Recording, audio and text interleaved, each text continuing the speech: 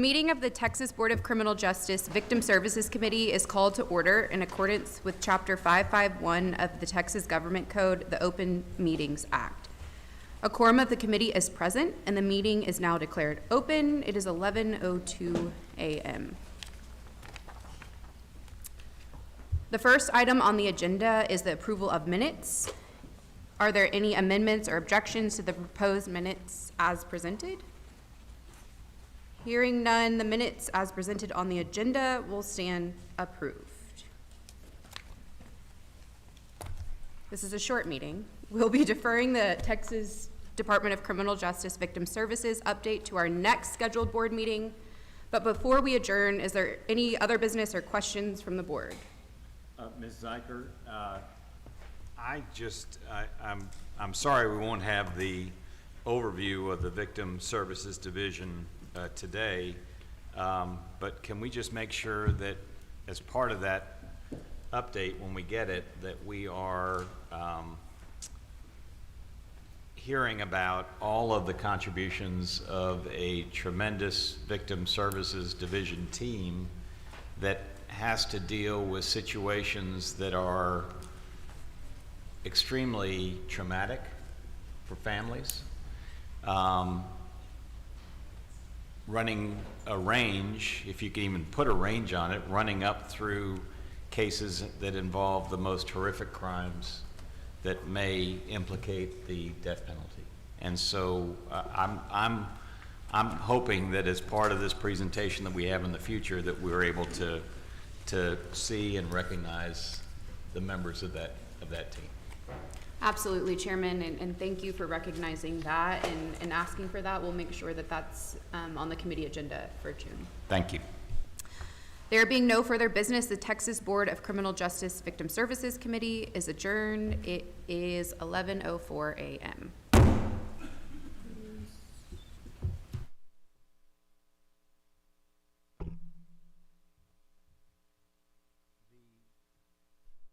The meeting of the, hold on a second.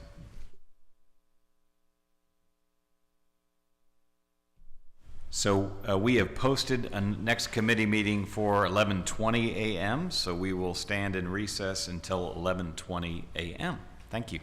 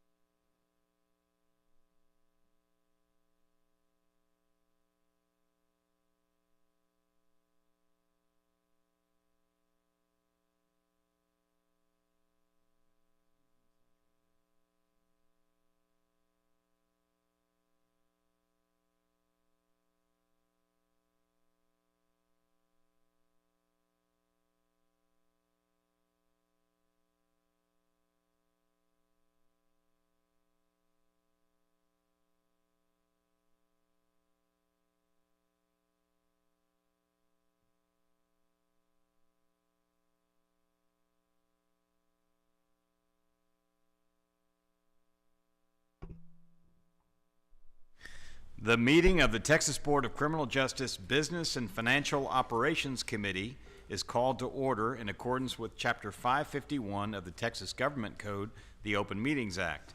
A quorum of the committee is present, and the meeting is now declared open. It is 11:20 a.m. The first item on our committee agenda is the approval of minutes. Are there any amendments or objections to the proposed minutes as presented? Hearing none, the minutes as presented on the agenda will stand approved.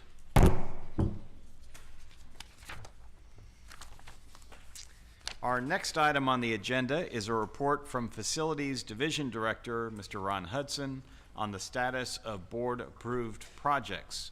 Mr. Hudson, I see you joining us at the podium. When you're ready, please proceed. Good morning, Chairman Nichols, Vice Chair Johnson, Mr. Collier, members. I'd like to provide an update on the status of board-approved projects. Item number 1 is the Michael Unit Roofing Project. This project is 68%.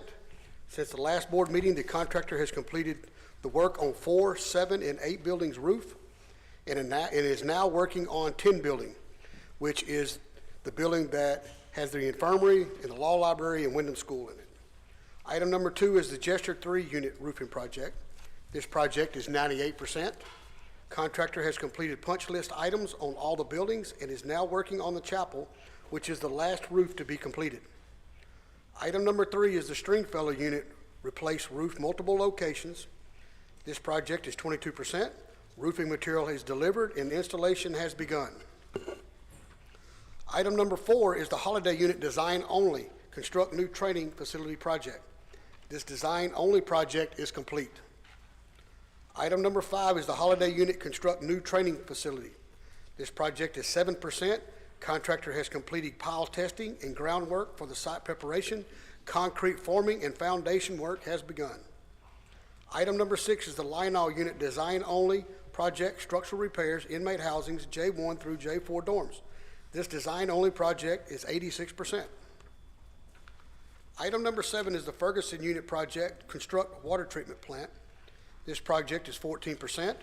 The rework of the dirt has been completed. Main raw water line is in place. Restraint clamp installation is ongoing in preparation for hydrostatic testing.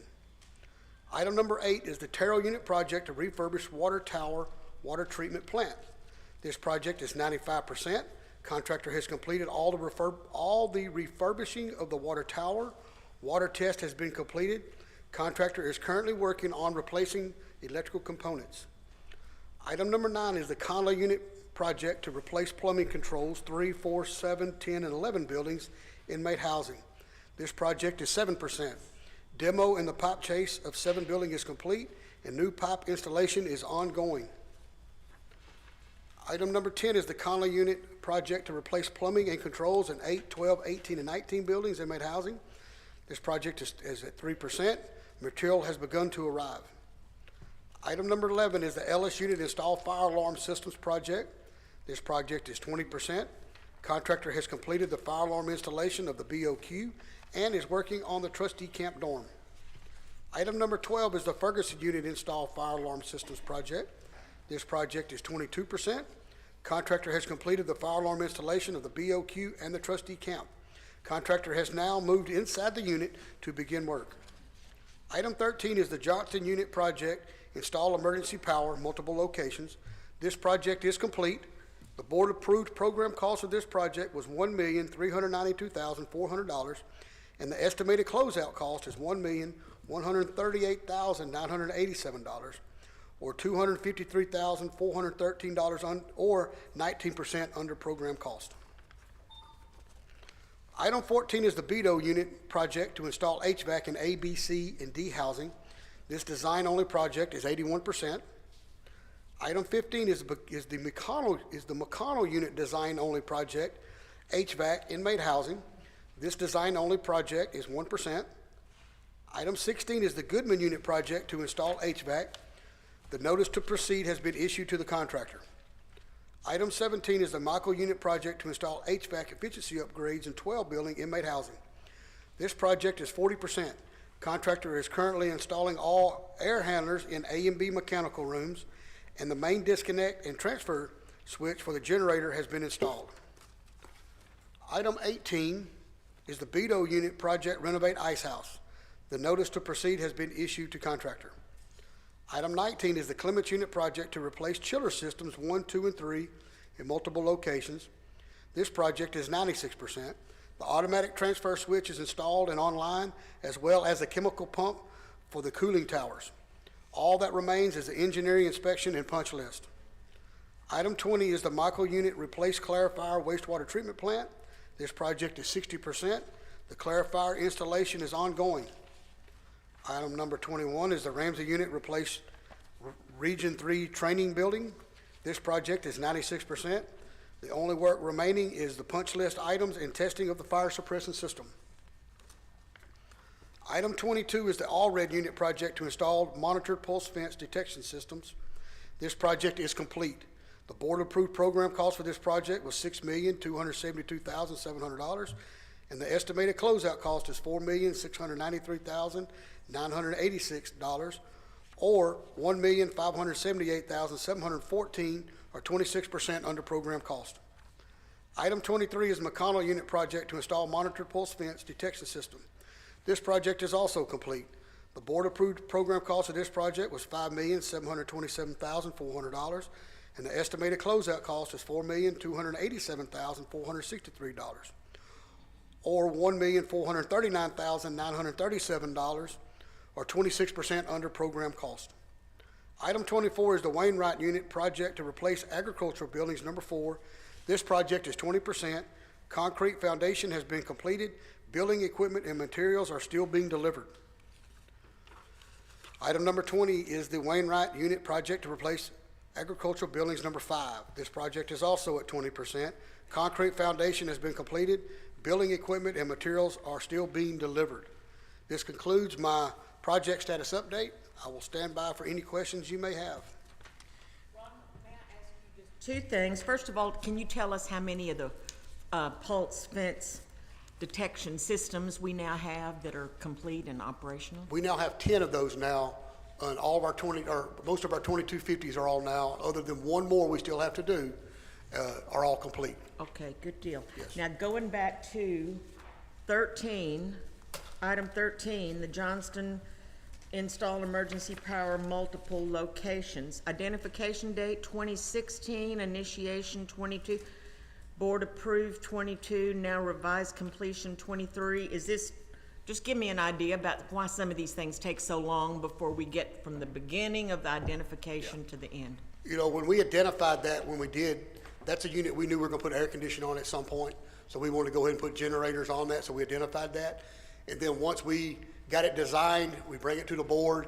We was coming out of COVID, generators were hard to get. We were well over a year getting generators for that project. Is one of the reasons that project dragged out for so long, was just waiting on the generators to arrive. Okay, and now we're all set. And now we're all set to go. And that unit is also fully air conditioned now. Okay, okay, good, thank you. Yes, All ma'am. right, I'm going to channel my inner Judge Francis, because one of the questions I thought she was going to ask you is kind of, we have a lot of projects going on, so are there any projects that in your view are lagging because of either contractor issues, supply issues, anything like that? Probably the one that comes to note is the Ramsey 3 Training Academy. You know, it's kind of dragged on longer than what we anticipated it to drag on. We've really been working with that vendor, pushing them to get done with that project. We're hoping once we get past this fire suppressant test and the punch list, that we'll be completed with that project in May. Okay. And then the other question, obviously, of the moment as we're getting into the summertime is, you mentioned a few of the projects that involve the installation of HVAC or the improvement of existing HVAC facilities. How are we doing on implementing the funding that the legislature has given to us for purposes of getting more and more of our housing areas air conditioned? Yes, sir, great question. Right now, we have 10 pending projects that are design complete, 10 full unit projects, with 2 of them being Stiles and Pulaski, which are just either a 3 or an 8 building. All of those projects are design complete.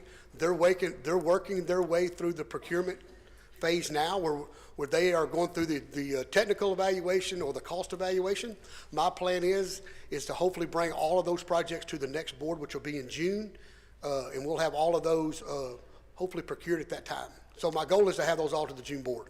And are we doing our best to, obviously, we need to be mindful and follow all the relevant state procurement rules, which I know we're doing. That is correct. But are we making sure that we're being as efficient as possible while minding those rules? That is, yes, sir, we are. We're doing that. And sometimes that can be frustrating because it takes so long sometimes.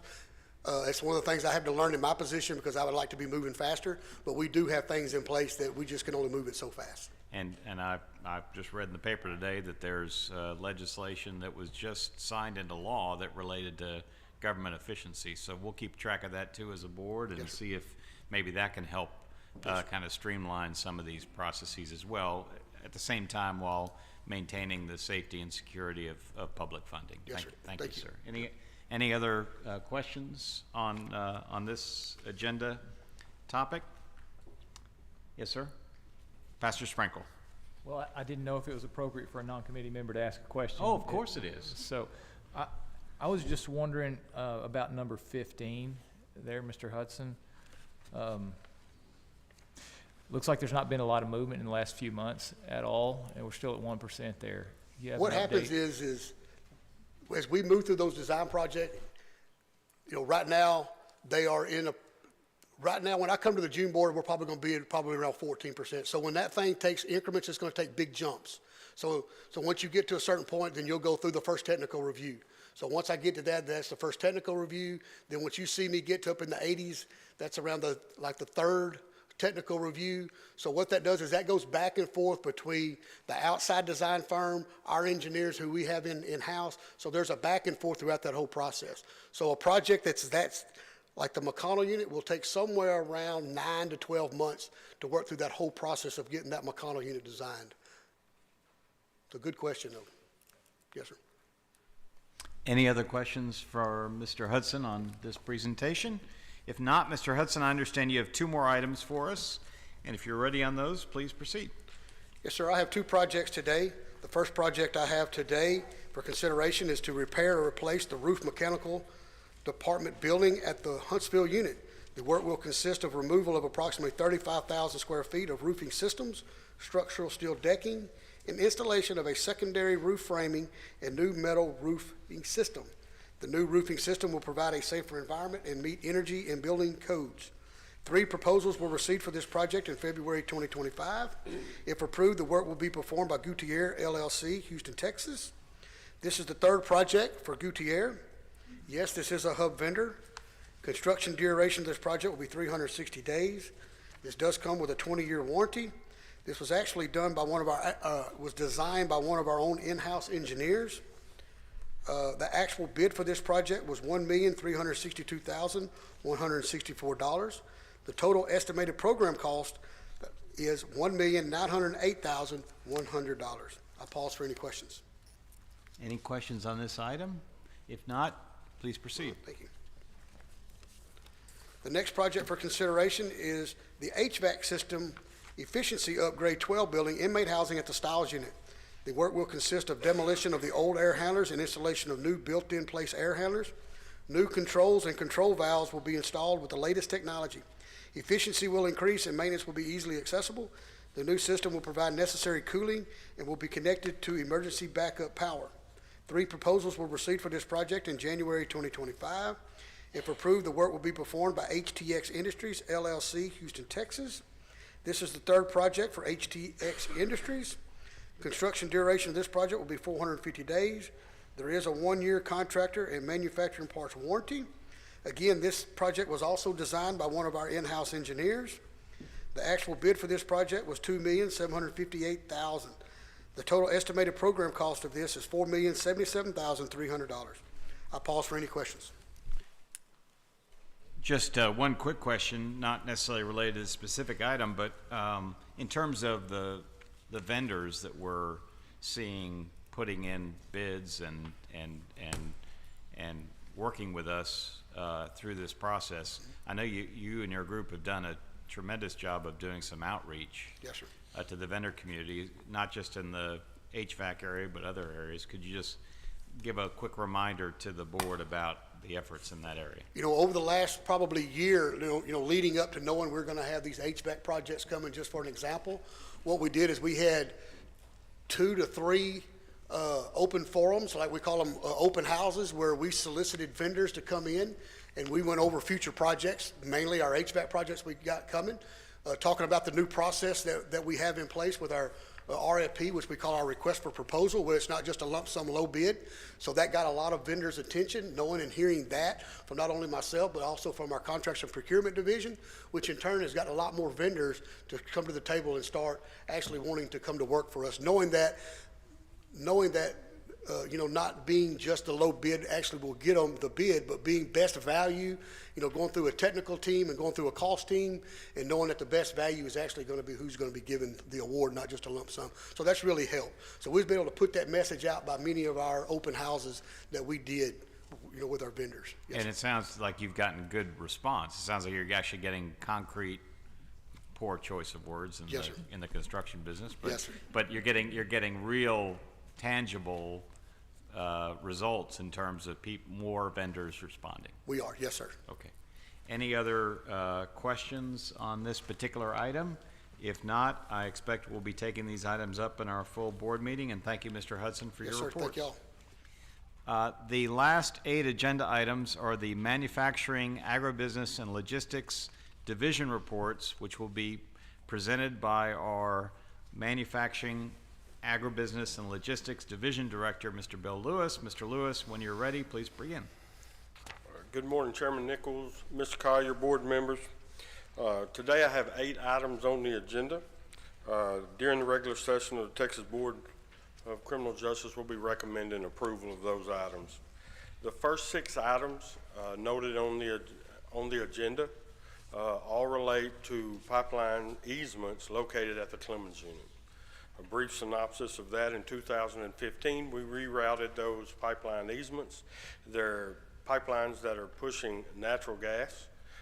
We redid those easements for new pipelines for their new plant for Phillips 66 in a 10-year term. And right now, those easements are up. And the first 6 easements or land transactions you will see all relate to the Clemens unit in that one location of the property. The last 2 easements relate to the widening project of Interstate 45 there coming through the Huntsville Texas, and that relates to the Wind unit and the Huntsville unit. So the first easement located at Clemens by Phillips 66 requests to renew an expiring pipeline easement for one 20-inch pipeline. The easement includes an area of approximately 1.85 acres or 2,692 feet long, 163.15 rods by 30 feet wide to transport natural gas. Phillips 66 has agreed to pay $130,520 for the renewal of this easement for a 10-year term. As noted on the screen, you will see the located area where all of these pipelines are noted, and they're all on our property line that go in 6 different directions to their plant on the other side of our property. This easement includes language requiring indemnification as the grantee's responsibility and the most favored nation clause, and compensation was negotiated at a geographical appraisal value. Our second easement, still in the Clemens area, Phillips 66 requests to renew an expiring pipeline easement to the Clemens unit for one 18-inch pipeline. The easement includes an area of approximately 1.87 acres of land to push natural gas liquid. Phillips 66 Pipeline has agreed to pay $131,304 for the renewal of this easement for a 10-year term. Again, as noted on the screen by the red marker on the map, it's in the west portion of the property. This easement includes language as well on indemnification of the grantee's responsibility. Most favored nation clause, and compensation again was negotiated at the current geographical appraisal rate. Number 3, again, we're at Clemens. Phillips 66 requests to renew an expiring pipeline easement at the Clemens unit for one 16-inch pipeline. The easement includes one area of approximately 1.88 acres Phillips 66 Pipeline has agreed to pay $132,168 for the renewal of this easement for a 10-year term. The easement as well includes indemnification, the most favored nations clause, and compensation again was negotiated at the geographical appraisal value. The fourth easement, Phillips Pipeline again. They request to renew an expiring pipeline easement at the Clemens unit for one 10-inch pipeline. The easement includes an area of approximately 1.89 acres of land. The Phillips Pipeline has agreed to pay $133,208 for the renewal of this easement.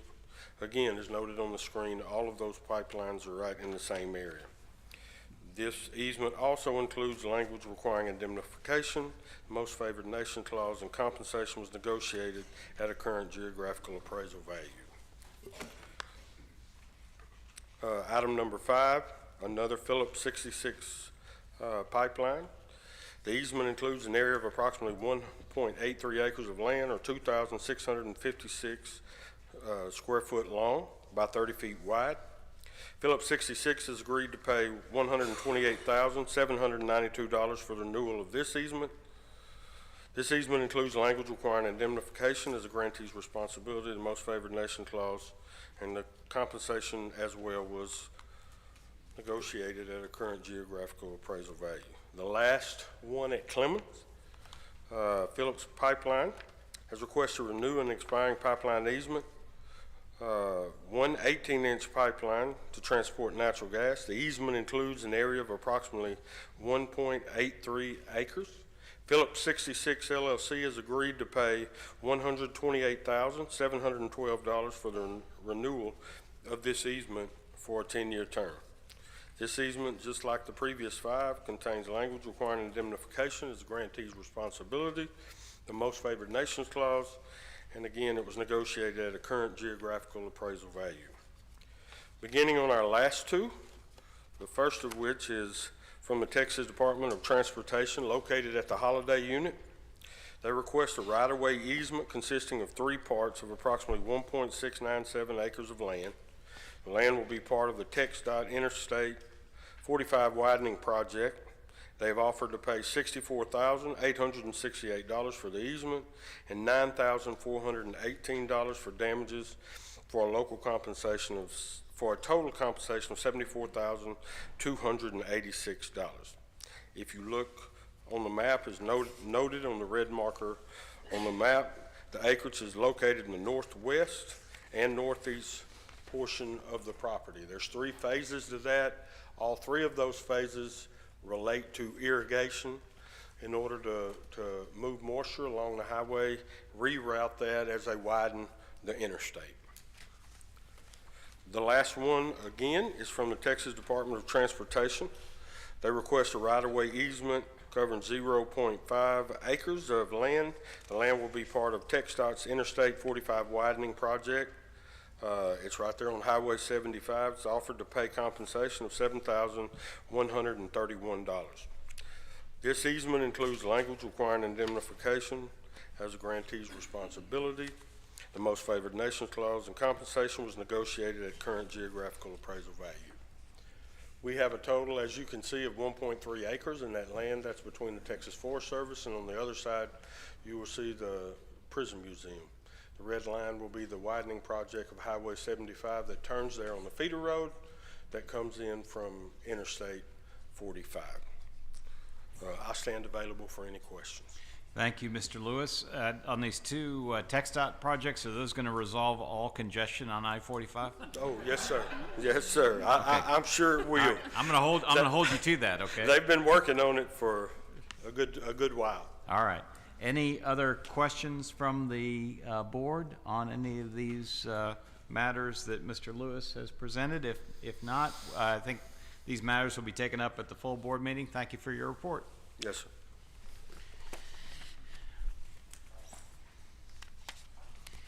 There being no further business, the Texas Board of Criminal Justice Business and Financial Operations Committee is now adjourned. It is 11:44 a.m.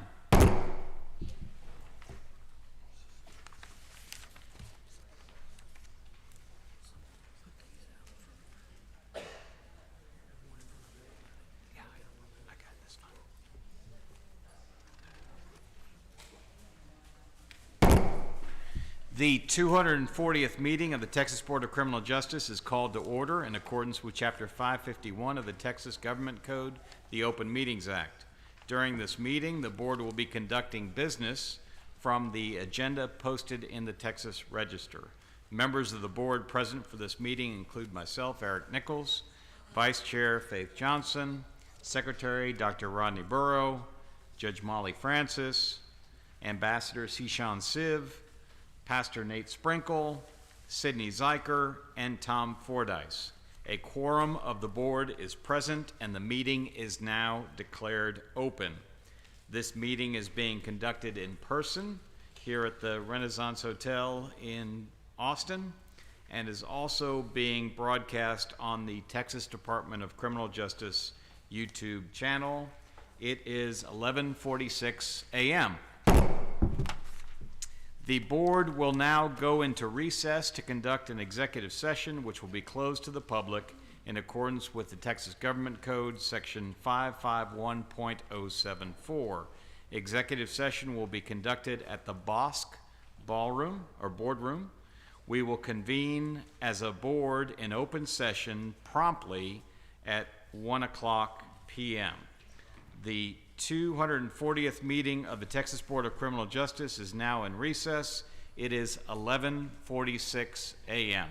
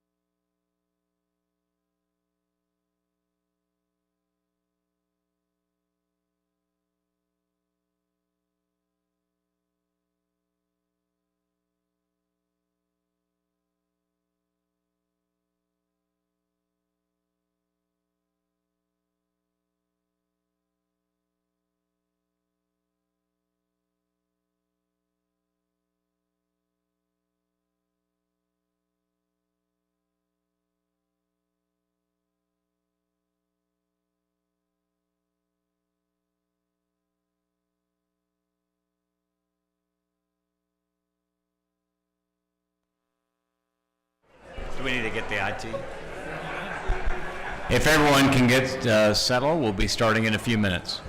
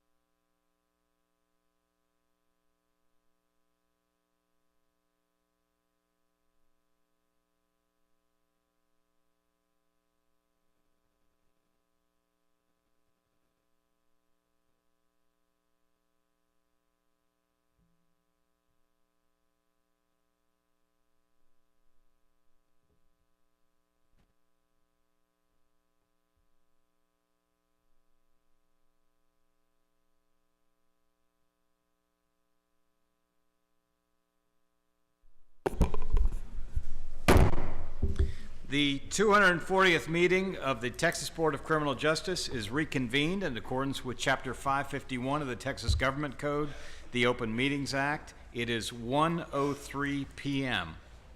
During this meeting, the board will be conducting business from the agenda posted in the Texas Register. Members of the board present for this meeting include myself, Eric Nichols, Vice Chair Faith Johnson, Secretary Dr. Rodney Burrow, Judge Molly Francis, who will be joining us in just a minute, Ambassador Sishan Siv, Pastor Nate Sprinkle, Sidney Zeiker, and Tom Fordyce. A quorum of the board is present, and the meeting is now declared reopened. The meeting, as I said earlier, is being conducted in person and is also being broadcast on the Texas Department of Criminal Justice YouTube channel. It is 1:04 p.m. Before we get started, I would like to invite everyone present to stand as you are able and join us as a board in pledges of allegiance. Texas Department of Criminal Justice Chief Programs Officer Jason Clark will lead us in the pledges. Mr. Clark. Thank you, Chairman. I pledge allegiance to the flag of the United States of America and to the republic for which it stands, one nation, under God, indivisible, with liberty and justice for all. Honor the Texas flag. I pledge allegiance to thee, Texas, one state, under God, one indivisible. Thank you, Mr. Clark. I would now ask our board member, Pastor Nate Sprinkle, to introduce TDCJ Religious Services Deputy Director Carlton, or as we know him, CF Hazelwood, to offer a word of prayer as we start our meeting. Thank you, Chairman Nichols. Before we begin with a word of prayer, I would like to introduce TDCJ Deputy Director of Religious Services, Carlton C.F. Hazelwood. Mr. Hazelwood has served the Texas Department of Criminal Justice for over 40 years, working within divisions such as the Correctional Institutions Division, Manufacturing and Logistics Division, Rehabilitation and Programs Division, and now currently with the Chaplaincy and Volunteer Services Division. Mr. Hazelwood has also served as a senior pastor for 40 years with 3 different churches, and he is currently the senior pastor for the Fellowship of Huntsville Church, a role he has held for the last 28 years. With that being said, Mr. Hazelwood, would you do us the honor of opening our meeting with a word of prayer? Is Mr. Hazelwood in the room? All right, thank you. Good to see you.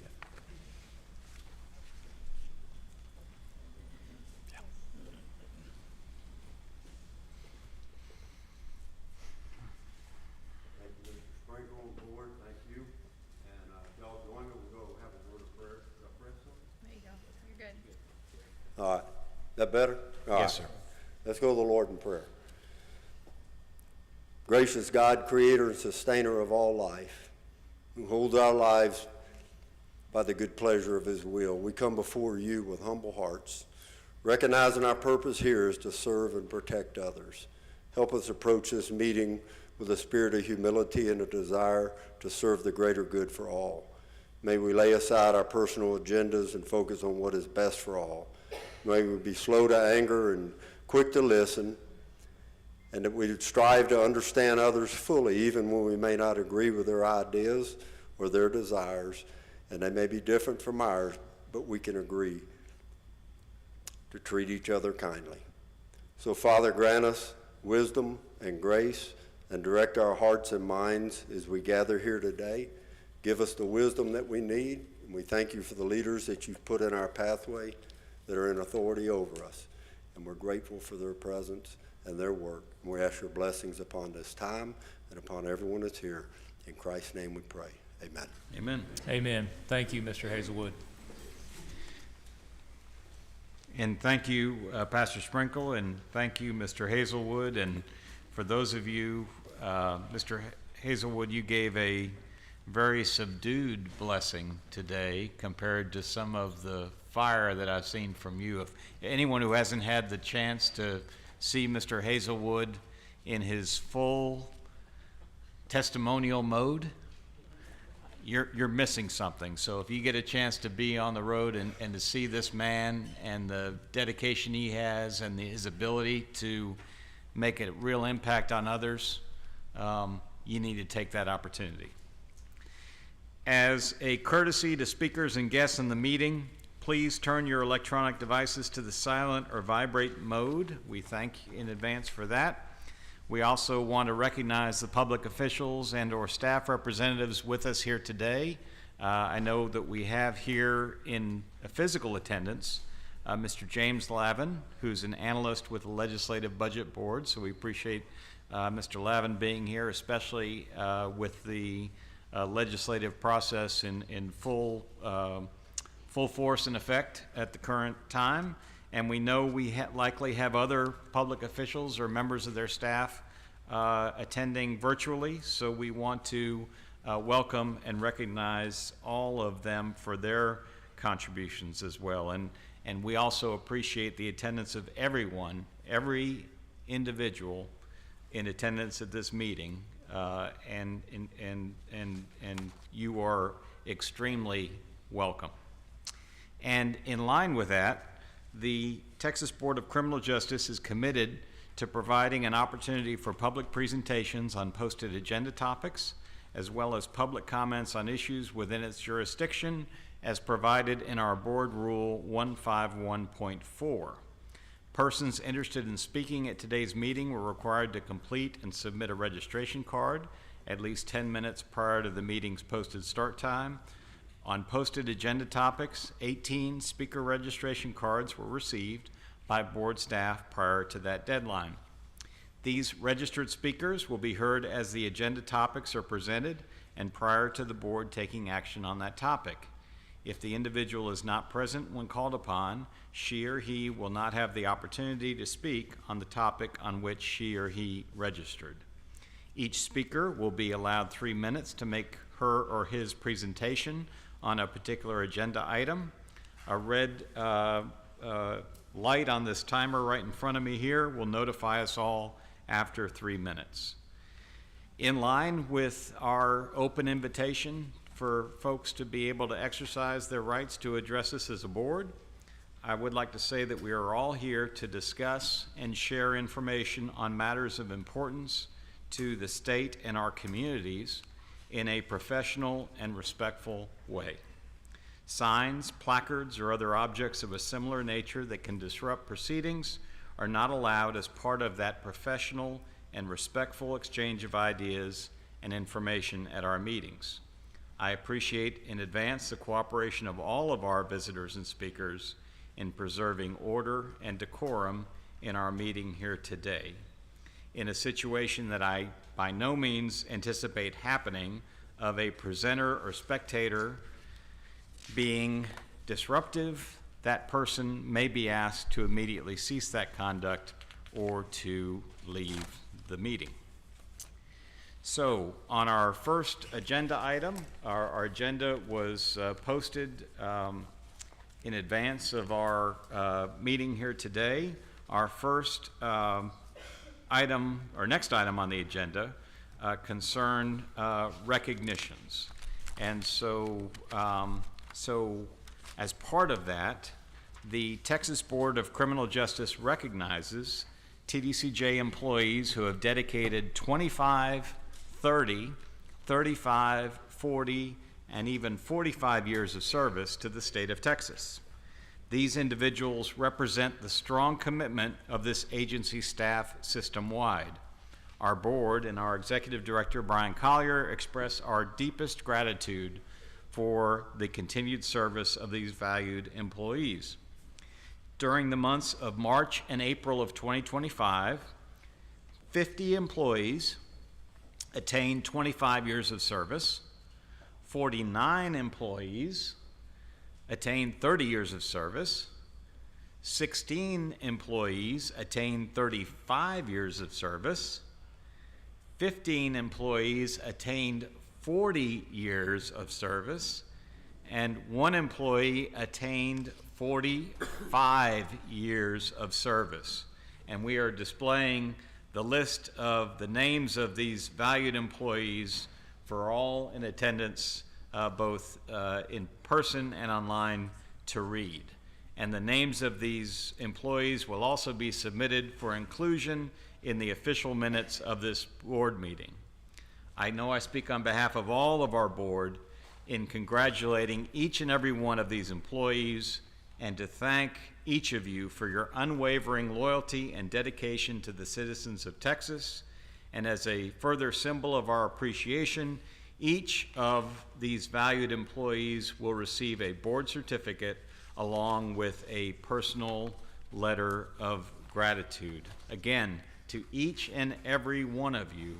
I mean, how incredible is that we have an organization that promotes careers where someone can have 45 years of very rewarding service, both to them and service that presents such benefits to all people around the state as TDCJ. Next, TDCJ's Executive Director, Brian Collier, will be recognizing 3 individuals today. Mr. Collier, if you are ready, please begin. Thank you, Chairman Nichols. I'd like to ask Ron Steffa, our Chief Financial Officer, if he could please come to the podium. This afternoon, I'd like to recognize Ron Steffa on his attainment of 35 years of service to the Texas Department of Criminal Justice and the state of Texas. Mr. Steffa began his career in 1992 working as an administrative technician in the Human Resources Division. Ron later promoted throughout the agency, holding positions in executive services and contracts and procurement, where he served as program administrator, deputy director, and director. In 2008, Ron was promoted to the deputy chief financial officer, and in 2020, Ron was selected to serve as the agency's chief financial officer. Ron's analytical skill and profound understanding of the agency aids in his ability to oversee the agency's significant budget. He plays a pivotal role in developing the agency's legislative appropriation requests while also maintaining the heavy load of managing the day-to-day budget operations. Ron's integrity is unquestionable and his leadership is strong. We are very fortunate to have someone of Ron's caliber in this key role of our leadership staff.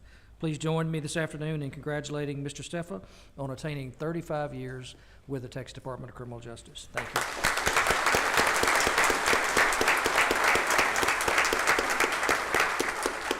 It seems like only yesterday, Mr. Steffa. Would you care to share a few words with us?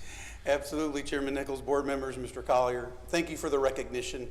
I really appreciate all the opportunities that I've been provided by the agency over the years.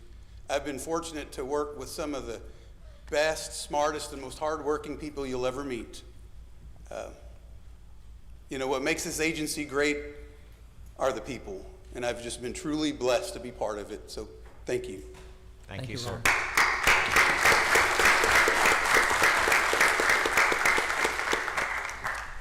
Next, Chairman, I'd like to ask April Zamora if she could please come to the podium as I recognize Ms. Zamora, our Director of Rehabilitation and Reentry, on attaining 30 years of service to the state of Texas. April began her career with the agency in 2000 as a parole officer at the Waco District Parole Office. Now, prior to her career with TDCJ, she had worked for the University of Texas Pan American and the Texas Juvenile Justice Department. After joining TDCJ, April promoted through the ranks in parole, serving as a unit supervisor, program administrator, and program specialist. In 2007, she was promoted to the manager of the Texas Correctional Office on offenders with medical or mental impairments. In 2012, she was promoted to the director for the Reentry and Integration Division, where she led our agency's significant efforts on inmate reentry and basically built that program from the ground up. In 2024, based on the Sunset Review, the Reentry and Integration Division merged with the Rehabilitation Programs Division to form the Rehabilitation and Reentry Division, and Ms. Zamora was chosen to direct this new formed division. Since that time, she has worked closely with staff to streamline the merger and ensure a smooth transition for all employees.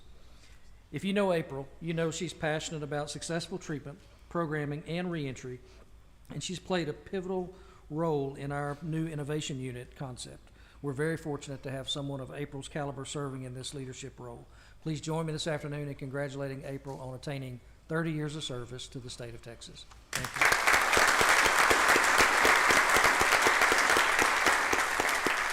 Thank you, Mrs. Moore. I'm going to embarrass you with some kind words later on in the program, so would you care to share a few words with us in the meantime?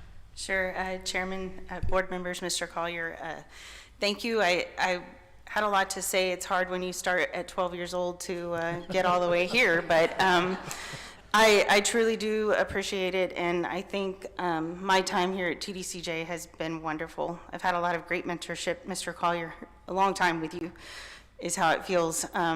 As a Parole Division Director, getting me over to D. Wilson, I would say was the best mentorship I could have got. A lot of lessons learned at Tacoma, but being able to be part of the Reentry and Integration Division, but my fellow division directors, I feel like I grew up with a lot of directors in this room, and being able to build something that I think I can be proud of for the rest of my career here at TDCJ, which I hope lasts a while. But now being able to steward the ship of rehabilitation and reentry is probably going to be my proudest moment here at TDCJ, because the team we have, you can't even imagine just how remarkable the team is that we have in the current division that I get to lead. So thank you to my fellow division directors that are helping me build on that concept, and the partners that we have out there. I appreciate you. Thank you, April.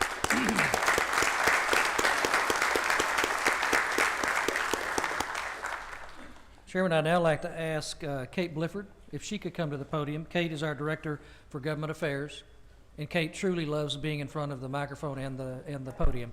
I like telling other people. Today, I'd like to recognize Kate Blifford on her attainment of 25 years of service with the state of Texas. Now, Kate began her career with TDCJ in July of 2020 as our Governmental Affairs Director. Prior to joining TDCJ, she served as the Deputy Director of Budget and Policy in the office of Governor Greg Abbott. Prior to her time with the Governor's office, she had held positions as an Assistant Press Secretary and Policy Analyst in the office of the Speaker of the House. She was a website project manager and Chief of Staff for Texas State Representative Tom Craddock and an Assistant Parliamentarian for the Texas House of Representatives.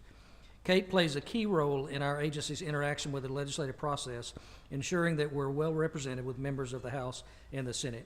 You can't walk 10 yards in the Capitol without somebody stopping Kate to say hello. She knows everyone in the Capitol. She's very passionate about her role in our agency and ensuring that we succeed in the legislative process, and her contributions have made a significant positive impact on our legislative success. Please join me in congratulating Kate Blifford on attaining 25 years of service to the state of Texas, and we appreciate her service.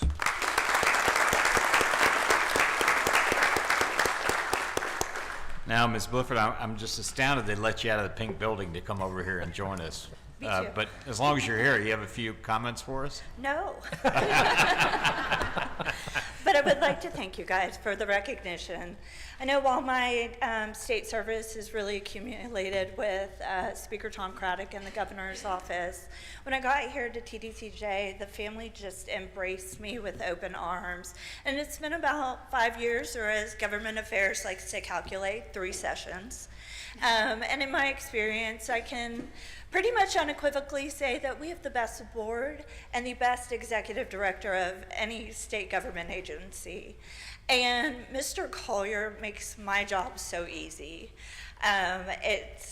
He jokes, he knows as many people at the Capitol as I do. But to Ron Steffa's point, it really is the hardworking men and women that I get to work for and with, who bring every day their expertise and their effort to this agency that really makes us meaningful to all Texans. So thank you guys for this recognition. I'm gonna go now, but let's see what we can do for the next 3 sessions. Thanks, Kate.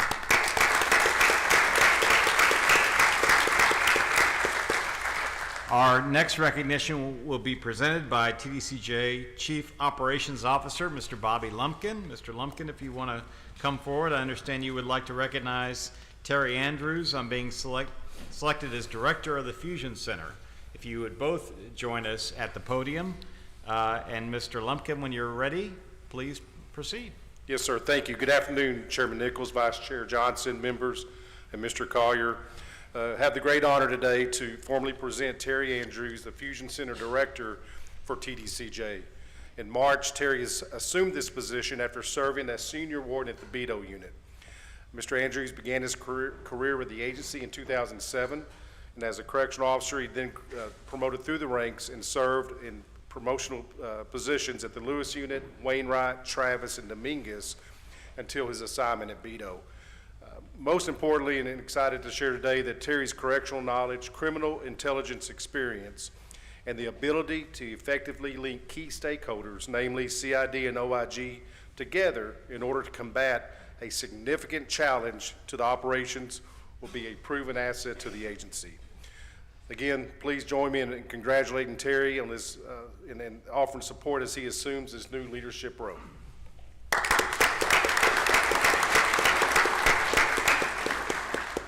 Congratulations, Mr. Andrews, and what people need to appreciate is that you come to this position with a wealth of experience actually being on units, which is essential to this role, because you can't, I know that you couldn't be doing this current job without having that significant operational experience, and you and I have walked together on a unit in the past, and I know the wealth of experience that you bring to this, and I very much appreciate, and the board appreciates, you stepping forward to taking on this very, very important role. So do you have a few words you'd like to share with us? Yes, sir. Thank you, Chairman Nichols, Vice Chair Johnson, Mr. Collier. I would just like to say, first and foremost, I understand the extreme undertaking that I'm taking on in this role, and I've looked forward to it from the minute I got the opportunity to take this role. I know I'm leading a team of individuals who is dedicated, extremely dedicated to fighting a nuisance that's plagued our agency for far too long. The gravity of that has not been lost on me at all, and I look forward to continue to lead them from where it started at to where it can go to.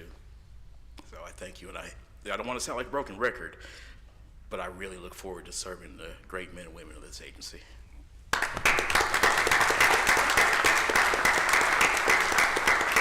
Thank you. Our next recognition will be presented by TDCJ Business and Finance Division Director, Ms. Jennifer Gonzalez. Ms. Gonzalez, I understand you would like to recognize Rebecca Waltz on being selected as the Deputy Division Director. You're both at the podium, so when you are ready, Ms. Gonzalez, please proceed. Yes, it is my pleasure to recognize Rebecca Waltz as the new Deputy Division Director for the Business and Finance Division.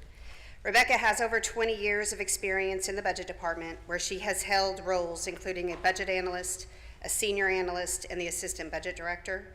Since 2020, she has served as the agency's Budget Director, and during this time, Rebecca reshaped the operations of the department, leaving a lasting positive impact that continues to benefit the team today.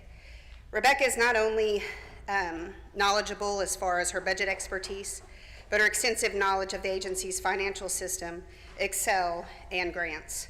She holds a bachelor's degree from Sam Houston State University, and her dedication is evident in her work. Please join me in congratulating Rebecca and thanking her for her service and the impact that she has made and will continue to make as she transitions to her new role as Deputy Division Director.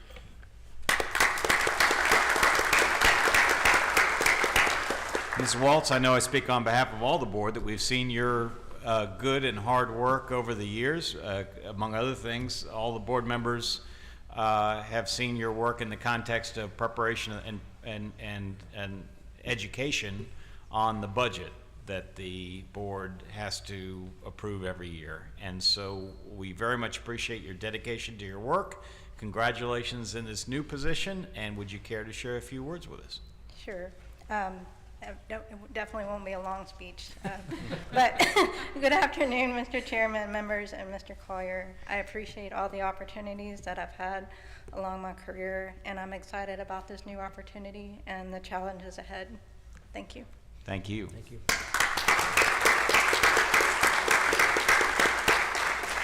Our next two recognitions will be presented by TDCJ Correctional Institutions Division Director, Mr. Eric Guerrero. Mr. Guerrero, you're already up at the podium, and if you're ready, please get started. Good afternoon, Chairman, Mr. Collier, members. It's my honor to introduce these next two individuals, and glad to have them part of my team in CID, but also as directors for the agency. First, I want to recognize Jennifer Cosby. Jennifer began her career in September of 1995 as a correctional officer and promoted through the security ranks to assistant warden. In 2017, Jennifer became the senior warden of the Halberd unit. And then she served as a senior warden at Woodman, Murray, Hobby Marlin, and finally promoted to the senior warden position at the Robertson unit in 2021. She is a leader with over 30 years of experience. Jennifer will bring a positive attitude, a change in culture, and a high level of expectations from the staff and the inmate population. Her work ethic and positive attitude will continue to shine as she embarks on a new role as regional director. Her leadership philosophy centers around open communication and collaboration, while actively promoting her vision for transformation within the agency. Jennifer possesses a Bachelor of Science in Criminal Justice Administration from Columbia Southern University. And I just want to say, please welcome and congratulate Jennifer on her new role as the Region 6 Director.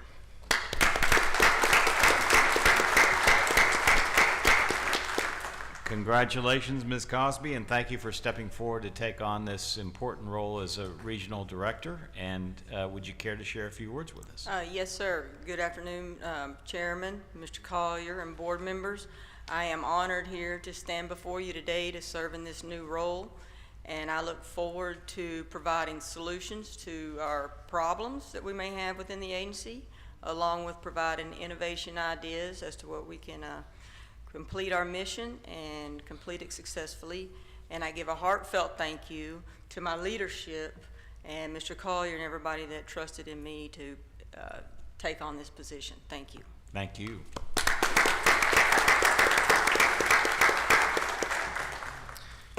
Next, I want to introduce Brian Williams. Brian began his career with the Texas Department of Criminal Justice in September of 1998 as a correctional officer at the Formby unit in Plainview, Texas. Throughout his tenure with the Texas Department of Criminal Justice, he promoted through the security ranks, having served at 9 different correctional facilities across 4 different regions.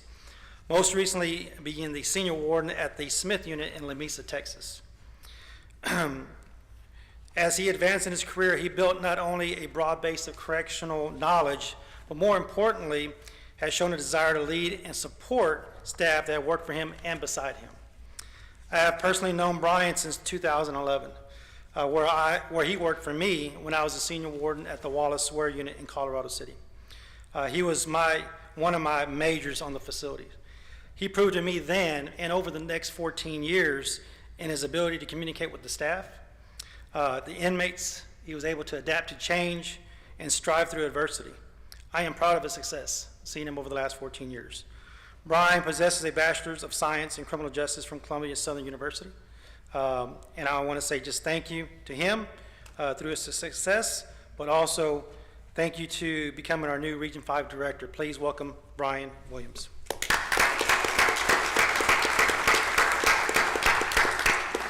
Congratulations, Mr. Williams, and thank you also, sir, for stepping forward and taking on this very, very important role as a regional director.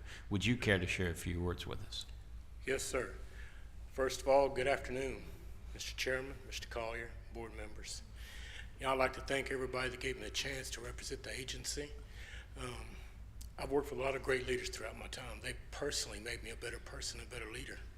But my career has been shaped by the people that worked for me, by supporting them and letting them be them and gaining and guiding them through their leadership roles.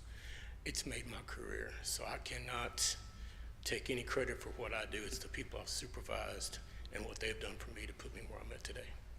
Thank you, sir. And we appreciate that spirit of servant leadership that you're talking about. Thank you, sir.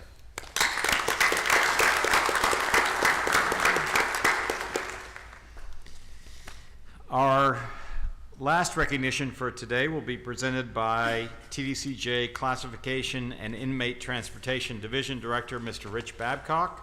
Mr. Babcock, I see you at the podium, and I understand you would like to recognize William Wheat on being selected as the Inmate Transportation Director. When you're ready, please proceed. Yes, sir. Chairman, Mr. Collier, members of the board, it's the honor of the Classification and Inmate Transportation Divisions. It is our honor to introduce Jason Wheat. He is William Wheat, but he goes by Jason, who brings to this division 20 years of institutional experience, where he started his career as a correctional officer, worked his way up through the ranks, and he served as a senior warden on multiple facilities. Jason also brings a master's degree from the Sam Houston State University in criminal justice.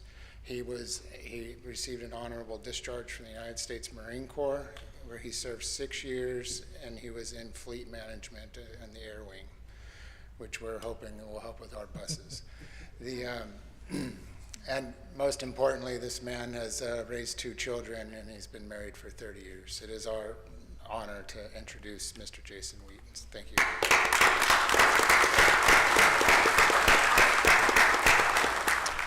Mr. Wheat, it's going to be very difficult for me to refer you to anything other than Warden Wheat, okay? Yes, sir. And I sure hope that in this new role, you're not going to lose your other very important role within the system of being one of the foremost historians of the history of the Texas Department of Criminal Justice. So I sure hope that you're keeping that alive as well, and you're going to keep my reading list updated as well. So yes, sir. With that, would you care to share a few words with us? I would. Good afternoon, Chairman Nichols, Vice Chair Johnson, board members, and of course our Executive Director, Brian Collier. I appreciate this opportunity. The responsibility that goes along with taking offenders off of a secure facility is not lost on me. So I appreciate the opportunity to continue to serve our agency in the state of Texas. Thank you, sir.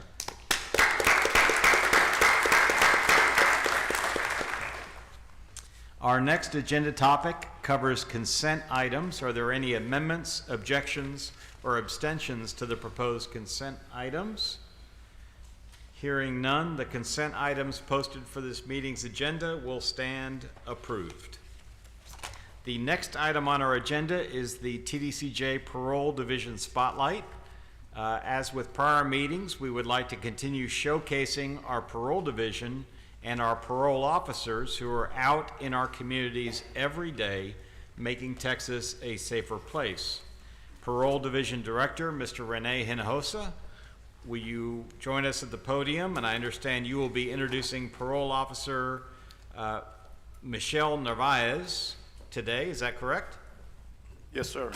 And thank you both for joining us here today. And Mr. Hinojosa, if you are ready, please proceed. Good afternoon, Chairman Nichols, Mr. Collier, members of the board. Thank you for allowing me this opportunity to introduce Ms. Michelle Narvaez, Parole Officer at the Austin 2 District Parole Office. Ms. Narvaez started her working for the Parole Division in May of 2023, and after graduating from the Parole Officer Academy, she immediately started working and supervising our regular caseload. Her passion and inspiration for the job allowed her to quickly transition to start supervising the therapeutic community, or our TC caseload. Michelle's future goal is to continue her studies and obtain a master's degree in forensic psychology. I'd like to publicly thank her for her commitment to the agency and for helping her clients be successful. Please help me welcome Parole Officer Michelle Narvaez.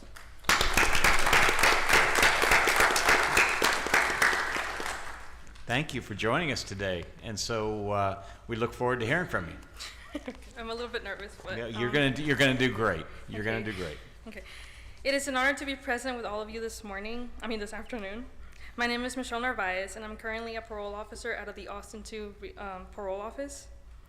I would first like to take a moment to thank Mr. Nichols, the chair, and all of the other board members for their time for this prestigious honor. I would also like to recognize and thank Mr. Collier, Mr. Hinojosa, and my regional director, Ms. Cristina Ramirez Perales, for giving me the opportunity to begin my exciting career as a parole officer, and most importantly, for the ability to recognize a distinguishable client in my caseload. I obtained my associate's degree in criminal justice from Austin Community College and pursued my passion for this field and successfully obtained a bachelor's degree from the Texas State University in December of 2022. At the age of 12, I was fascinated with forensic files and spent many hours watching the endless show that provided insight to this exciting career. In high school, I continued with my interests and enrolled in forensic science classes to obtain additional knowledge for this field. It was there that I discovered that I wanted to work in the field of criminal justice, but did not know in exactly what capacity. As I graduated from college, I received a recommendation from one of my professors to look into the possibility for applying for a parole officer position with the Texas Department of Criminal Justice.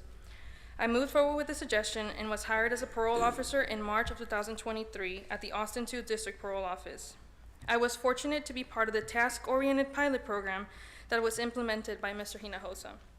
The Austin 2 District Parole Office was one of the selected few offices that received the privilege of implementing and establishing the new developed task-oriented policy that is currently placed statewide. As a new officer, I was a bit overwhelmed with the caseload quantity, but received amazing support from Officer Jessica Lindsay by telling me that I had an amazing work ethic and that I was a strong officer and that everything was going to be fine. I also received feedback from my now parole supervisor, Kimberly Mock. Without them, it would have been really hard those few months out of training. Their positive guidance, training, and commitment to the profession allowed me to establish a strong and increased love for the job. I come to work every day with the mindset to treat everybody with respect and fairness and to provide all of my clients with the necessary tools for their successful integration into society. I want to encourage clients to succeed personally and professionally and provide the endless opportunities to see them excel. Mr. Charles Roberts became my client just shy of 9 months of my supervising the substance abuse caseload. I have seen positive change in him and his passion to help others. He loves to share his journey and encourages others on how TDCJ has changed his life. Mr. Roberts was released on the parole supervision on May 23, 2024 on the electronic monitoring caseload until July 15, 2024, when he successfully completed the program. He is currently participating in the Phase 2 of the Therapeutic Community Treatment Program and is expected to complete in August. Mr. Roberts has maintained full-time employment since his release in sales and public relations management. While in TDCJ and SafeP, he served as a peer support coach for 3 years at the Kyle unit and completed cognitive skills, Voyager, Authentic Manhood, Faith-Based Dorms, and Bridges to Life. He has completed college programs upon his release and attributes his success to a TDCJ program. He understands that accepting responsibility for his actions is a major step in reintegration successfully back into society. You can really see that he has made a change in the way that he lives his life due to all the hard work that he puts in and his dedication to being a family man. He has done well in substance abuse treatment program and continues to change for the better. And I would like to introduce to you Mr. Charles Roberts.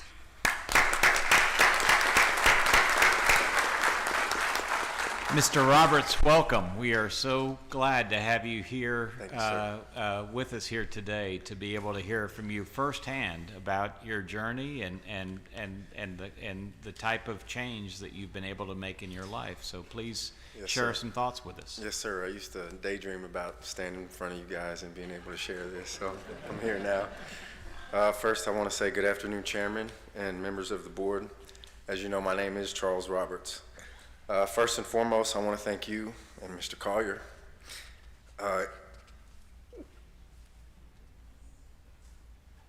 Excuse me. It's okay. Take your time. Apologize. You're good. Whew. For the opportunity here today. In the 13 years of my incarceration, I am blessed to have completed as well as created programs inside the prison system that have positively impacted many. Some who have participated, served alongside me.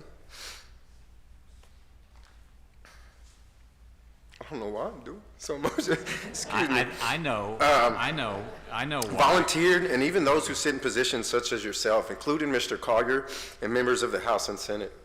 I'm thankful to have participated in programs such as Cognitive Thinking, the Quest for Authentic Manhood, Kairos, Ethnos Leadership, just to name a few of those in my journey of self-improvement and rehabilitation. These programs gave me tools that have not only helped me while inside, but have also complemented me upon release as well. Thank you to the Parole Board, Mr. Hinojosa, as well as Ms. Narvaez, for walking me through the parole process with grace and accountability. I'm grateful to be a part of your story as well, Ms. Narvaez. In 2017, upon graduating college with a major in sociology, I created a successful basketball program recognized by the state called Chariots of Fire, which got the attention of the San Antonio Spurs and community leaders such as NBA champion David Robinson, Joe Clark, and NBA Representative Bill Winlett, who is here today. Could he stand up, please? Yes, sir. Bill, would you stand, please, sir? He did it all. And I hate reading off a piece of paper, but I just wanted to make sure I caught everything. We made a mark for history in the state of Texas prison system. This soon became a year-round basketball training camp, molding men, including myself, to be positive leaders within our communities, promoting rehabilitation, and successfully changing the culture with the support of TDCJ administration. Shortly after, using the same blueprint for an exercise program, successfully established a cognitive approach to rehabilitation and fitness, impacting many, including Tim Tebow and Brute Strength, a known CrossFit team and recognized company.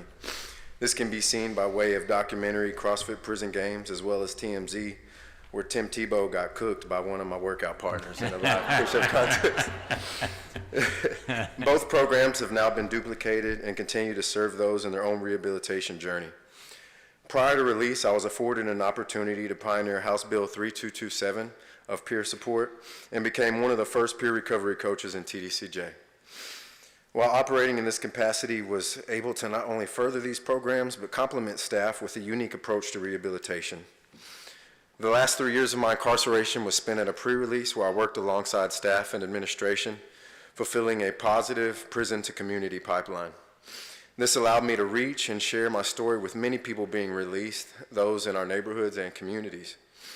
In May of 2024, I was released and have served the homeless with a company called Urban Alchemy. By utilizing my lived experience in addition to furthered education, I was successful in empowering many to recovery, including myself.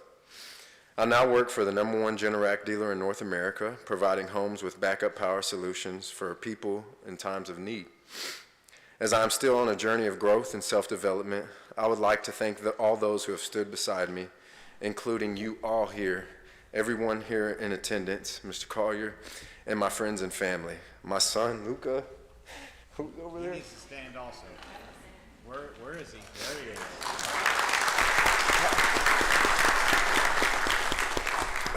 My aunt and my uncle, who are here, my cousin who Yep, please stand, bought please me the stand, suit, please stand. my wife, Martha, my Aunt Barbara, and everyone here. Thank you for the opportunity to share my story. And I also want to thank the men who watched me grow up and who was there when we hit that game-winning shot versus some of the Spurs players, Mr. Carter and Chad. I see you back there, buddy. All right, and thank you all. Thank you, Mr. Roberts. Thank you so much. Thank you, Mr. Carter.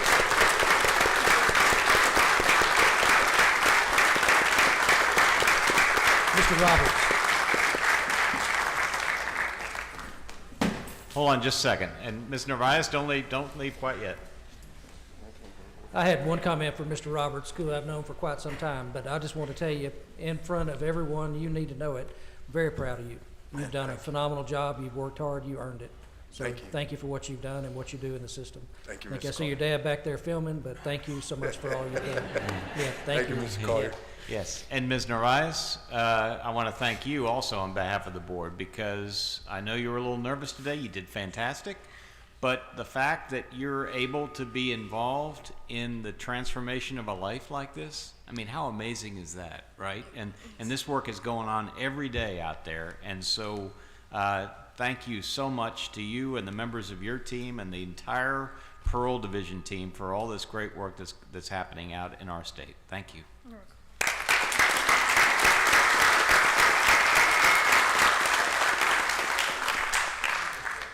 The next agenda item is a discussion, consideration, and possible action regarding proposed amendments to Board Rule Title 37, Texas Administrative Code, Section 151.51, entitled Custodial Officer Certification and Hazardous Duty Pay Eligibility Guidelines.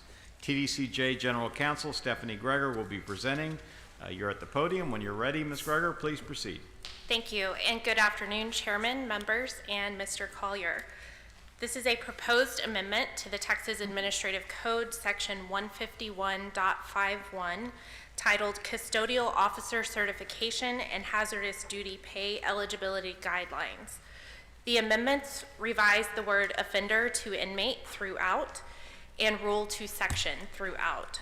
They also revise the definition for routine direct inmate contact to align with PD 85, which is titled Custodial Officer Certification, Hazardous Duty Pay, and Longevity Pay. The amendments add sociologists and interviewers to employees eligible under Hazardous Duty Code 3. They replace the Deputy Executive Director with the Chief Operations Officer. They add the Chief Operations Officer, Chief Programs Officer, other division directors, and no more than 25 administrative duty officers to employees eligible under Hazardous Duty Code 4. They also remove language stating other positions approved by the Deputy Executive Director. The amendments add laboratory technicians assigned to parole offices to employees eligible under Hazardous Duty Code 8. And finally, the changes make grammatical updates. These amendments will be posted in the Texas Register and available for public comment. Thank you, Ms. Greger. Are there any questions from any members of the board? If not, do I have a motion? Yes, Mr. Chairman, we do. I move that the Texas Board of Criminal Justice approve for publication in the Texas Register the proposed amendments to the Board Rule Title 37, Texas Administrative Code, Section 151.51, Custodial Officer Certification and Hazardous Duty Pay Eligibility Guideline to receive public comment as presented. I have a motion from Vice Chair Johnson. Is there a second? Second. I have a motion from Vice Chair Johnson. I have a second from Secretary Dr. Burrow. All those in favor say aye. Aye. Any opposed? Motion passes. Ms. Greger, your next item, please. Yes, sir. The next item is a proposed amendment to the Texas Administrative Code, Section 152.25, titled Maximum Rated Capacity of Individual Units. The capacities of the following facilities are proposed to be increased in response to the process set forth in the Texas Government Code, Chapter 499. The following facilities will be increased: Beto, Clemens, Cofield, Connolly, Ellis, Ferguson, Hughes, McConnell, Memorial, Michael, Polensky, Robertson, Stringfellow, Telford, Terrell, Wainwright, and Wynn. Capacities for the following facilities are proposed to be reduced to reflect the maximum capacity resulting from recent renovations. Those are the Allred and Stiles units. This amendment will be posted in the Texas Register and available for public comment. The proposal will also follow the review process in its entirety as set forth in the Texas Government Code. Thank you, Ms. Greger. Any questions from any members of the board? If not, do I have a motion? Yes, Mr. Chairman. I move that the Texas Board of Criminal Justice approve for publication in the Texas Register the proposed amendments to Board Rule Title 37, Texas Administrative Code Section 152.25, maximum rated capacity of individual units to receive public comment as presented. We have a motion on this matter from Secretary Dr. Burrow. Do I have a second? Second. I have a motion from Secretary Burrow. I have a second from Vice Chair Johnson. All those in favor say aye. Aye. Any opposed? Motion passes. The next item on our agenda is a discussion, consideration, and possible action regarding proposed new board policy BP-11.75 entitled Telework. Ms. Greger, please proceed. Thank you. This is a proposal for the adoption of a new board policy related to telework. Before getting into the policy in front of you, I would like to propose to the board a minor revision to page 2 of the policy under the section titled Discussion. This proposed revision would be implemented today at the board meeting, and the suggested language is to replace the approval process from the head of the reporting entity to the chair of the board's Human Resources Committee. So the language that appears on page 2 of 5 under the header discussion, the second paragraph, is that what we're talking about here? Third paragraph, yes, sir. Let's make sure that we've got it. So I've got the page 2 of 5 on my version. I've got the first paragraph is the purpose of this directive is to govern telework assignments. Yes, sir. Teleworking assignments. And then the next paragraph, it talks about employees receiving prior written approval. And so is that the change that you want to make or suggesting to be made? So instead of saying from the head of the reporting entity, then that would be changed to from the chair of the TBCJ Human Resources Committee. Yes, sir. Okay. And so on that matter, with respect to that proposed amendment, do I have a motion? Yes. I move that the Texas Board of Criminal Justice approve the amendment as proposed to Board Policy 11.75 Telework as presented. All right. I have a motion on that proposed amendment.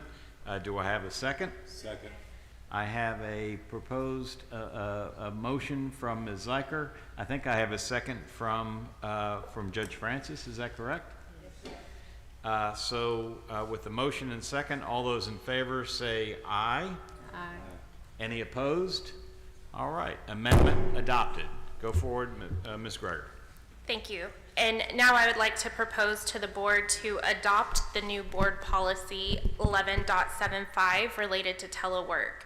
The policy is modeled after the Texas Department of Criminal Justice policy and will apply to the independent reporting entities that report directly to the board. The policy reflects that reporting entities will operate with a traditional in-office model.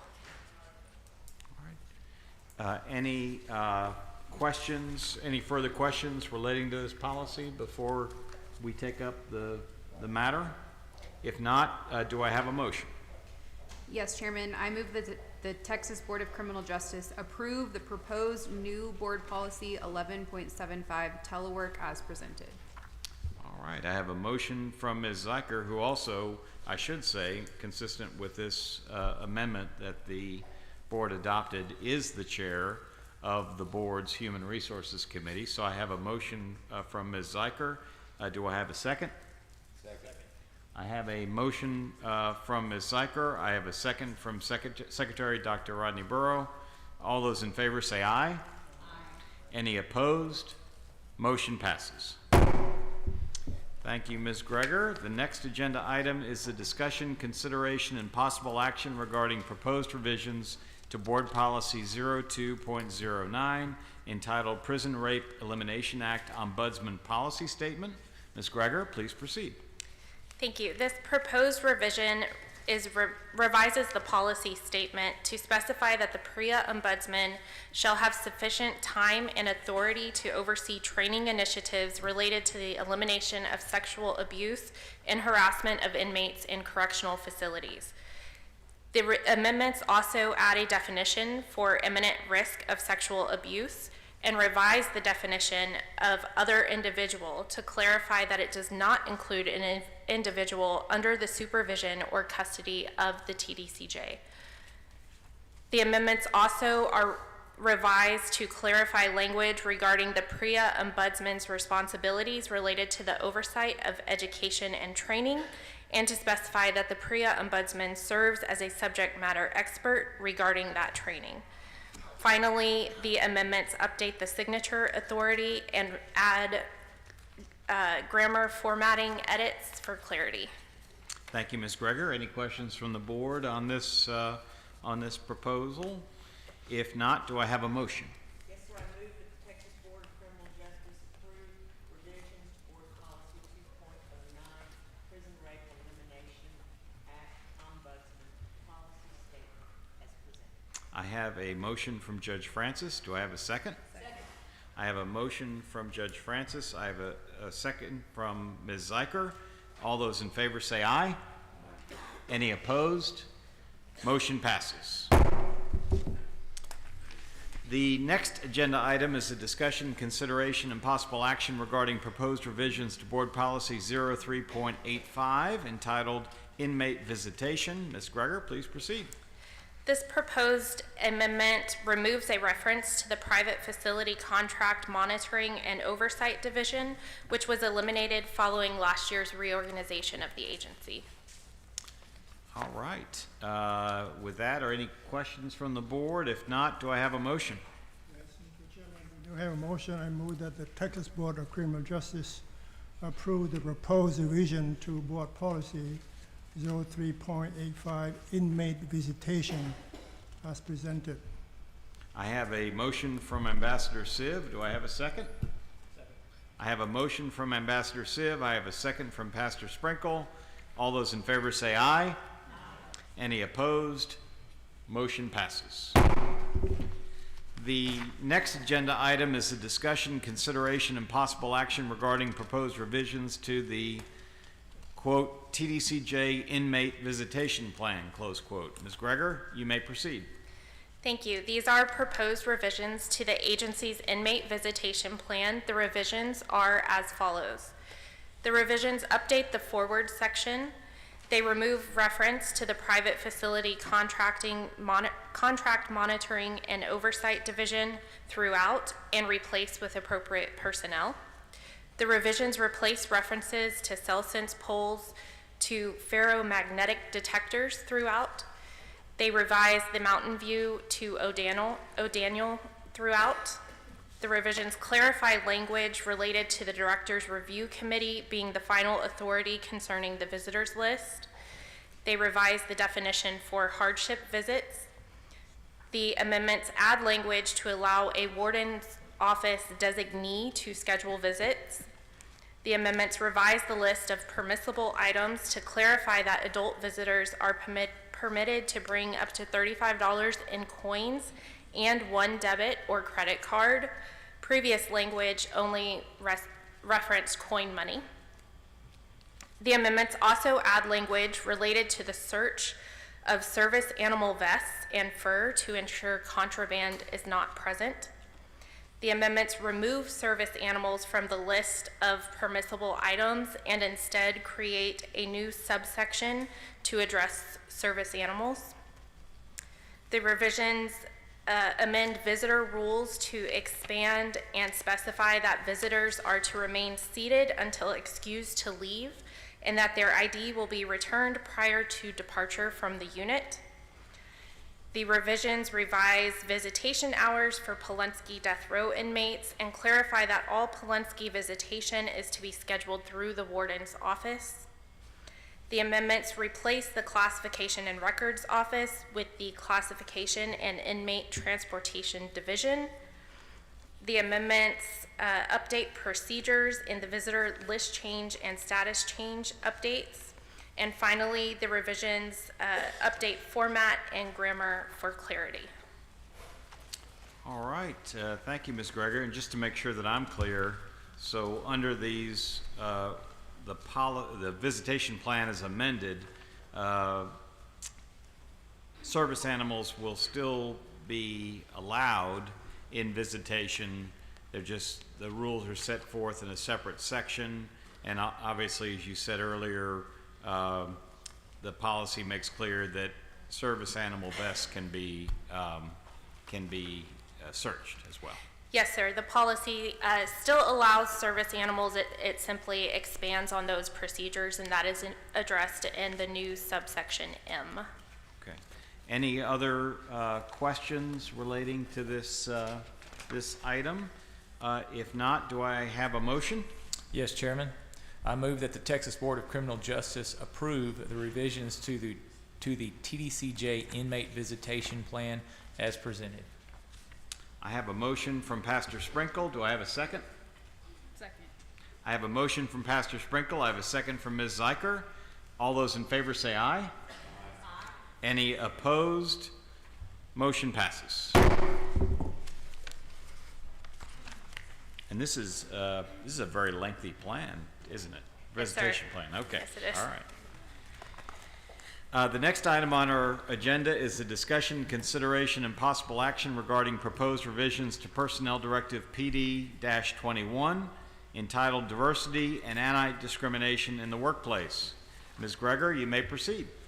Thank you. Board members, as you may recall, PD-21 underwent significant revisions a few months ago. The following revisions are suggestions following trainings on the implementation of this policy. Those revisions include updating the title of the policy, adding definitions for active period, considerations, disciplinary packet, high-level investigation, misconduct, supporting documentation, unacceptable performance, violation, and work cycle. The amendments also add language for the role of employee representative, add language for the role of witnesses, revise language to include discrimination as a type of discrimination, revise language to outline the EEO investigation timelines and review process more concisely, add language to define lower and higher level violations. The amendments add language to grant the EEO designation agency official the ability to reconvene a conduct review, and revise the ease of use to maintain consistency with PD-22. Finally, the revisions add attachments for conduct review process and EEO investigation extension, as well as renumber other attachments to the document. Thank you, Ms. Greger. And just so that I'm clear, I saw Ms. McCafferty back in the back there somewhere. Wave your hand. Yeah, there she is. So has this revised policy been the subject of vetting within TDCJ's Human Resources Division? Yes, sir. The Human Resources Division is the proponent of these changes, but they have gone through other divisions, including the General Counsel Division. So they've received not only the operational insight of the Human Resources Division, but also have gone through legal review as well? Yes, sir. Okay. Any other questions relating to this agenda item? If not, do I have a motion? Mr. Chairman, I move that the Texas Board of Criminal Justice approve the revisions to Personnel Directive PD 21, Diversity and Anti-Discrimination in the Workforce as presented. I have a motion from Mr. Fordyce. Do I have a second? I have a motion from Mr. Fordyce. I think I heard a second from Vice Chair. No, Judge Francis. Oh, it's Judge Francis, okay. And so I have a motion from Mr. Fordyce. I have a second from Judge Francis. All those in favor say aye. Aye. Any opposed? Motion passes. The next item on our agenda is a discussion, consideration, and possible action regarding proposed revisions to Personnel Directive PD-22 entitled General Rules of Conduct and Disciplinary Action Guidelines for Employees. Ms. Greger, please proceed. Thank you. Similar to the directive that you just heard, these revisions are suggested by the Human Resources Division of TDCJ to clarify former revisions to PD 22. The revisions include reformatting and organizing the directive, as well as revising definitions for active period, employee, high-level investigation, inmate, misconduct, and unacceptable performance. The amendments also revise high-level investigation to include EEO investigations. Language is added concerning file maintenance surrounding progressive corrective action. Language is rearranged concerning an employee's status pending disciplinary, and relocated concerning high-level investigations. Language is also added to define lower and high-level violations and to clarify granting conduct officials the ability to reconvene a conduct review as warranted. Finally, the amendments revise extensively for ease of use and to maintain consistency with PD 21, which we just covered. Thank you, Ms. Greger. Same general question. Has this been fully brought forward up through the Human Resources Division and vetted by your council office? Yes, sir. Any other questions on this particular agenda item? If not, do I have a motion? Yes, Mr. Chairman, you do. I move that the Texas Board of Criminal Justice approve the revisions to Personnel Directive PD 22, General Rules of Conduct and Disciplinary Action Guidelines for Employees as presented. I have a motion from Vice Chair Johnson. Do I have a second? I have a motion from Vice Chair Johnson. I have a second from Pastor Sprinkle. All those in favor say aye. Aye. Any opposed? Motion passes. The next item on our agenda is a discussion, consideration, and possible action regarding proposed deletion of Personnel Directive PD-13 entitled Sexual Harassment and Discourteous Conduct of a Sexual Nature. Ms. Greger, please proceed. Thank you. The Human Resources Division has requested to delete Personnel Directive 13, Sexual Harassment and Discourteous Conduct of a Sexual Nature, as the language of this directive has been incorporated into Personnel Directive 21 and is now addressed through that directive titled Anti-Discrimination in the Workplace. All right, so thank you, Ms. Greger. So I just want to make sure it's crystal clear. All we're doing here is we're just recognizing that these important provisions of policy are being brought into the separate policy PD 21, correct? That is correct. So they're still going to be a part of policy, just in a different place. Yes, of course. Okay. Any other questions about this matter? If not, do I have a motion? Yes, Mr. Chairman. I move that the Texas Board of Criminal Justice approve the deletion of Personnel Directive PD 13, Sexual Harassment and Discourteous Conduct of Sexual Nature, as presented. I have a motion from Secretary Burrow. Do I have a second? Second. I have a motion from Secretary Burrow. I have a second from Ms. Zeiker. All those in favor say aye. Aye. Any opposed? Motion passes.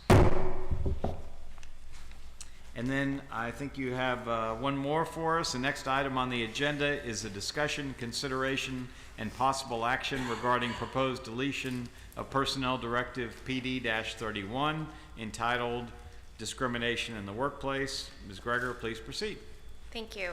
The Human Resources Division has also requested to delete Personnel Directive 31, Discrimination in the Workplace, as the language of this directive is also incorporated into Personnel Directive 21, titled Anti-Discrimination in the Workplace. Thank you, Ms. Greger. And just to make it absolutely crystal clear, these important provisions are not being deleted from policy, they're just being moved into the PD 21. Is that correct? That is correct. All right. Any other questions on this item? If not, do I have a motion? Yes, Mr. Chairman, I move that the Texas Board of Criminal Justice approve the deletion of Personnel Directive PD-31, Discrimination in the Workplace, as presented. Thank you. I have a motion from Ambassador Siv. Do I have a second? Second. I have a motion from Ambassador Siv, and I think I had a second from Vice Chair Johnson. Did I get that right? All those in favor say aye. Aye. Any opposed? Motion passes. Thank you, Ms. Greger. Thank you. We now come to the portion of our agenda for the public comment period. And for public comments on issues within the jurisdiction of the board, but that were not posted on the agenda, as I mentioned earlier, 18 registration cards were received by board staff prior to the established deadline. As I mentioned earlier, today's comment time is set at 3 minutes per individual presenter, and that red light on the timer in front of me will notify each presenter when her or his time has expired. Again, we ask that during this comment period, each speaker's comments remain pertinent to issues under the jurisdiction of the board. I do not anticipate a situation in which speakers deviate from matters within the board's jurisdiction, but if that happens, I may interrupt and remind the speaker to focus on such topics. I also, as I said earlier, do not anticipate a situation in which continued deviation will result in disruptive conduct. And again, because one of the core principles of our meetings is that we treat each other with respect, I do not anticipate a situation in which a presenter or a spectator becomes disruptive, leading to a situation in which that person may have to be asked to leave or, as necessary, be escorted from the meeting. If an individual registered to speak is not present when first called upon, his or her name will be called once more following any other registered speakers. If he or she is not present at that point, he or she will forfeit an opportunity to speak. Board members and agency staff may ask questions for clarification purposes only.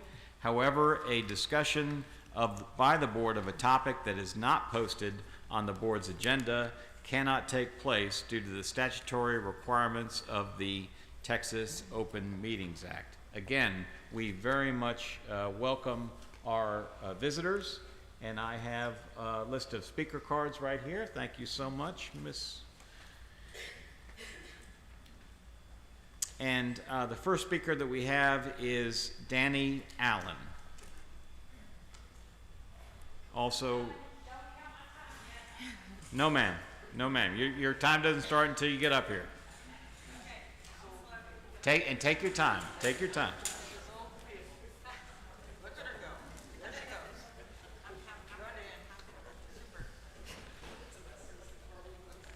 Seems like you're getting, ma'am, you're getting along very well too. So I am.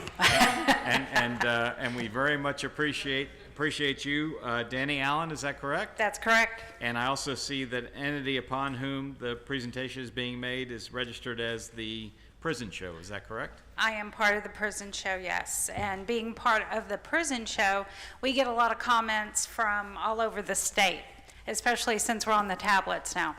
So some of the comments that we're getting is, first of all, about the coins and the debit cards. Some units let you bring in both. Some units do not. Then when you get in there, the card or the coin section is not working. So I think, especially at Pulaski, it's ridiculous there. So we're getting a lot of comments about that. I'm getting comments for photos for death row. Death row is only allowed photos on Saturday night. Saturday night, most elderly people do not want to drive at night. So it's important, especially for death row. Well, it's important for all of them. But death row in particular, their family should be, their mothers, fathers should be able to get photos with them. So we're just asking that it revert back to how it was the first week, because death row has visitation on Tuesday and Thursdays. The WIN unit, I've spoken to the Inspector General about it. The WIN unit, it's not just one person, it was multiple families saying that the officers are killing cats and they're burying on the property. There's many units across the state that could use cats. I know I have friends at the Stiles unit that wake up with mice on the bed with them. I mean, they're killing cats when they could be transferring them to other units to be used like regular cats. I have a friend at the Stiles unit who I have begged. I have gone to from the warden all the way up. He wants a job. He wants to be in programs to help him. He came out of AdSeg. He was in AdSeg for over 20 years. No one is giving him a chance. I have asked, I have mentioned it. His name is Curtis Robertson, and his history could be better. But what he's done the last 10 years shows that he wants to change. But to change, they have to give him an opportunity. They let him go to plumbing class, but then they won't let him be in maintenance. Why did you let him go to plumbing class? He was excited to do that. Rehabilitation is important, and he was a child when he went into prison. He was convicted when he was 16. He's 49. Give him a chance. That's all we ask. Thank you. Thank you very much, Ms. Allen. And as you notice, and I want to make sure that all our speakers know this, that there are people in the room.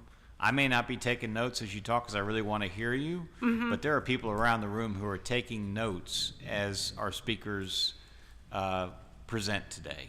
And so just as if you come to one of our meetings and speak to us, if you send an email, if you coordinate with our ombudsman, where's Mr. Patrick? Mr. Patrick, you're in the room. Would you stand up, Mr. Patrick, in the back? So when you coordinate with Mr. Patrick, who reports to our board, all of those concerns are not just heard, but they are actually considered and acted on as required. So, thank you. So the fact that you took the time to come here today, and I'm telling this to you because you're our first speaker, but I want this to apply to all our speakers. The fact that you came here today to address these matters is very important, and we appreciate you. Thank you very much. I appreciate it. Curtis Robertson. I think Please help him. They got it. Oh, hold on, Ms. Allen. Do you know, you indicated that we're killing cats at the WIN unit. Do you know if that's happening anywhere else that you've heard of? Oh, yeah, I hear it from across, many units, but in particular, the WIN unit, I've just gotten so many. Okay. Usually when we get like more than 4 or 5, one is too many when they kill one cat, in my opinion, but. Yeah. Thank you for bringing that to our attention. We appreciate you. All right. Thank you. Our next speaker is Joy McFadden.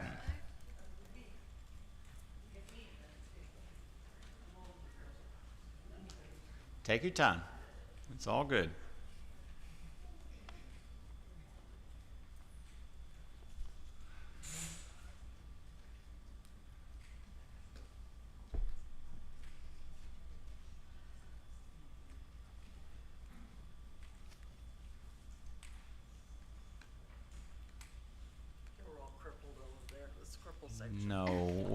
No, we appreciate you being here and welcome to our board meeting. And Joy McFadden, correct? Hi. Please. Well, actually, I've spoke about pretty much everything I wanted to talk to already to people, so About the only thing that I really think that I can think of to touch on is maybe two issues. One is the guys on death row over at Polonsky. I know there's one bunch that are diabetics, and they're being fed the exact same meals on their trays as what the regular trays are being fed, like the regular meals. They need to be having diabetic food.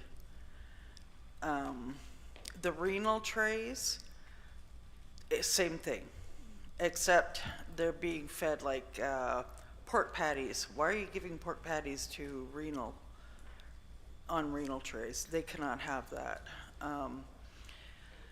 That is one issue, definitely. They can't be fed by calorie count. They need to be fed by starches, protein. You know, it needs to be separated that way for diabetics. And then the next would be Brian Davis on death row had a stroke. I called to the unit to get some help. They had ignored it. They took him down to medical, and he, the doctors checked him over, or the medical checked him over, and they said, no, you're healthy as a horse. They sent him back. I talked to him 3 days later on the Monday, and it was evident that he was even worse by then, so I went on a mass emailing. Then they took him. By then, it was way too late. He had had a massive brain bleed, and now he's basically a vegetable. He can say yes. He answers yes to everything. For a 1 week period, this is the point. For a 1 week period, his mama did not know what was going on because the HIPAA form was not filed. Regardless of whether there's a HIPAA form filed in the system for an inmate, his mama should not have to go 1 week not knowing whether her son is dead or alive. If there is a mama, a family member, a mother, she should not have to go 1 week knowing whether her son is dead or alive. The system should let the family, the immediate family, the mother know, the father. There's no way, whether there's a HIPAA form filed or not, immediate family should be allowed to know what's going on in a situation like that. He had a massive brain bleed. They took him in for surgery. They didn't know if he was going to make it. But the mother did not know what was going on with her son. Nobody would tell her. That's cruel.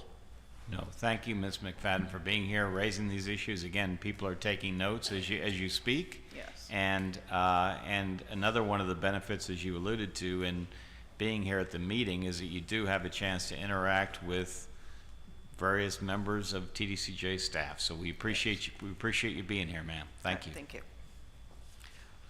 Our next registered speaker is Brittany Robertson.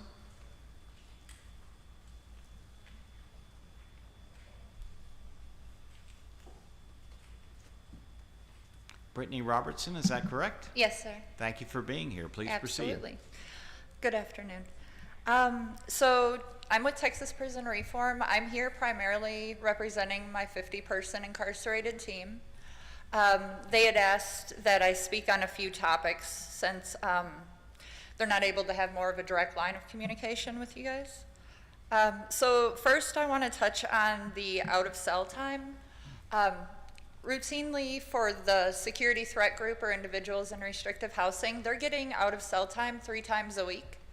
However, they're doing it by row, which lessens the 3 times a week. Some days they're only offered a shower, which is understandable with the shortages. However, the lack of out of cell time is showing up in medical issues. We had some of our team members get their blood tested 2 years in a row. They came down with vitamin deficiencies, vitamin D primarily. We noticed a lessening of deficiency with a little bit of an increase in out of cell time. But immediately after their test results come in, medical rushes them the supplements, showing that they do respond.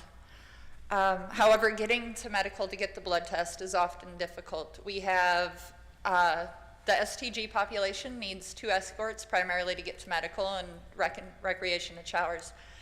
The escorts are often not available, so medical will sign refused lack of escort. But for the family members and the community, that translates to refused medical treatment from the system. In my opinion, nobody should have to suffer medical neglect because the staff weren't available to take them. Primarily the restrictive housing population, a lot of the men tagged as STG have nonviolent crimes. Some of them have never even had a disciplinary before they were put in solitary or received one during. One individual has been back there for 40 years. He hasn't committed a disciplinary infraction since 1993. Prior to being confirmed, he was working in the warden's office. Now, the vitamin deficiencies in and of themselves are a concern, but when individuals are seeking medical treatment, they often don't get it due to a lack of escort. The personnel come to their cell door, they don't want to discuss these things. There's a stigma of mental health. Back in restrictive housing, we know that. A lot of them would like to be escorted privately to appointments, not only to talk about mental health, but just other symptoms. And the issue that I have most with restrictive housing is the lack of rehabilitative programming. Now, I have seen a step up in your efforts, right? We have GED on Wainwright, you're making those strides, but what I'm seeing is men being incarcerated so long and they're released without their GED. But the men confirmed as gang members, they need to be treated for their crime of incarceration, not denied rehabilitation because they are a potential threat. In my opinion, you're failing the public by denying that rehabilitation, but more concerning is you're failing the victims. The victims do not deserve to be told they're a gang member, so you will not receive a safer community. If they're a potential threat, they should be the biggest priority to rehabilitate. Not only that, but the issues occurring inside the unit, I'm noticing from the boil water notices that they can't view inside of their cell. The staff don't come and tell them. A lot of these issues that are happening in the system is due to a lack of communication. You know, something simple as the transfers for different units. You guys have the ability to create a dashboard which would show you where the chains are, where the property is. You could set it up to trigger cleaning at one unit as soon as the chain leaves the prior. The technological advances I know are difficult because of the outdated computer systems. But there is technology that should be focused on more in the aerospace industry because of the safety and security involved in Homeland. I do believe they'd serve a benefit for the corrections as well. And another thing, the low-hanging fruit, the easy fixes for restrictive housing. One of the things they bug me about most, and of course when there's a loss of life, it's not my biggest priority in the forefront of my mind, but the equal access to the tablet programs. Men in restrictive housing are not allowed music, news, movies. Now, I think we can all agree that there has been a time in our lives where we have all been touched by a song that we needed to hear, and it was on the radio when we needed to hear it. These men don't have that. But I do know the calm that comes over the units from 2 p.m. to 8 p.m. is something I haven't heard from the men in so long. You know, it's not the yelling, it's not the banging, it's the calm. Everybody is having their own time to heal with their family for the first time in decades. But I truly feel if you provide music, it can help heal parts of them that they're not ready to talk about yet. Thank you, Ms. Robertson. If you could just wrap up. And Yeah, but we very much appreciate your comments, your very thoughtful comments. It's clear you spent a lot of time thinking about these issues, and that you've presented them in a way that is very impactful and very respectful. So we appreciate you being here today. Thank you, ma'am. Thank you. Our next Our next registered speaker is, that we're going to be calling is Tona Sutherds Naranjo.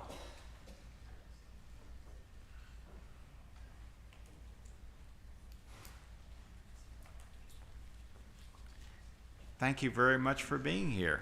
Did I pronounce your name correctly, I hope? It's Tona Sutherds Naranjo, but I even answered a psst, hey you. Oh, no. That's. I just want to make sure that we're also being respectful. So please go ahead. Absolutely. So, ladies and gentlemen of the board, I'd like to thank you for allowing me to be here today. I'd also like to say that this is the third time that I've been before you guys, and I'd like to apologize for being so angry in our last meeting. I have questions, my family has questions that are still, Mr. Collier, unanswered. Again, my name is Tona Sutherds Naranjo, and I'm here today as a mother whose heart has been completely shattered, and not by accident, ladies and gentlemen. Not by natural causes, but by the deliberate neglect and inhumanity of the very system sworn to protect and oversee the lives of those in its custody. My son, John Anthony Sutherds, died on June 28, 2023, in the TDCJ Estelle unit in Huntsville at 11:58 p.m. That moment changed my life.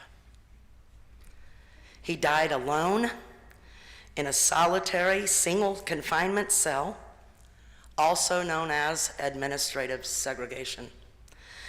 I talked to my son again 3 times the day that he passed. My son had not had a shower in over 11 days.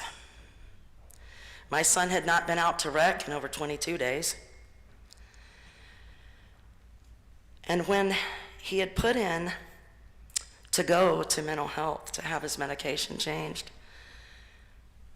it was stated in my son's medical records that he refused. The signature that was on my son's medical records was not my son's signature.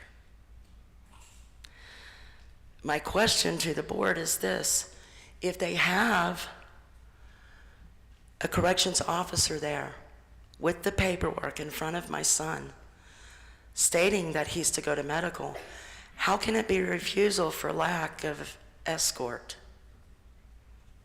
On several of my son's medical records, they're not his signatures. My son's 36 years old. I've been his mother since the day he was born. I know my child's writing. I know his signature. Let me be clear, my son's death was preventable. TDCJ's own medical records documented that John had medical conditions that required him to be housed in air conditioning units. It was written in black and white, signed by your physicians. He was not to be exposed to extreme heat or cold, yet he was. His medical needs were blatantly ignored, and his humanity, his life was disregarded. And now I want to know, when will TDCJ hold those units accountable for these deaths? There's many, hundreds this year alone. Nothing I say is going to bring my son back today, ladies and gentlemen. I don't speak for just myself or my son, John Anthony. I desire to be the voice for every parent that can't speak for themselves, for the inmates that can't speak for themselves. I took accountability as a parent. I turned my son in for his crime, again thinking he would be rehabilitated, returned to society a different young man. He did. He returned to me in a box, dead. My question today is, how can TDCJ continue to sit by, detached, unmoved, and disconnected from the deaths happening under your watch? It's not a one-time tragedy. Ladies and gentlemen, this has become a pattern. A deadly systemic failure. And you know, if we know, and we do nothing, does that not make us complacent? Ms. Naranjo, we appreciate you being here. If you could just wrap up. I thank you so much. It isn't just about my son, it's about every single person who's died in your custody under inhumane conditions. I ask you for transparency, accountability, and truth over our loved ones. Thank you so much. Ms. Naranjo, I appreciate you being here, and I know that you and I have visited before, and I hope you will allow me to express on behalf of the board that we are sorrow for your loss. Thank you. And I also very much appreciate the way that you've presented today. So thank you for being here. Thank you so much. Listen, I don't desire to go against you guys. I just desire to work with you to make the necessary changes that need to be made for humane conditions. These ladies and gentlemen deserve to be rehabilitated. We want them rehabilitated before they're released back into our society. I wanted the same thing for my son. Thank you. Thank you so much. Thank you, ma'am. Thank you. Our next registered speaker is Jennifer Toon, and also, I believe, registered on behalf of Lioness Justice Impacted Women's Alliance. Did I get that? I think I got that. You got it. All right. Well, thank you so much for being here, and please proceed. Yeah, thank you so much. My name is Jennifer Toon, and I serve as the Executive Director of Lioness Justice Impacted Women's Alliance. We are an organization created, led, and comprised of formerly incarcerated women. I'm here today to bring two pressing issues to y'all that our members have expressed. First, let's talk about that digital mail policy. I have provided some documents for your team to pass out, a one-pager. You know, the data that we've looked at and we've been researching, it just doesn't show a significant dent in that contraband that we believe justifies transitioning away from physical mail to digital mail. So we feel like it comes at a real cost, and that cost is mothers not being able to receive handwritten cards and pictures and drawings from their children. This specifically harms incarcerated moms. So we would like the board, we urge the board to please institute a evidence-based review of this.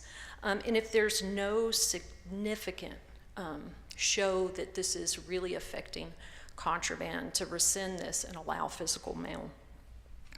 The other issue that I would like to bring up, and I've met with several of TDCJ folks and board members about medical and medical transportation for women.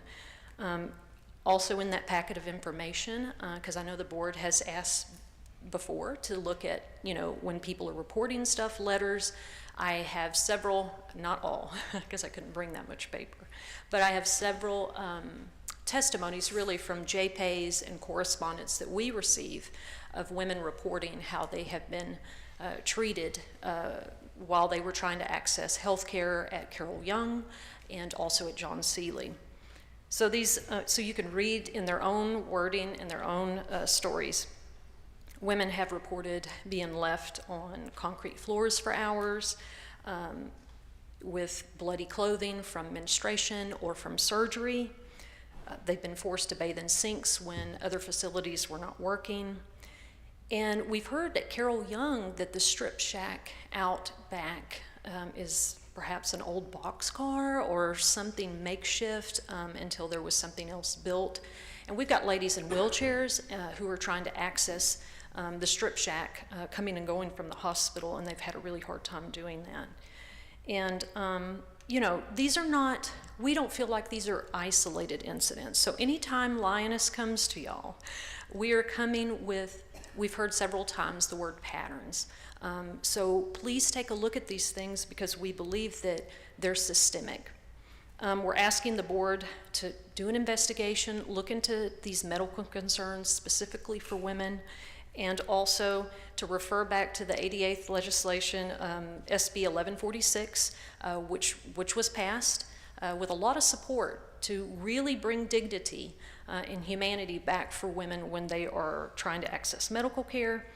And if there are facilities that need to be built, like a new strip shack, accessibility things, that we have a clear timeline of when those things can happen. And I also, just because we were honoring April Zamora today, I want to just also give my comments about people like April in the agency really have bridged that gap between advocates and the system. And I know that it often feels very adversarial, right? Like but we're all wanting the same thing, for our folks to have the safety and dignity that we all want. So I just want to say, April is an example of that, and we're really grateful to be able to present our concerns to y'all. Thank you. Thank you so much, Ms. Duna, and very much appreciate the thoughtful nature of your comments, and also the fact that, as you recognize, that people can disagree on issues about ways to implement things, but they should be able to have respectful discussion and be heard on it. So we appreciate your efforts and bringing your concerns and working with great people like April Zamora to make sure that we can hear those, not just hear them, but as I said earlier, look into them and address them where appropriate. So thank you very much. Yes, sir. Thank you.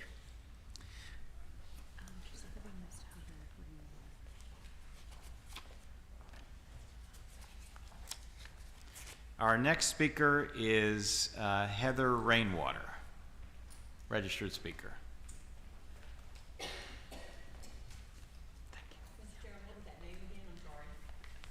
Heather Rainwater. Thank you for being here. Thank you. I appreciate y'all letting us come up and talk to you all. Chairman Nichols, Mr. Collier, board members, thank you very much. My name is Heather Rainwater. I'm a mom. I'm a grandmother. I'm a wife. I'm a friend, an active Texas voter, and I am an advocate for humane conditions in the Texas prisons. And this past week, I did not want to come here.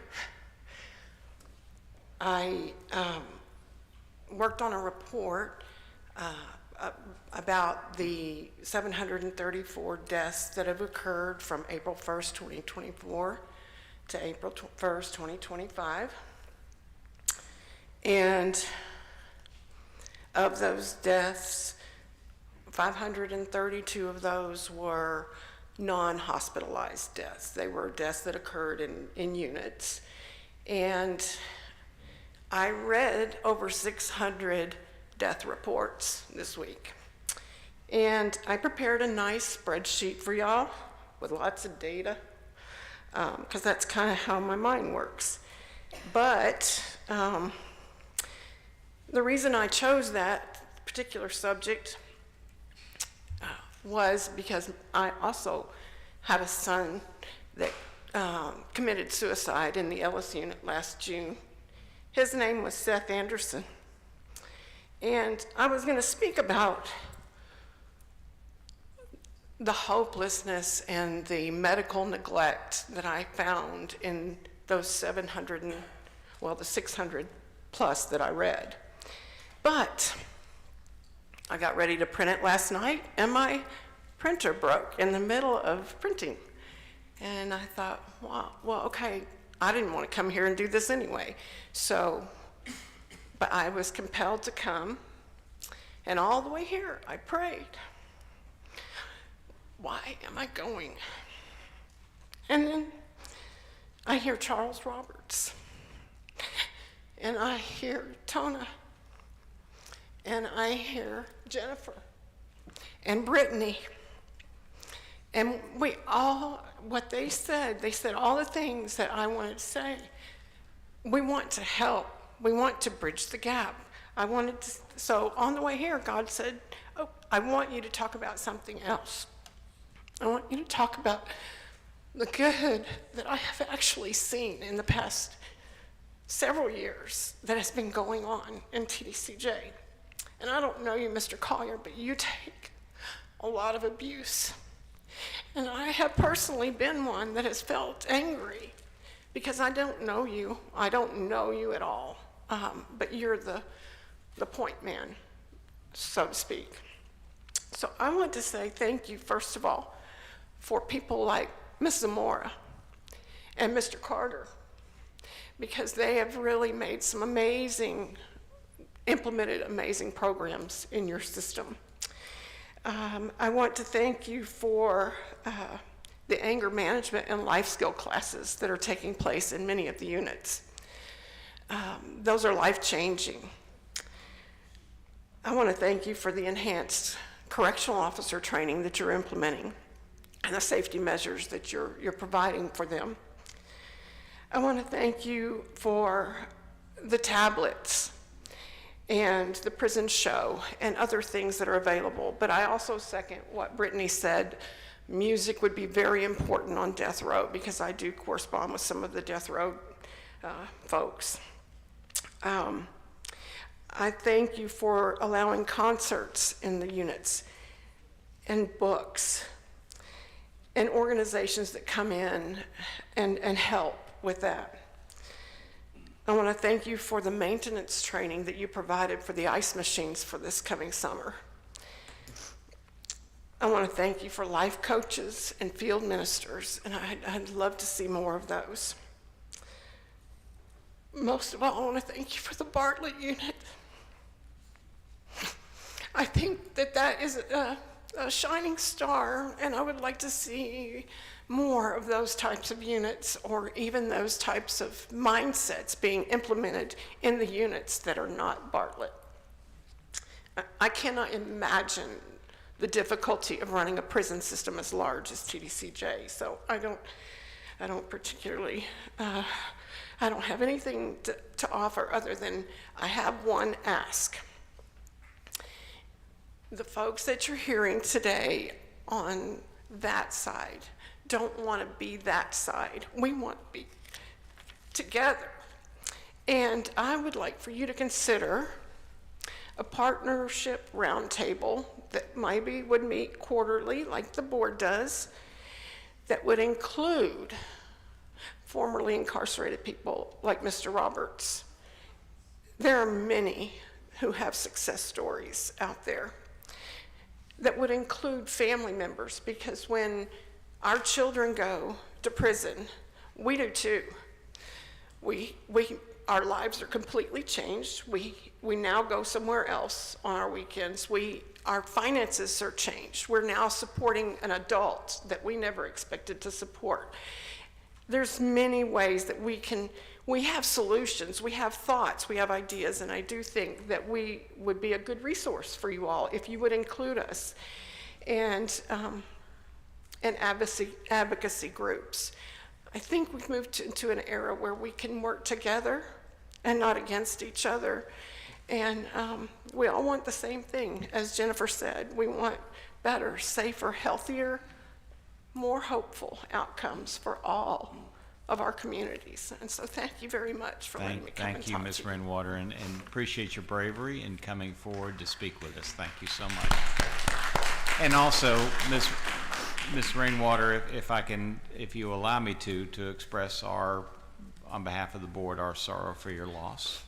Thank you. And I hope you appreciate from those who came before you and the comments that you've already heard that opinions like yours are valued, and there can and should be a forum, an appropriate forum, to make sure that thoughts from persons like yourself are not just heard, but also given real consideration. So thank you for being here. Thank you. All right. Our next speaker is Laura Aldrete, Voices for Texas Prisoners.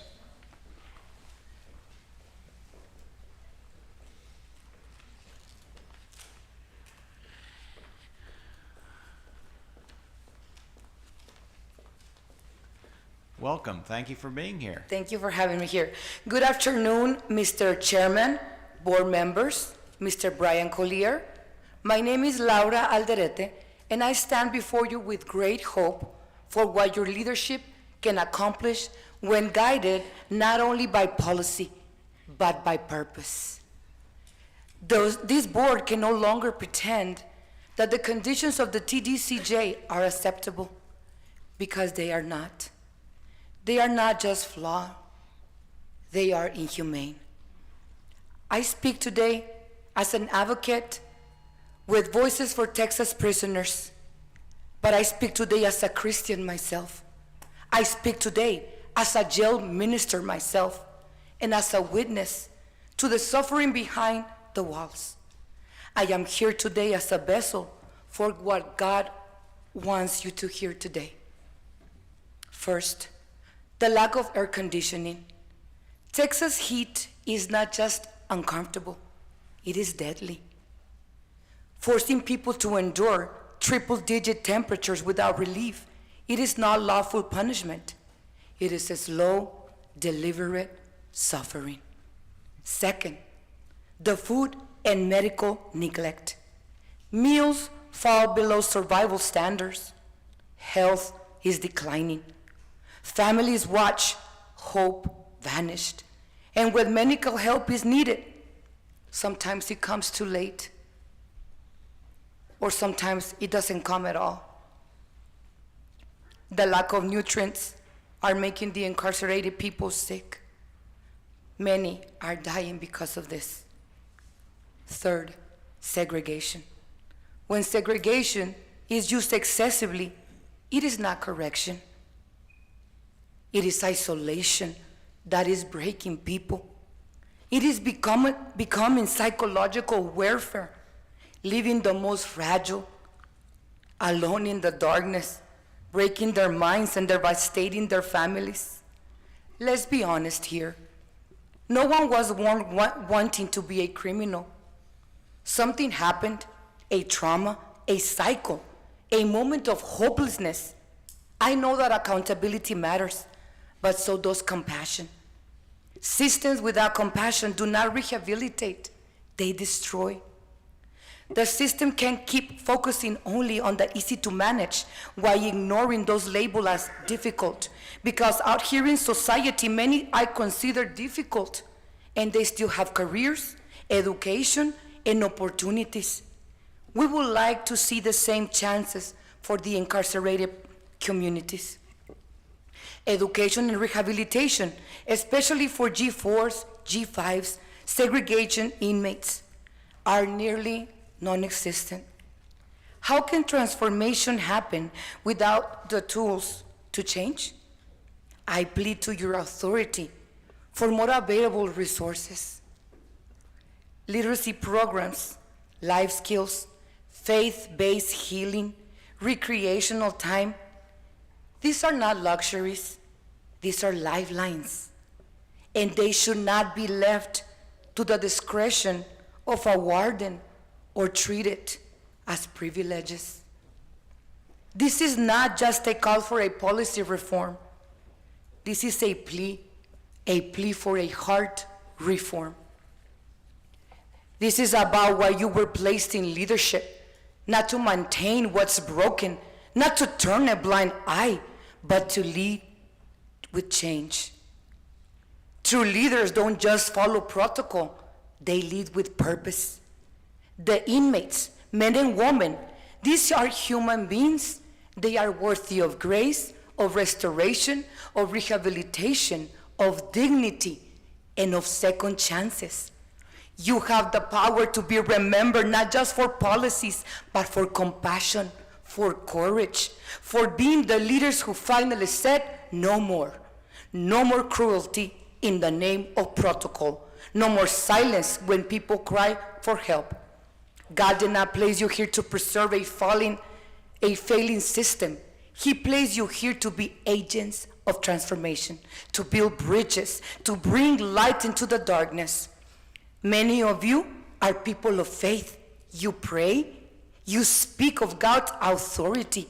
So let's remember. Ma'am, if you could wrap up, please. Yes. Your choices, your authority comes from Him, which means your accountability is not just to the state of Texas, but to the people who has a loved one incarcerated and to the people who has loved ones that had passed away. Your accountability is also to the throne of heaven. I honor the weight you carry, and I pray that you carry it with a new sense of purpose, the kind that transforms lives and honors God. Thank you so much. Thank you for being here. We appreciate it. Our next speaker, registered speaker, is Wolf Sittler.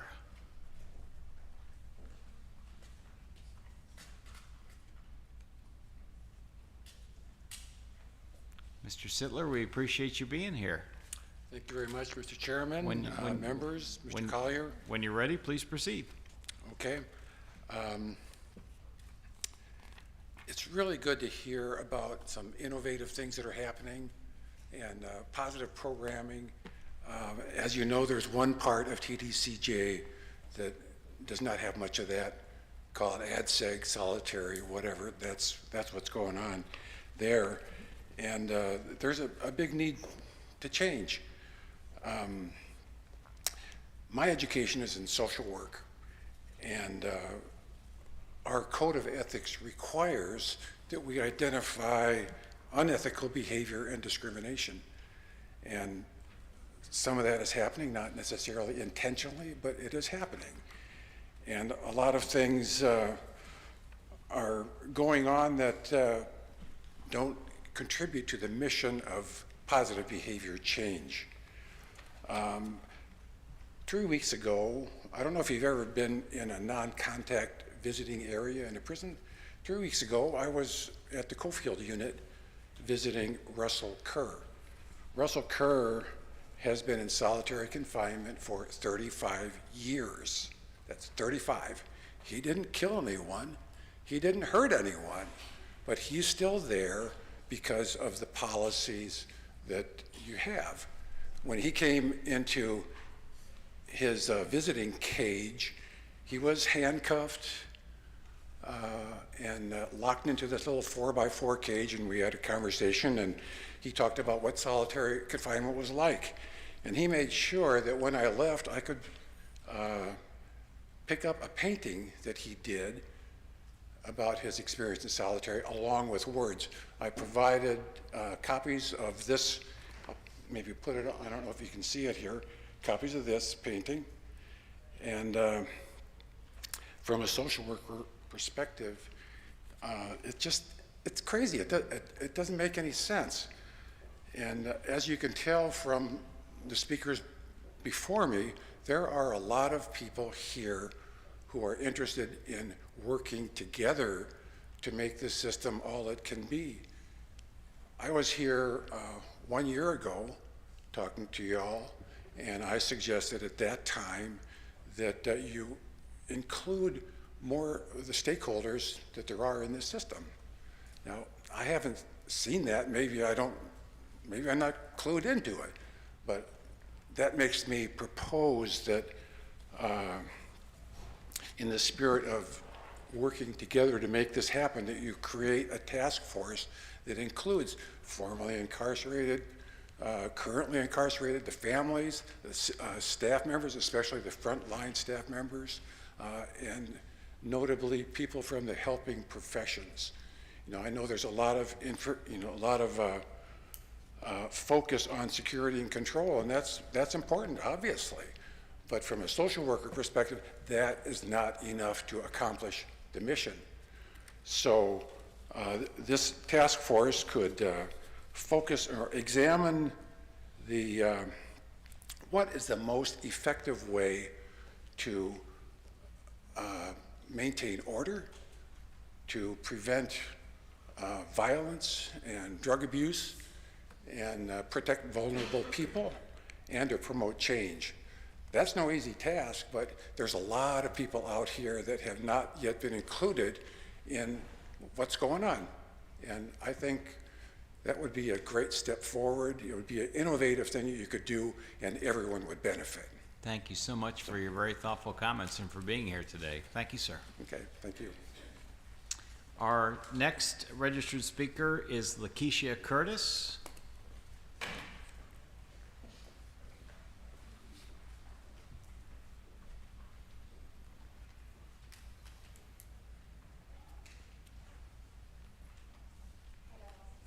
Ms. Curtis, thank you for being here today.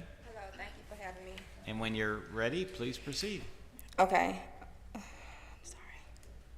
Okay, my name is Lakeisha Curtis. I'm here on behalf of Dante Wordlaw. I'm here today to bring attention to a situation that my family has been going through dealing with the All Red unit, in particular Captain Capps.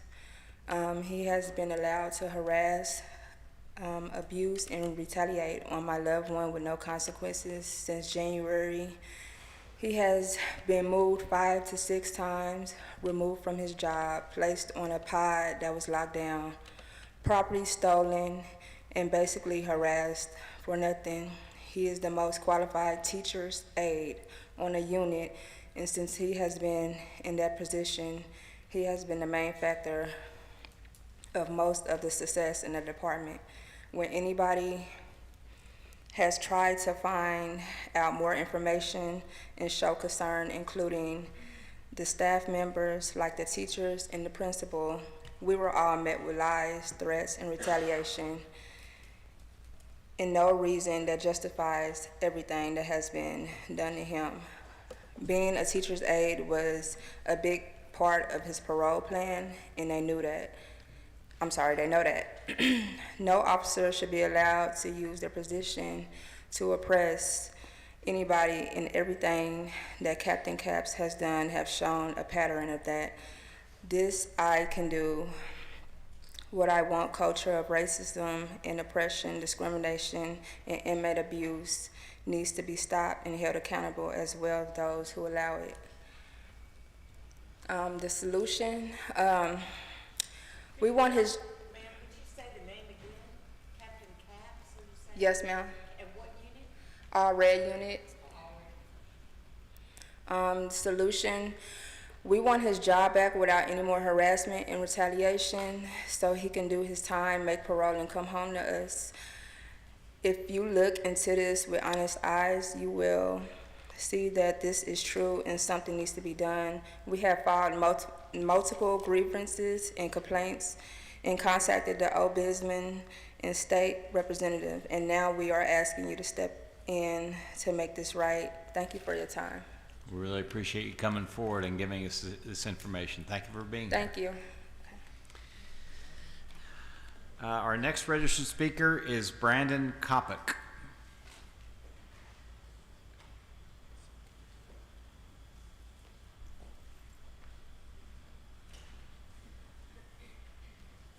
Mr. Kopic, am I pronouncing that correctly? Yes, sir, you are. Well, thank you for being here. Whenever you're ready, please proceed. Good afternoon, Chair Nichols, Vice Chair Johnson, board members, and Director Collier. My name is Brandon Kopic, and I stand before you today not just as a resident of Forgiven Felons, but as a Marine Corps veteran, a former law enforcement officer, and a man who allowed untreated trauma to derail his life, resulting in a 20-year prison sentence. But I've always believed something deeply: time is a commodity. I didn't do time, I invested time. During incarceration, I committed myself to deep introspection.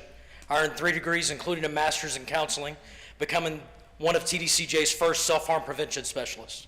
I worked with then Director Andrew Barbee's research and development team to pilot suicide prevention programs that would eventually be adopted system-wide. I also served as a pastor on 2 units and facilitated ITP classes that helped equip men with faith and life skills for reentry. Through this process, I discovered a calling to serve the currently and formerly incarcerated with compassion, dignity, and purpose. That calling found its vehicle in Forgiven Felons. For 2 years while inside, I corresponded with Jaden Gum, who became my mentor and spiritual brother.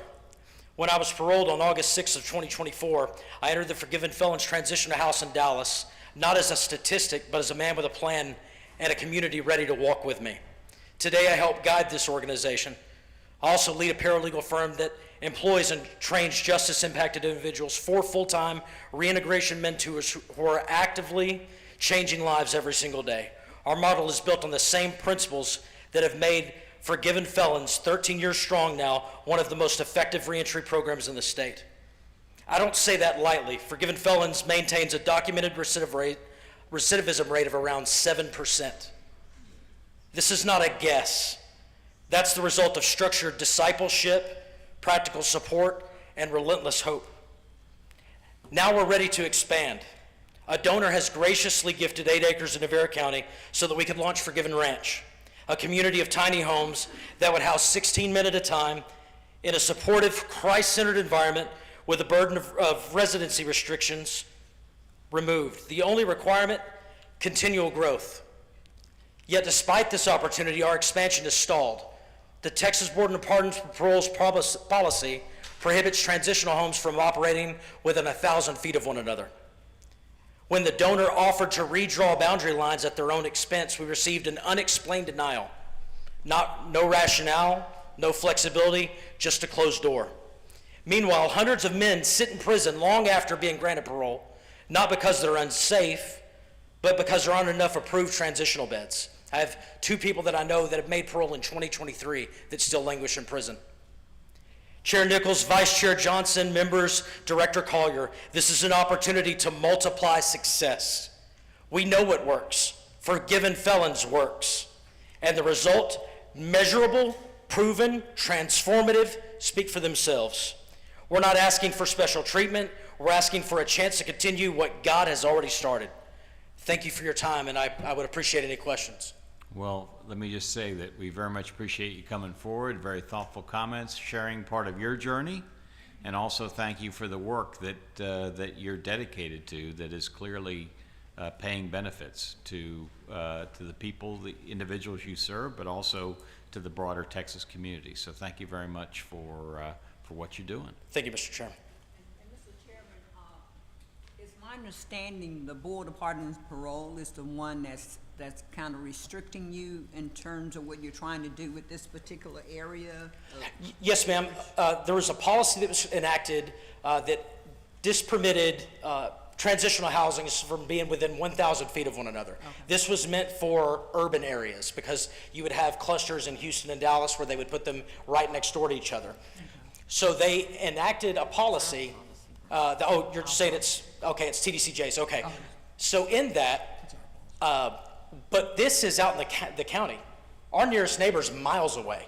But the organization that donated the land is a nonprofit that operates a transitional house. Okay. So they gave us 8 acres of their 100 acres, okay. So our boundary lines bump right up next to each other. But they've offered to redraw, allowing for the 1,000 foot, and when we gave that workaround, we were still told that we were denied summarily.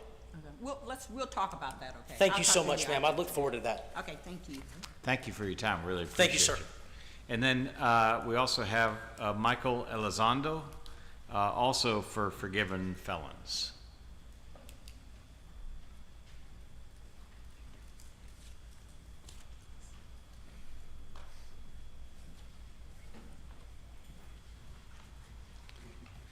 Mr. Elizondo, welcome, and whenever you're ready, please begin.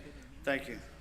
Good afternoon, Chairman Nichols, Vice Chairman Johnson, Director Collier, and board members. Thank you for giving me the chance to speak today. My name is Michael Elizondo. I came to Forgiven Felons 5 years ago after serving 28 years in TDCJ. My journey with the justice system started when I was about 10 years old. I was a gang leader. I saw violence from every direction. Before I was released in 2020, I have never had a job outside of prison. I didn't even have a driver's license, a bank account, a credit score, or even a healthy relationship. I didn't know what freedom really looked like. I first heard about Forgiven Felons in 2013 during a Mike Barber Ministries retreat at the Wind Unit, where I was housed at the time. That's when I met J. Dan Gone, the founder of Forgiven Felons. From that day on, I started to believe that maybe I could live a different kind of life. When I was released, I moved into the Forgiven Felons house. That's where everything changed. I learned how to budget, work, grow in my faith, and become a man of responsibility. Today, I'm proud to say that I'm a lead at AER Manufacturing in Carrollton, Texas. I lead a connect group at my church, Social Dallas. I also serve as the house manager for Forgiven Felons. I went from never having a job to leading teams both at work and in ministry. I have a college education from TDC.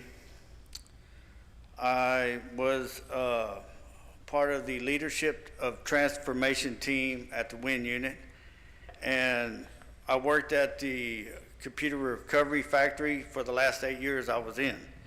And it has changed my life dramatically. Forgiving Felons has given me the tools, the support, and the belief that I could become more than my past. In my time with the ministry, I've seen nearly 20 men come through the program.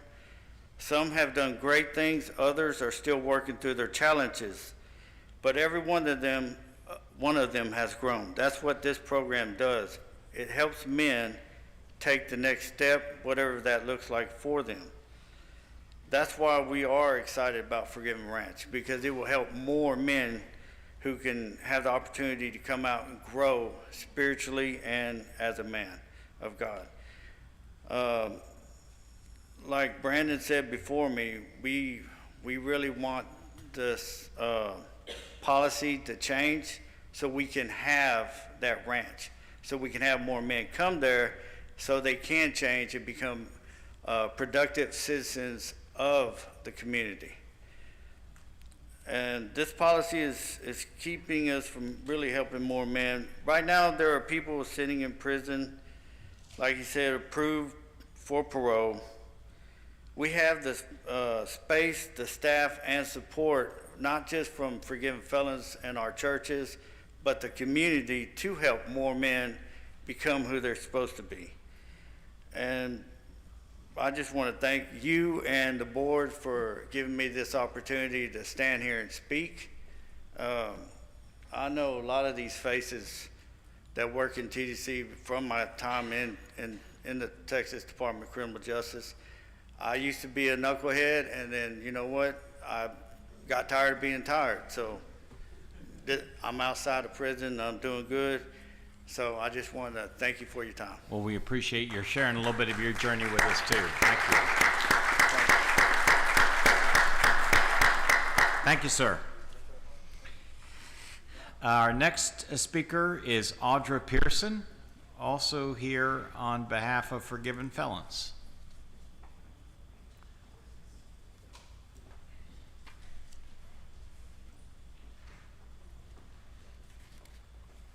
Thank you too for being here, Ms. Pearson. And when you're ready, please proceed. Okay, well first, I just want to say it's an honor to stand in front of Mr. Siv. We've met before. You probably don't remember me, but I remember you. If you've never heard his story, it's quite impactful. It is an amazing Golden story. Bones, I've read your book. Thank you for having me. My name is Audra Pearson. Just a few years ago, I was sitting in a prison cell wondering if life would ever feel normal again. You'll have to excuse me, I'm a little... It's okay. Just a little nervous. It's okay. I didn't know if there was a real future waiting for me. But by the grace of God and through the ministry of Forgiven Felons, that question was answered with a resounding yes. While I was incarcerated, I started listening to the Background Check podcast by Forgiven Felons. I was drawn to it because it didn't feel fake. It was real people telling real stories, stories of transformation, second chances, and restored purpose. The podcast gave me hope when I needed it the most. After my release, I joined one of the Forgiven Felons Zoom calls, and I later attended their breakfast fellowship. I walked into a room where nobody asked what I had done. They only cared about where I was going. I wasn't treated like a problem. They treated me like part of the family. Since then, I've done what I can to give back. I help the men in the program however I can. I give rides to job interviews, share financial advice, helping them get clothes that make them feel more confident, and just being someone who understands the road they're on. I don't run the program, but I serve where I'm needed, and I do it with joy, because I remember what it felt like to start over. Today, I work as a senior associate at a paralegal firm that serves justice-impacted individuals. I'm a mother of 3, and I've been blessed to find role models in Jadan and Jessamy Gum, who lead Forgiven Felons with wisdom, humility, and grace. Their 12-year-old daughter, Jessa Lynn, even co-hosts the podcast. It's a family effort and it shows. In the past years, I've seen just how powerful the Forgiven Felons Transitional House Program really is. These men aren't just getting a place to stay. They're learning how to live with life skills training, financial literacy, relationship support, and spiritual growth. Over 300 men have graduated that program, and with the recidivism rate around 7%, the results speak for themselves. Now, Forgiven Felons is ready to grow. We've been blessed with 8 acres in Navarro County to build Forgiven Ranch, a peaceful community of tiny homes where 16 men at a time can reintegrate into society without the restrictions that often hold them back. It's a place built on growth because the only requirement to stay is to keep growing. But an outdated policy is blocking the door. Even though our nearest neighbor is miles away, a rule about transitional homes being too close together has stopped us from moving forward. Even after the landowner offered to redraw the property lines, the proposal was denied without a clear reason. Chair Nichols, Vice Chair Johnson, members, Director Collier, this isn't just about policies, it is about people. Real men who are ready to change if we just give them the chance. Forgiven Felons is ready, the land is ready, the men are ready. We're simply asking you to help remove the barriers that stand in the way. Thank you for your time. Thank you so much for being here and sharing part of your Thank you. story. Thank you.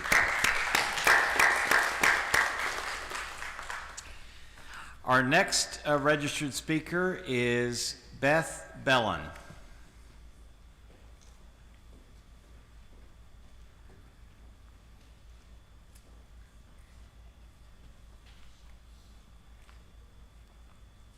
Ms. Bellin, did I pronounce that last name correctly?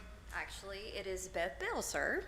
Oh, I'm sorry, one more time? Bell, B-E-L-L. Okay.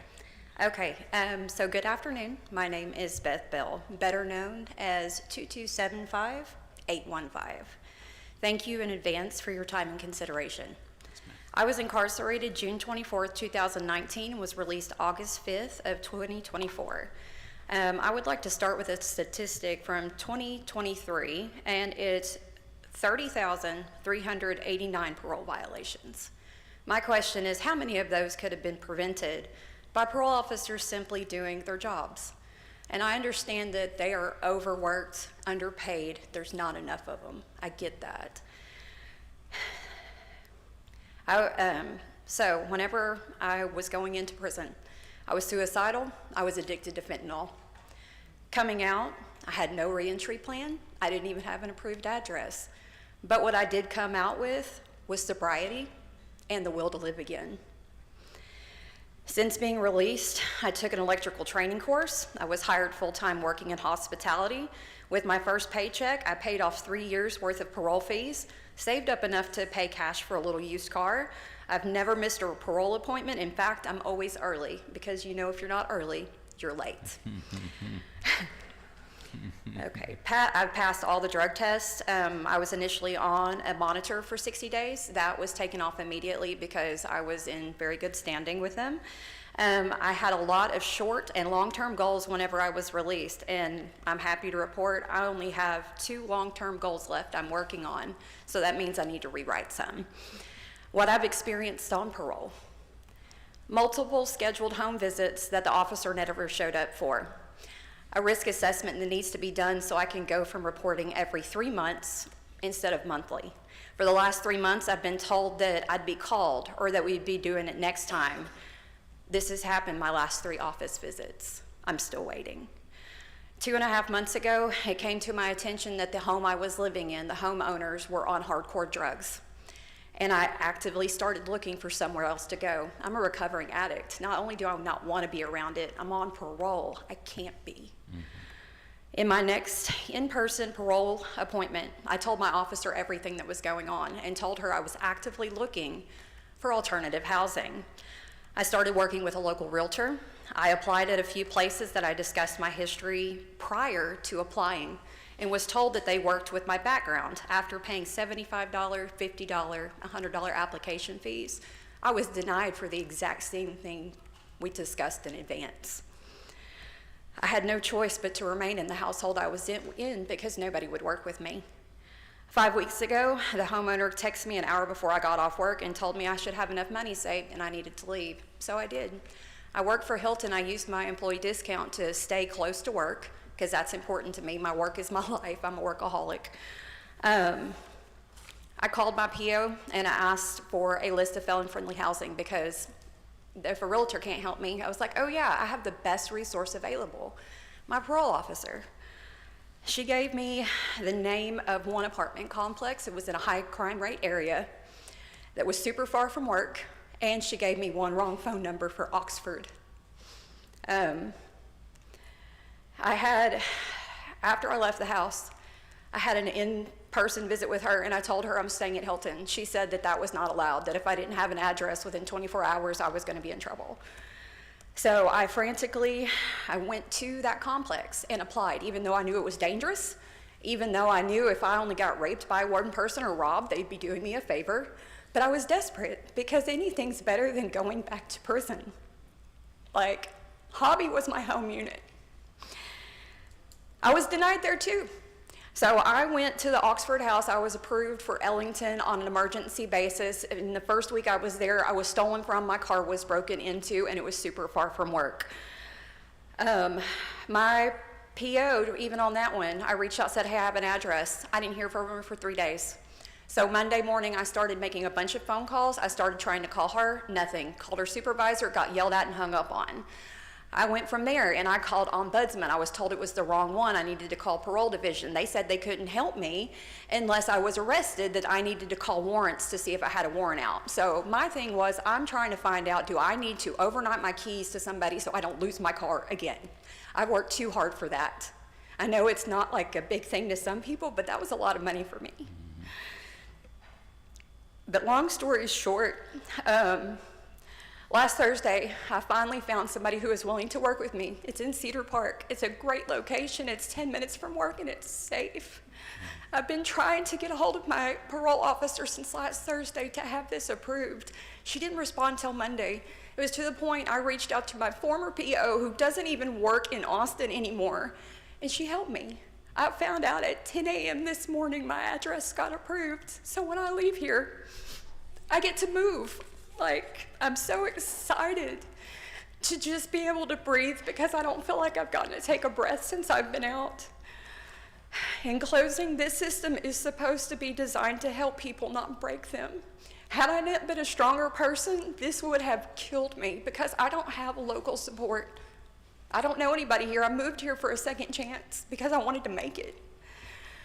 With everything going on, I still never missed one day of work. I found out yesterday I got Employee of the Quarter.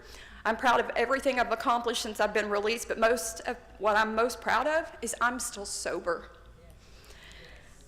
I'm very solution-oriented, so I have thought this out. What I feel like maybe needs to be addressed is better reentry resources. I literally couldn't get any. I had to reach out to an advocate, Ashleen Gaddies, and she provided some, and even then it's still like their waiting list is extreme.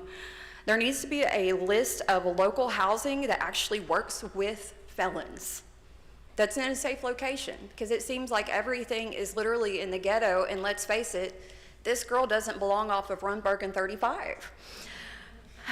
We also need a current list of relevant phone numbers. I was given a lot of incorrect phone numbers, and so literally when I tell you that one, it's actually happened more than once, when I was calling in circles all day long and trying to reach out to somebody who could answer questions and just point me in the right direction, because I work hard. I'm not lazy. Like, I will go do it. I will put in the lead work. Well, we appreciate your hard work, and we appreciate your sharing your journey.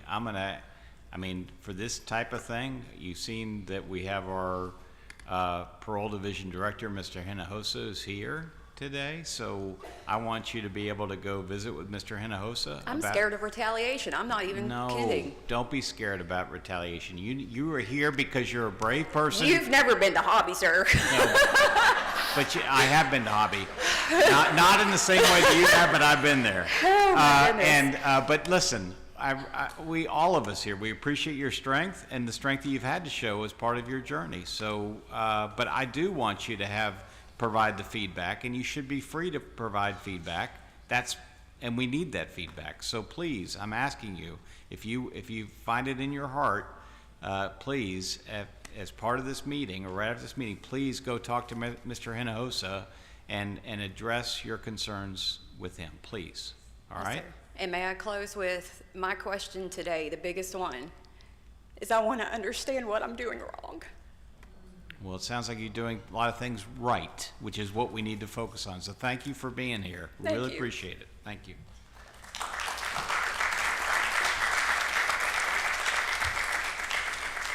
Our next registered speaker is Melissa Deji. All right, you're going to have to pronounce that last name for me one more time when you come up.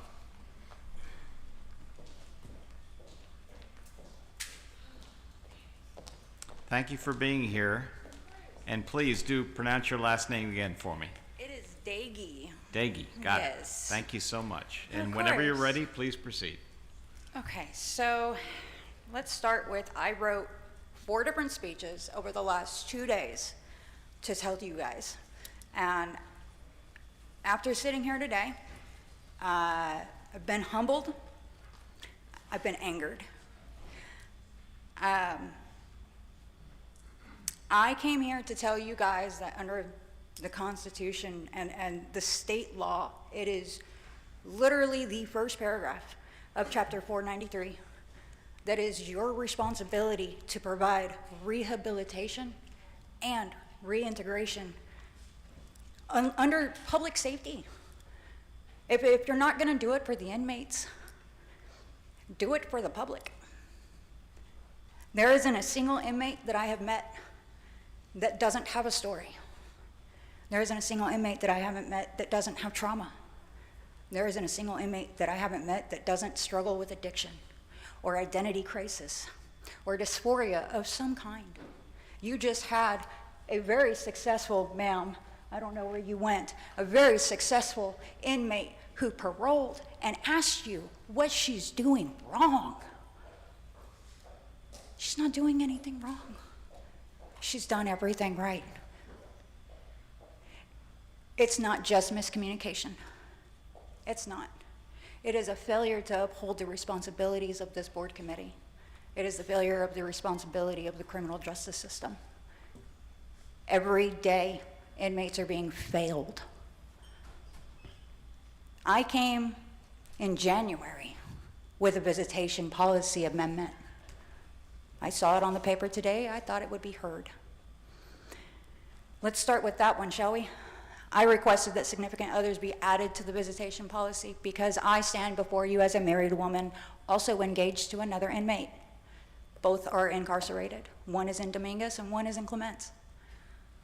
I cannot divorce my first husband because I am the victim of his domestic violence case. I do not want to stand in front of him and ask him for divorce papers. My county has refused 8 times in 17 years to grant my divorce. I cannot hug my fiance because under the current visitation plan, only family and immediate family at that is allowed. My incarcerated inmate that I'm engaged to was sentenced to 40 years parole in 20 and doesn't even have that opportunity until 2028. I was finally granted a one-time contact visit last month, only after sending this entire board emails of said visitation plan along with my own petition, and Voices of Texas Prisoners ended up having to reach out to Adam Gonzalez himself. And my inmate received retaliation. He was pulled from incentive after spending almost 2 years in faith-based dorms to move to the incentivized housing at Clements. He is the only inmate that was interviewed at Clements to promote this. There is a video on YouTube under the TDCJ that is still up there today.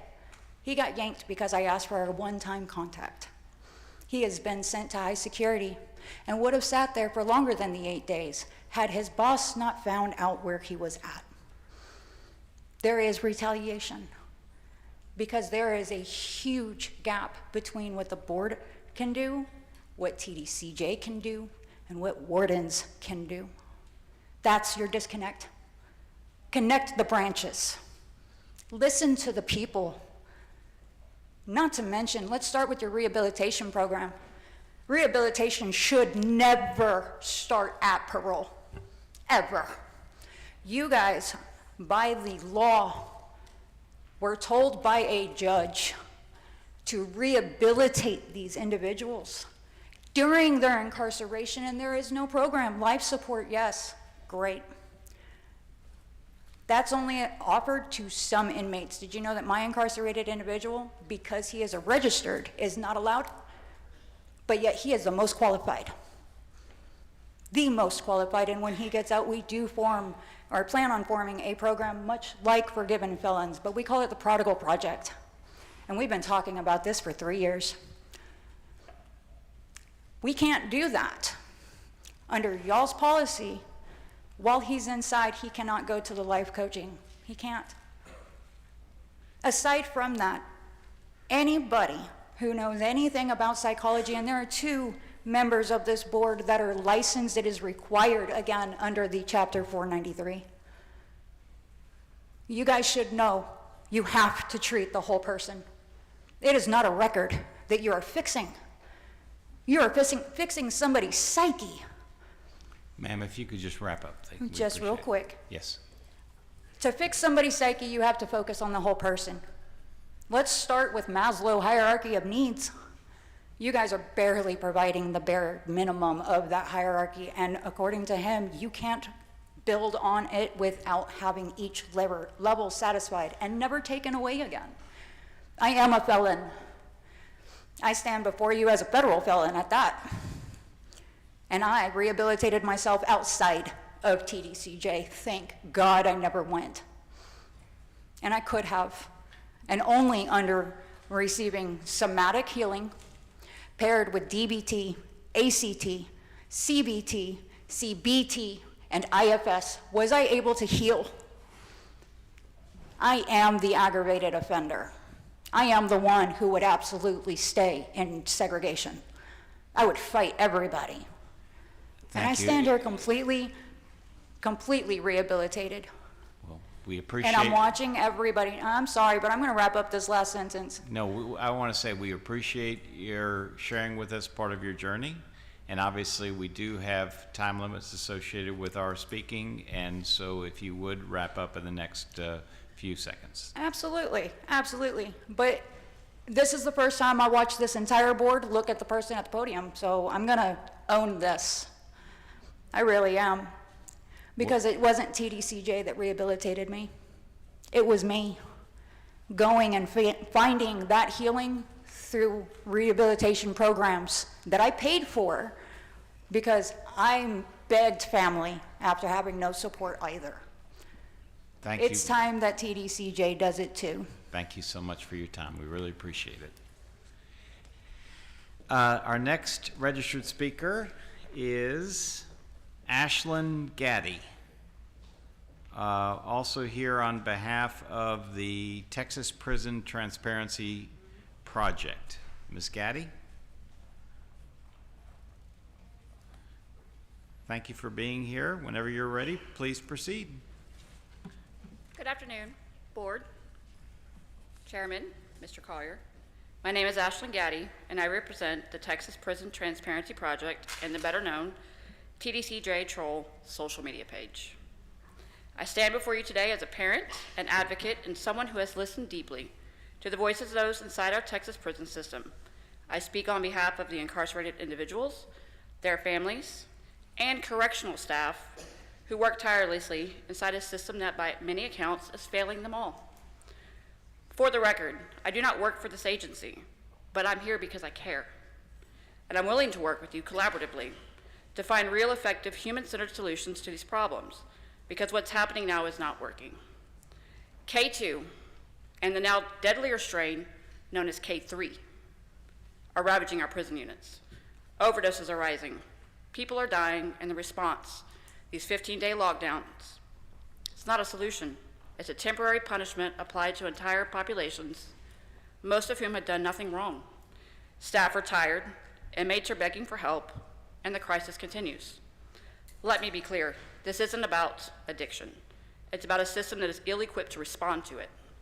K2 and K3 are synthetic drugs with constantly changing chemical structures. K9 units cannot reliably detect them because the DEA doesn't provide the needed training samples. The urine tests currently used on units only detect one chemical. I'm not going to say it because we don't need the public knowing. And it's not the one that's killing people. The tests don't work, the dogs can't track it, and yet the drug continues to flow. But what's even more frustrating is this: the tools to detect these substances do exist. There are urine tests available right now that can screen for these more dangerous compounds. There are detection machines that can identify synthetic drugs with pinpoint accuracy. The Border Patrol has many of these scanners sitting unused in storage. We have the tools, we're just not using them.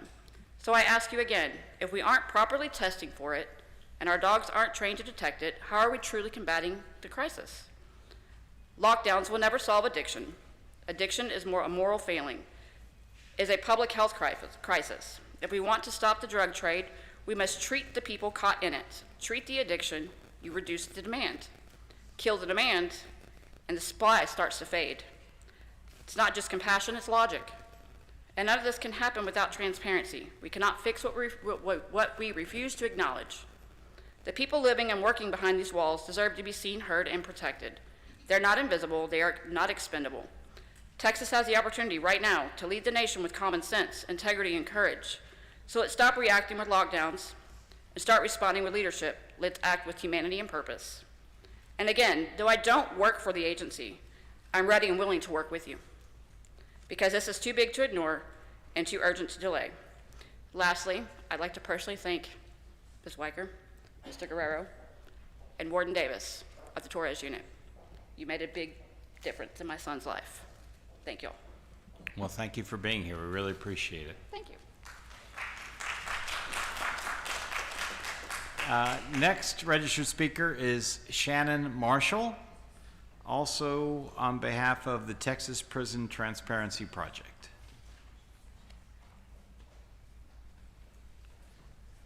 Shannon Marshall? Oh, yes, sir. Thank you for being here. Whenever you're ready, please proceed. Good afternoon, Mr. Chairman, Board, Mr. Collier. My name is Shannon Marshall, and well, I just spent 25 consecutive years in your prison system.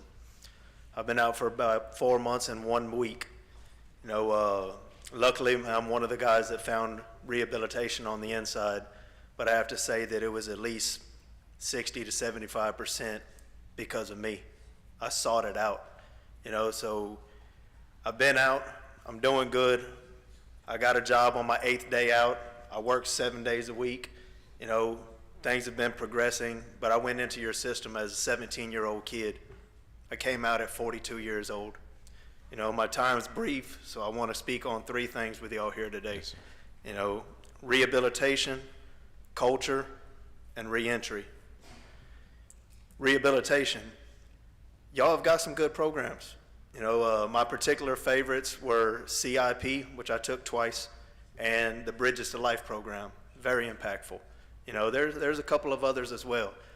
Incentive dorms, I know that y'all have programs. The problem is accessibility. You know, the people that need it the most are the people that aren't really getting it. You know, people that have addictions, people that haven't broken their behavioral patterns yet, people that are still in the wrong mentality and mindset and need the change the most. These are the people that aren't allowed into any of these programs. You know, you have to, some miraculous way, break these cycles and stay out of trouble for a long enough period of time, which is going to be well over a year, bare minimum over a year, you know, out of trouble before you'll be allowed to sign up for any of these things. And then no telling what a waiting list looks like, right? How is that going to happen without help to get there? You know, they need help when they're in the problem, when they're in the addiction, when they're in the mindset, the mentality, the behavior, right? So I applaud y'all's programs, but the accessibility and the accessibility to those who are most in need, you know, that's the problem right now. There are solutions, but I don't have time to brainstorm with you right now, unfortunately. Secondly, this leads to the culture, and I'll speak of the culture inside of TDCJ. Again, y'all have made some really good changes, but most of these changes are in the public areas. You know, they're out on the runs, in front of the chow halls, in the gyms, in the chapels, in the schoolhouses and such. Great, right? Absolutely great. The problem is on the wings, in the housing areas. You know, this is where inmates are going to spend the vast majority of their time at, and where the influences are at their most intense, and everything is all around them constantly. The violence that everybody faces, it's just part of the culture. You know, you got to fight to survive in one way or another, you know. And something needs to be done about the culture on the ground level, ground zero, in the housing areas. And again, there's solutions. I've got ideas. I'm a product of the system. You know, I'm what you would call state raised. So again, the culture on the floor, the ground level, is the problem. You know, what's been done is good. It needs to go further. It needs to go into the housing areas. And you mentioned you had one other thing. And one last thing, Yes, sir. reentry. Like I said, I just served 25 years in prison. I've been out 4 months. When I got out of prison, I didn't know how to turn this thing on. How is that giving somebody a realistic opportunity, a realistic chance to get out here and be successful? Something like 90% of people's lives are navigated by this one thing right here today. I didn't know how to turn it on. I'm still learning, you know.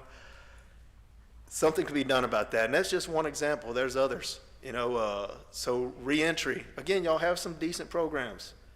I'm sorry, it's just not enough. It's not close to enough.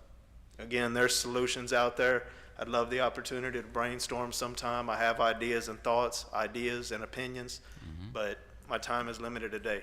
So that's what I came here to bring y'all. Yeah, and you should feel free to advance those ideas, and congratulations to you on the journey that you've taken, and thanks for, it's brave to come forward before this board and this entire audience here and kind of share what you've shared. So I really appreciate that. I know the rest of the board does too, and if you have other ideas, give us that feedback, because we really need that feedback. I plan on it, sir. Thank you. Amongst other things, me and Ashlyn Gaddy, we've submitted these binders to y'all today. No longer the voiceless. These are, you know, submitted by inmates, current, former, family, staff members across the board, addressing such issues as well. And I'm also beginning my own operation, you know, which will be all about prison strategies. It's already online. It's my next journey, you know, Heart Check, Prison Strategies Group. Thank you, sir. That's all We what really, I'm about. really appreciate you being here. Thank you, sir. Thank y'all. Thank you for your time. I need to call two other speakers who may, I think they may may not be here currently. Francis Vaughn, and then Crystal Stanley. If not, thank every one of our members of the public who have come forward to share their thoughts. We very, very much appreciate your ongoing attention to the issues that face this board and face TDCJ. And frankly, in a good transition from some of the things we've heard about, it is now time for the chairman's report. As many of you know, I enjoy using these reports to highlight programs within TDCJ that are implemented statewide and that are designed to benefit public safety through the work done every day within the prison system, some of which we have heard anecdotes about here today. Today, we're going to talk a little bit more about a few vital partnerships that aid our incarcerated population in successfully re-entering their communities. And I know, and in response to some of the comments we've heard today, I speak for everyone on the board, everyone involved in the Texas prison system, that public safety, as many of our commentators have said, is served through rehabilitation of those members of the TDCJ population who can and will respond to the call to better themselves. That's, and the reason why I say it that way is because, as we've heard from many speakers today, including Mr. Marshall, who's still here with us, that it's one thing for TDCJ to provide programs, and I tell members of the population all the time, I tell members of the public all the time, that TDCJ can provide all of these programs, but unless individuals, and we'll use, Mr. Marshall, I sure hope you don't mind me using an example, but unless individuals like Mr. Marshall are willing to step forward and work, and in his view, have to fight a little bit, right, to take advantage of those programs. But if you don't have that effort on the part of an individual, I tell people all the time that those programs don't mean anything, because you gotta have members of the population who are gonna step up to take advantage. But through education, professional and personal skills, and training qualified members of our incarcerated population, these individuals who answer that call are better prepared to return home and to be, and I know Mr. Marshall's over there nodding because he agrees, they're going to be better prepared to return home and be productive members of their society. The board fully appreciates that TDCJ has one of the lowest recidivism rates in the country. I believe it's currently at 16.9%, but we also appreciate, in line with some of the comments that we've heard today, that hardworking staff, selfless volunteers, and dedicated community partners are working to take that recidivism level even lower. And April is, this month, appropriately, for some of the comments we've heard, is Second Chance Month. Okay, everybody knows what Second Chance means. Second Chance Month means that individuals in our society should not be disqualified from having a good, productive life as a result of having one felony conviction of any type be a disqualifier. We all know that there are certain types of criminal activity that are going to disqualify individuals from being able to live in a free society, but we also recognize at the same time that there are a significant number of individuals who have been convicted of a felony offense for whom that felony offense should not be a strike against their ability to have a productive life. And that's what Second Chance Month is all about. And so during Second Chance Month, it is especially fitting that we are joined again. And I told her earlier, remember, where is she?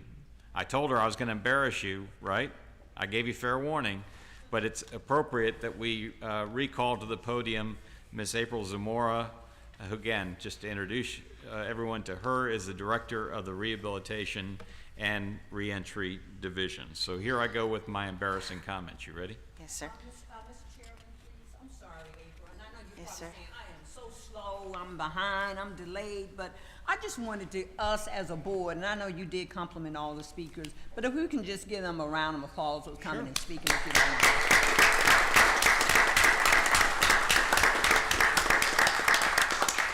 Sorry about that, Mr. Chairman. No, thank you, I'll Vice try to Chair. be a little quicker. No, it's very appropriate what you just did. So, but just a few more introductory comments about Ms. Zamora.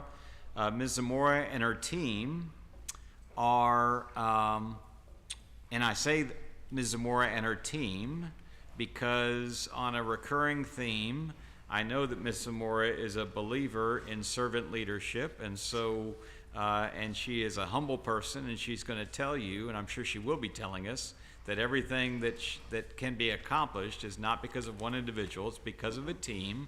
So that team, from our perspective as a board, is extremely talented, and that team is an essential contributor to the effective operation of the criminal justice system in Texas. But as to Ms. Zamora individually, as the current leader of this group, has worked for the state of Texas since 1998 and has held several positions in the criminal justice field, including as a parole officer, a parole unit supervisor, a program specialist for substance use services, in internal review and training, and as she said earlier, I believe she referred to this, director of the Texas Correctional Office for Offenders with Medical or Mental Impairments, TCUMI. Ms. Zamora received her Master of Education in Guidance and Counseling from the University of Texas Pan American. She is also a recipient of the Texas Corrections Association Star Award and the Texas Correction Association President's Gavel. Ms. Zamora has previously served as president of TCA, as well as vice president, secretary, and treasurer. Ms. Zamora also has served on the American Correctional Association Delegate Assembly. Ms. Zamora is also currently a commissioner on the Judicial Commission on Mental Health and a commissioner for the American Correctional Association. But we all know that none of these accomplishments give Ms. Zamora the satisfaction she takes in seeing real accomplishment in changing lives, one life at a time, which again is the way this works, right? And you get to see that every day, Ms. Zamora, in your role.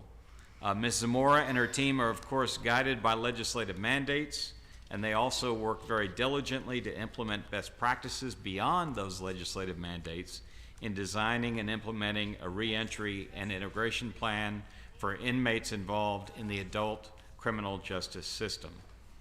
All of this is to say that if I haven't embarrassed you enough already, we as a board see that you and your team empower individuals to transform their lives, preparing them for meaningful employment and a positive return to their communities and families. And so we are very grateful for the role that you and your team serve in supporting public safety and the work that you and your team do with the men and women who enter our correctional system and then answer that call, okay? Answer that call to better themselves and work towards successful reentry.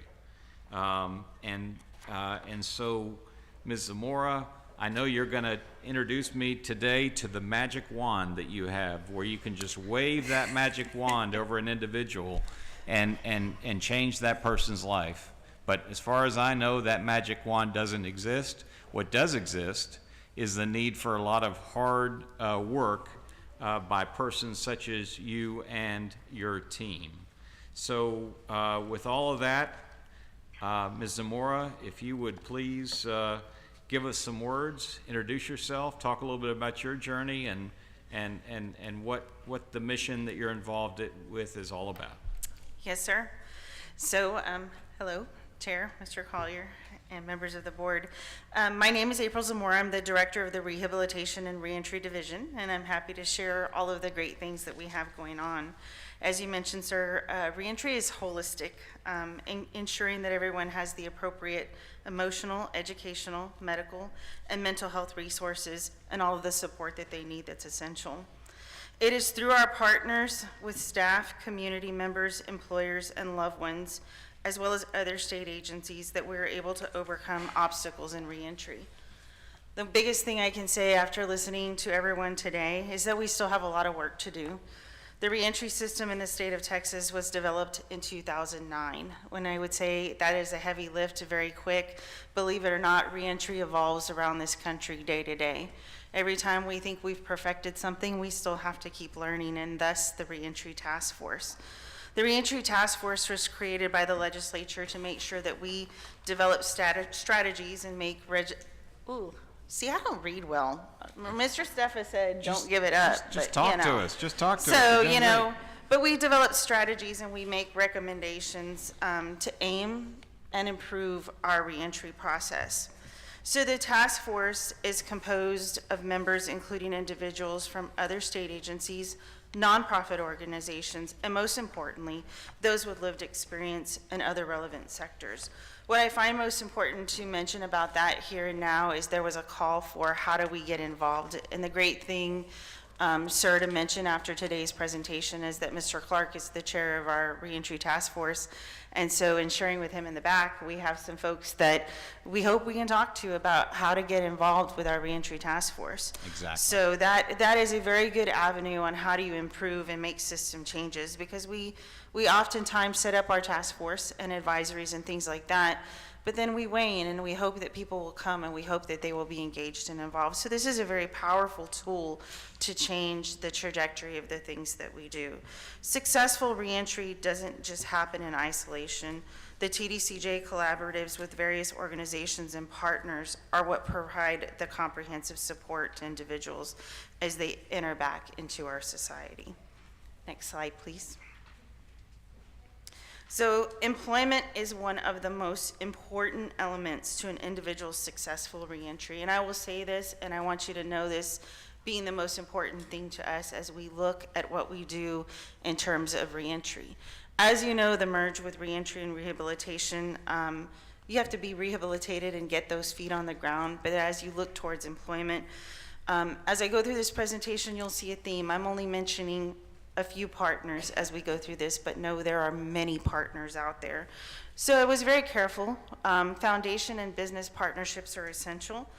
Employment being one of the key elements, we had to mention, of course, our division partnerships of manufacturing, agribusiness, and logistics, which is a whole mouthful as we thought of division names. The Windham School District and MAL, as we know it, collaborate with us to do skills demonstrations headed up by Mr. Bill Lewis and career expos to highlight our education skills with individuals while they're in our custody. Through these events that we've developed relationships with our industry partners, it is very instrumental to be able to show off all of the great skills. Two of the biggest partners that bring us new employers are the Texas Association of Business and the Texas Restaurant Association. The Texas Association of Business and its foundation are Texas' leading employer organization companies, from the largest multinational corporations to small businesses in nearly every community of the state. TAB and the Texas Restaurant Foundation work to improve Texas business climate. TDCJ and TAB formed a memorandum of understanding in 2019 that prepares releasing individuals for reintegration into society through marketable job skills and productive employment to meet the needs of Texas businesses. Second Chances is a transformation initiative led by the Texas Restaurant Association's foundation. Their mission is to provide comprehensive training and unwavering support to individuals seeking to rebuild their lives through a career in the restaurant and hospitality industry.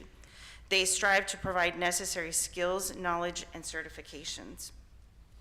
In addition to equipping participants with the skills needed for successful reentry in the workforce, the Second Chance program engages with employers to foster a supportive environment for these individuals through employer training sessions and ongoing support.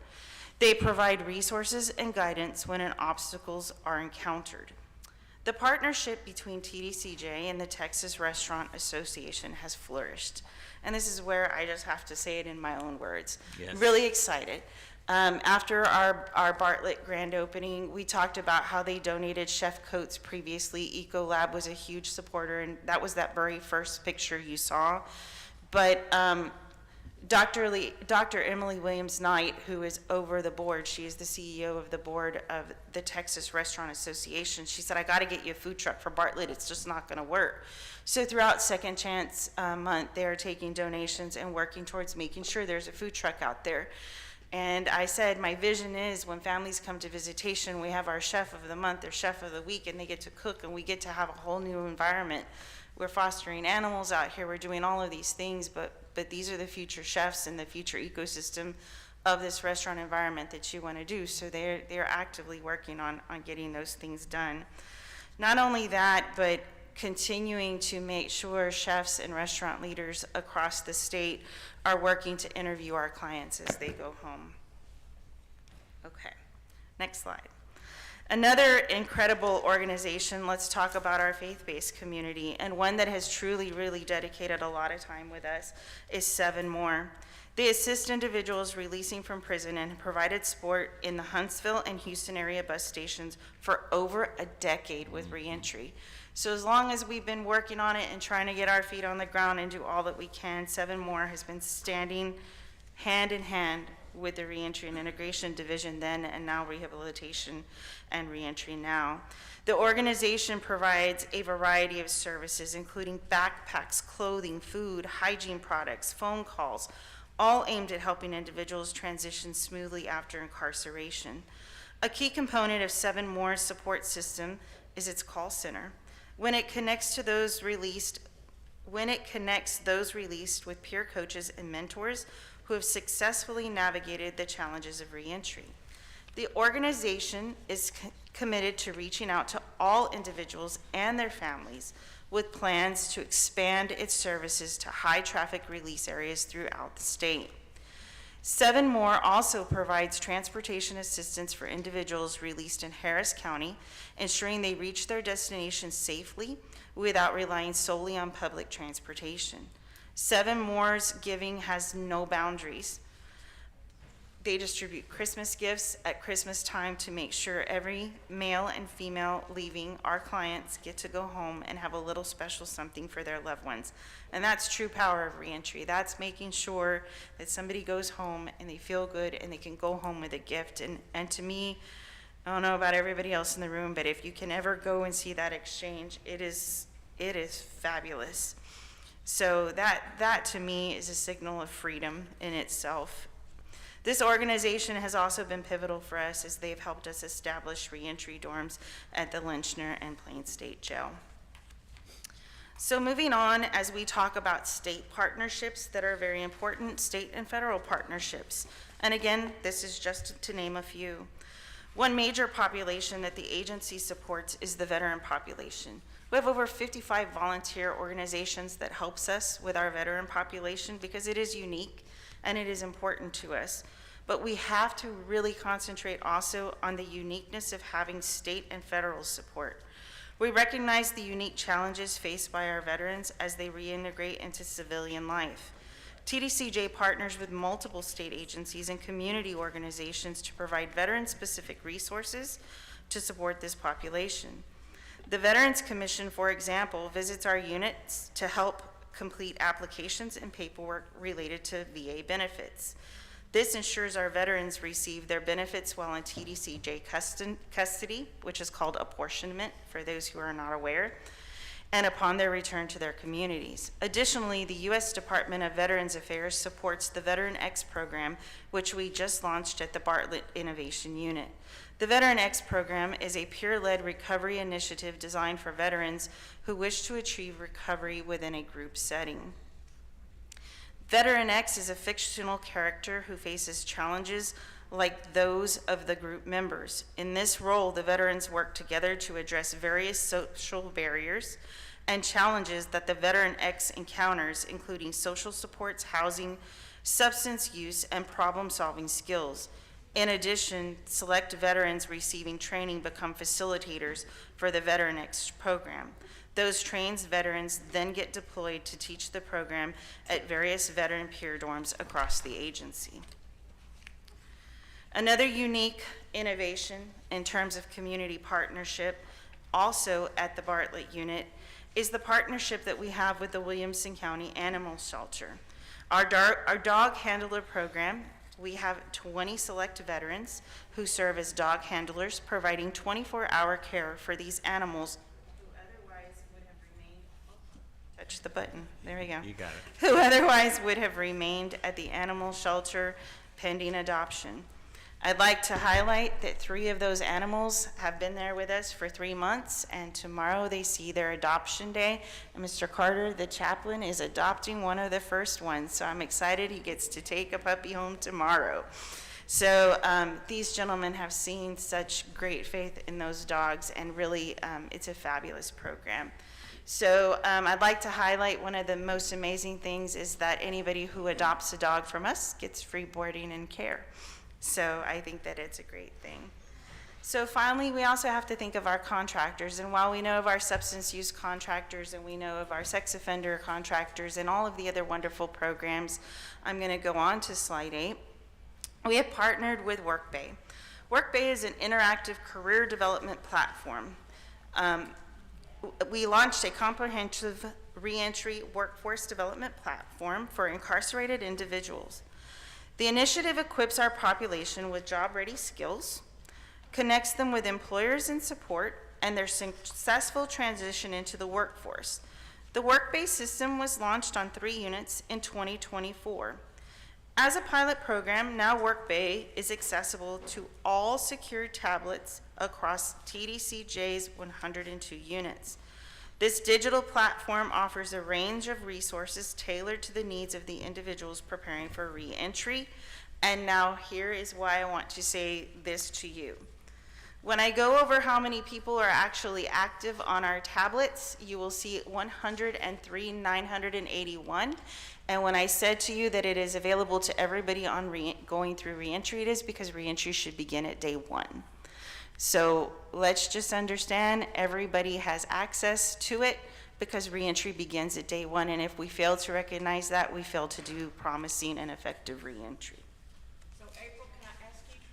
So that leaves a whole lot of our residents that don't use the tablets. Do we try to find out what is going on? If they are they afraid to try to get on? Do they not know how? I mean, they may just not want to, and I understand that, but is there anything we can do to try to bring more use? Well, that's a great question. So we are still in the launch phase. We just launched in January. So you'll see in a video here in just a few minutes that WorkBay is committing, and they have actually are going unit to unit, user by user, where we haven't been able to engage.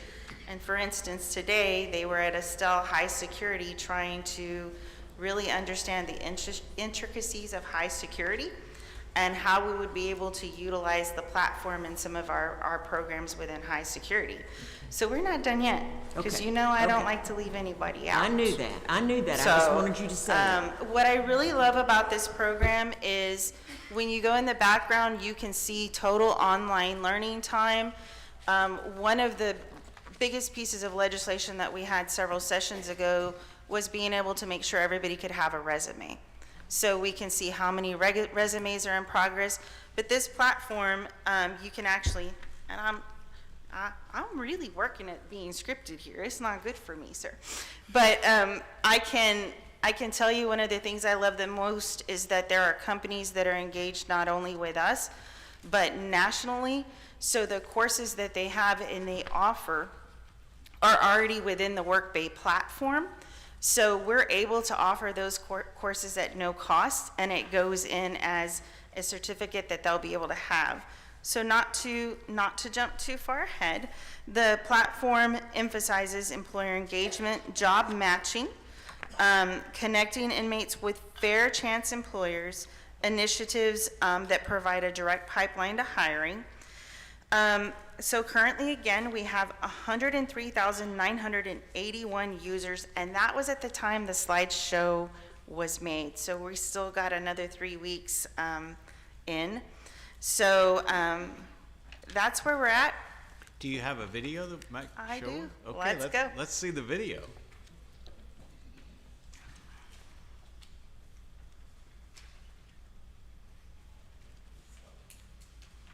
I'm counting on you, Mike. Inside Texas correctional facilities, transformation is happening. Through a powerful partnership between the Texas Department of Criminal Justice, Securus, and WorkBay, individuals are gaining real-world skills, certifications, and career pathways, ensuring that when they leave, they are prepared for success. With dedicated access to training programs, career exploration, and resume-building tools, incarcerated individuals are actively preparing for employment while still inside. Here in prison, I have achieved an associate's degree in applied science and welding technology, and also an associate's degree in applied science and business management. TDCJ's websiteforwork.com is the next step, a direct link between returning citizens and employers ready to offer opportunities. A controlled path to employment with learning and career exploration built around local employers. An automated collaborative system with filters for job posts appropriate to candidates and their location. Playlists of learning that provide an invitation to interview available upon release. We just got a new app yesterday, a job application app. And I was thinking about this last night and this morning, how much of a blessing these things are, right? Because you can become a productive member of society. Upon release, job seekers have a single, comprehensive employment record, showcasing their training, skills, certifications, and assessments all in one resume, making it easy for employers to identify qualified candidates. For case managers inside, these programs provide a clear pathway, guiding individuals from training to real employment opportunities. If you don't have nothing, you're going to come out learning something, because these people are willing to teach you to do everything if you're open to it. That's one thing I can say about this warehouse and everything. They taught me a lot of stuff, man. From culinary skills to certifications in high-demand trades, every course completed moves them closer to a stable, successful future. For employers outside, this is a pipeline of job-ready candidates with verified skills, credentials, and work experience, making hiring easier and more reliable. Now, businesses, workforce agencies, and community leaders can be part of the solution, helping to break the cycle of incarceration by offering real opportunities. This is an untapped market in prison. There are so many in prison that have a wide array of talents. All they need is the support from the public, and hopefully this will be a springboard for that to happen. Join us in turning potential into a stronger workforce. Learn more at websiteforwork.com. So the website is live, and as we transfer all of our contracts, reentry.texas.gov will be integrated. That was our previous website for work. So we have it sitting on websiteforwork.com right now.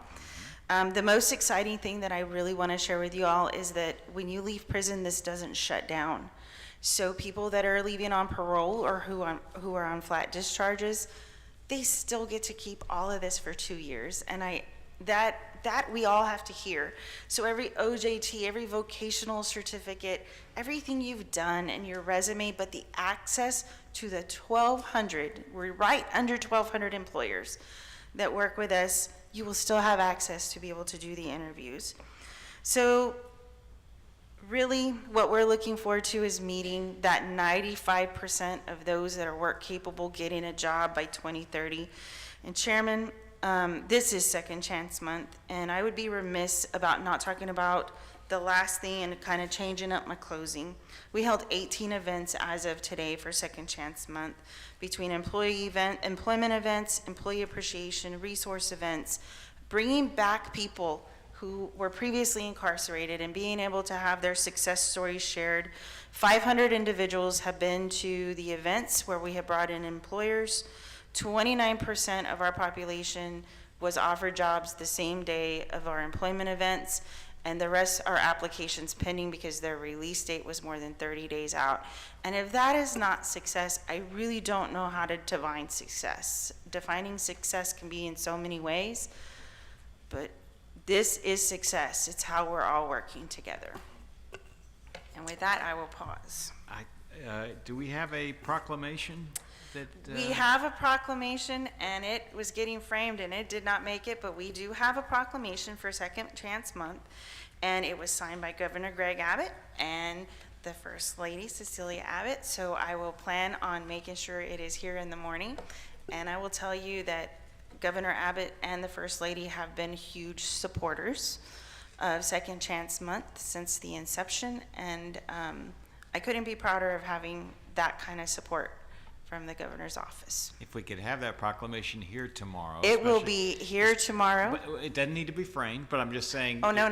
I've got a plan for that. Okay. But it will be here tomorrow. I have faith. But the point is that, and I know you share this, that as we celebrate our valued volunteers tomorrow. Oh, it will be here. It would be very appropriate to have that Yes, sir. that proclamation here present. So thank you so much for your presentation. Thank you Yes, so sir. much for all of your work.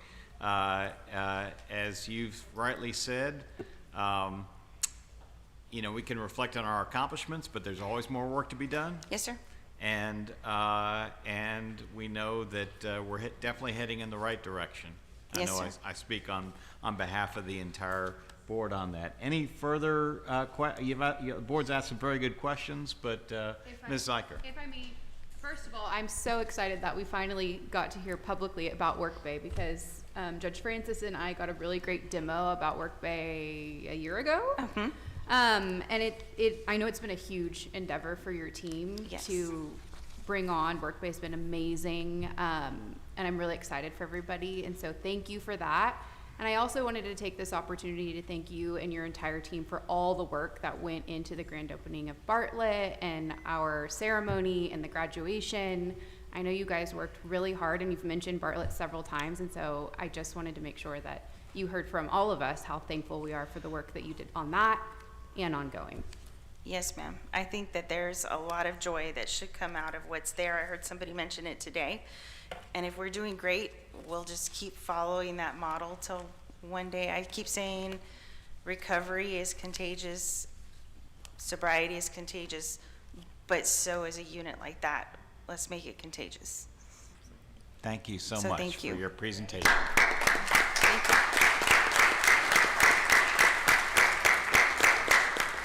It is now 4:15 p.m. I think it's very appropriate that we take a 10-minute break at this point in our proceedings. So we will adjourn to reconvene at 4:25 p.m. Thank you, sir. Yes, sir. Happy to help. Right before you have to go to.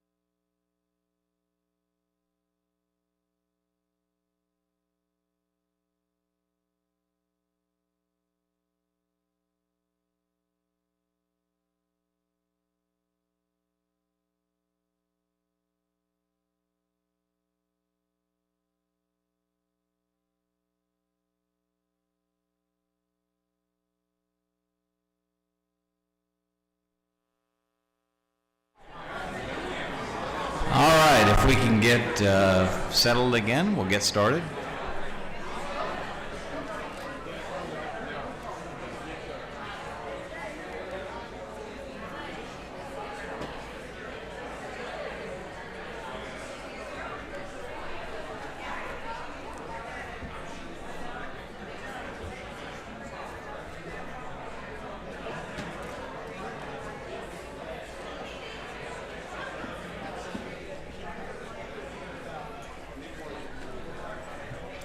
The herding of the cats.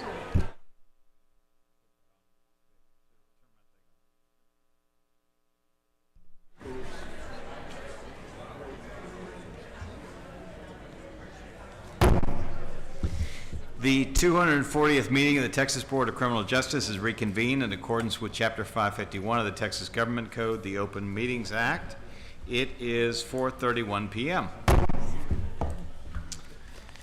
The next item on our agenda is a report from TDCJ Executive Director, Mr. Brian Collier. Mr. Collier, I understand you would like to provide us with an update on the ongoing legislative session. If you're ready, please proceed. Thank you, Chairman Nichols. Today I'd like to provide you just an update on our legislative session. The 89th legislative session has now passed the midpoint, and we have about 6 more weeks to go. Both the House and Senate have passed their respective budget bills, and the Budget Conference Committee, I believe, may have started today. In both bills, TDCJ has received very favorable funding to include funding for pay raises, construction of expansion dorms, funding for additional air conditioning, and much more. This funding will allow us to meet population projections as well as make significant improvements throughout the agency. We're excited to see what happens when the Conference Committee completes their negotiations and a final budget is presented to the House and the Senate. The Senate and the House versions of the TDCJ Sunset Bill were heard in their respective committees earlier this month, and that legislation is progressing well. I'd like to say publicly thank you to the Sunset Commission and their staff and appreciate all their efforts throughout this process. In addition to the TDCJ Sunset Bill, House and Senate committees have been hearing bills over the past several weeks, and our staff have provided testimony and feedback on the impact of potential legislation. We are currently tracking 988 bills, and committees will continue to hear bills for the next several weeks. Although we have some distance to go, this session has been very favorable to TDCJ, and we remain very optimistic. I'll keep you updated on our progress as we continue. Chairman Nichols, thank you for your attendance at several of our hearings recently, and we I'll think about it in a second, greatly appreciate the word of all those who have provided testimony, because many of our division directors and others have provided really good testimony. And Chairman, this concludes my remarks. Certainly available for any questions. Thank you, sir, and I certainly appreciate your comments. Also, just to follow up on what you said, really appreciate the efforts of members of your team to be there present at the legislative hearings, to answer questions, to be a resource for legislators as they consider important legislation, not the least of which is obviously the issues of the budget that you've mentioned, and obviously from the board's perspective, we are very gratified by the level of support that we've seen from both the House and the Senate in terms of funding initiatives that really do make a difference in terms of public safety. So by the actions that the legislature's already taken, the ones that we anticipate they will take, show a real commitment of our elected officials to public safety. And so, just give our thanks on behalf of the board to all of our public officials who are helping to make that happen. Any other questions or comments from the board on Mr. Collier's report? If not, the next item on our agenda is a discussion, consideration, and possible action regarding purchases and contracts over $1 million. TDCJ Chief Financial Officer Ron Steffa will be presenting today. Members of the board, I don't ordinarily vote unless it is to break a tie. However, my firm represents entities included in the purchases and contracts over $1 million. Therefore, I will not be taking any action today on the purchases and contracts over $1 million. Mr. Steffa, you're here. When you're ready, please proceed. Good afternoon, Chairman Nichols, board members, Mr. Collier. We'll be bringing 55 purchases for your consideration and approval this afternoon. They can be found on page 236 behind tab M of your booklet. Items 1 through 5 are increases to fiscal year 23-26 design professional services contracts that provide architectural and design services for the agency's major repair projects.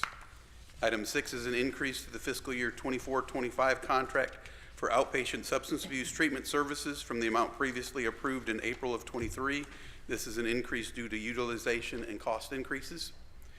Items 7 through 9 are increases to the fiscal year 24-25 contracts for the provision of residential, outpatient, and teletreatment substance abuse treatment and aftercare services for inmates released from substance abuse felony punishment facilities, in-prison therapeutic communities, or referred to the substance abuse counseling program due to increases in per diem rates.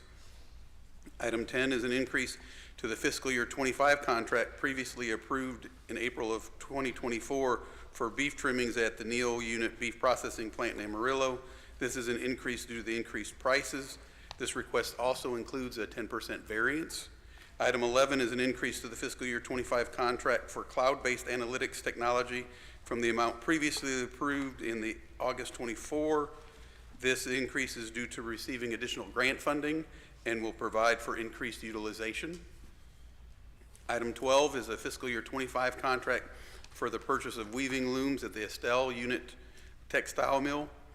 Items 13 through 18 are fiscal year 26 contracts for the operations and management of residential reentry centers for parolees located in Austin, Dallas, El Paso, Fort Worth, and Edinburgh. Item 19 is a fiscal year 26 contract for the rental of tractors for agricultural use at multiple units throughout the agency. Item 20 is a fiscal year 26 contract for the purchase of John Deere tractor parts used in the maintenance and repair of farm equipment. Item 21 is a fiscal year 26 renewal contract for the manufacturing of modular panel systems and components used by the Texas Correctional Industries. Item 22 is a fiscal year 26 contract for the purchase of corrugated cardboard sheets used to manufacture boxes at the Polonsky Box Factory. Item 23 and 24 are FY26 contracts for aluminum coil and license plate materials used in the manufacturing of license plates at the Win Unit License Plate Factory. Items 25 and 26 are fiscal year 26 contracts for the purchase of reflective sheeting and aluminum sign blanks used in the manufacturing of highway signs at the Beto Unit Metal Sign Factory. Item 27 is a fiscal year 26 contract for the purchase of AT&T cell phone equipment and service. Items 28 and 29 are fiscal year contracts for pork and beef trimmings to produce meat products for inmate consumption at the Michael Unit Pork Processing Plant and the Unit Beef Processing Plant. And these items also include a 10% variance. Item 30 is a fiscal year 26 contract for isolated soy protein also used in the production of ground meat products. Item 31 is a fiscal year 26 contract for cans and lids for the canning of vegetables for inmate consumption at the Terrell Unit. Item 32 is a fiscal year 26 contract for feed supplement for agency livestock. Item 33 is a fiscal year 26 contract for soybean meal used to produce feed for agency livestock. Item 34 is a fiscal year 26-27 renewal contract to provide natural gas at various prison facilities. We're seeking a 10% variance to accommodate any fluctuation in pricing and usage. Item 35 is a fiscal year 26-27 contract for outpatient substance abuse treatment services with the Dallas County Community Supervision and Corrections Department.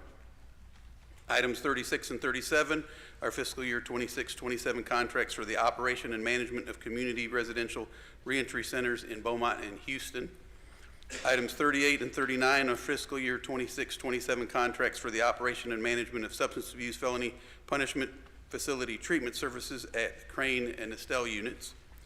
Items 38 through 55 are fiscal year 26-27 contracts for treatment at substance abuse felony punishment facilities, in-prison therapeutic community, substance abuse treatment programs, pre-release therapeutic community, female cognitive pre-release, the intermediate sanction facility cognitive intervention program, state jail substance abuse treatment program, driving while intoxicated recovery program, pre-release therapeutic community, pre-release substance abuse programs and services at the Crane, Estelle, Glossbrenner, Halbert, Havens, Henley, Kyle, Sale, Stringfellow units. the Goodman Unit Intermediate Sanction Facility, and at the Dominguez, Gist, Hutchins, Litchner, Plain, Travis County State Jails, and the Hamilton and Coleman units. And that concludes my presentation. I'm available for any questions. Mr. Steffer, that was a mouthful.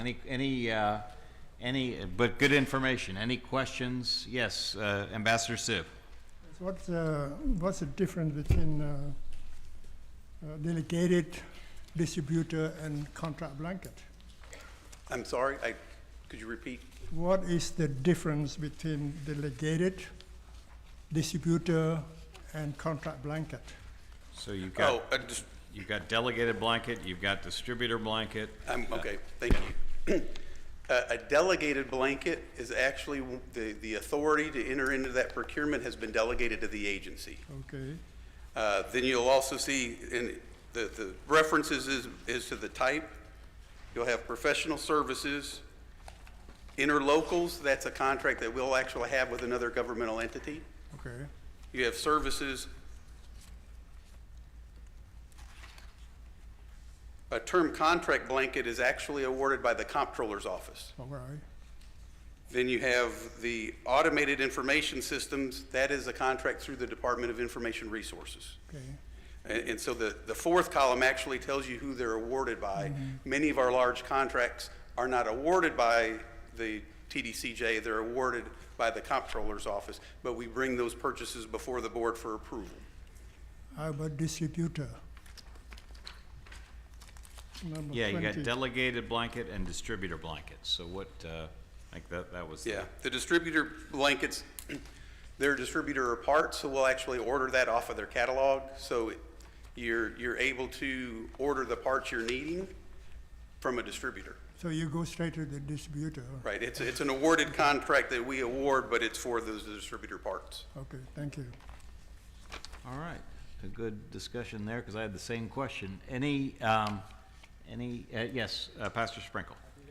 Question about a specific contract there, and I think you alluded to it, Mr. Steffa, about increase in scope maybe, but number 11, and I'm not sure who that contract was awarded to, but there's an increase of over 300% in. Yeah, in the number cost 11 there. is the search and analytics technology. The vendor is Leo Technology. Yes. And that is actually an increase of the current contract.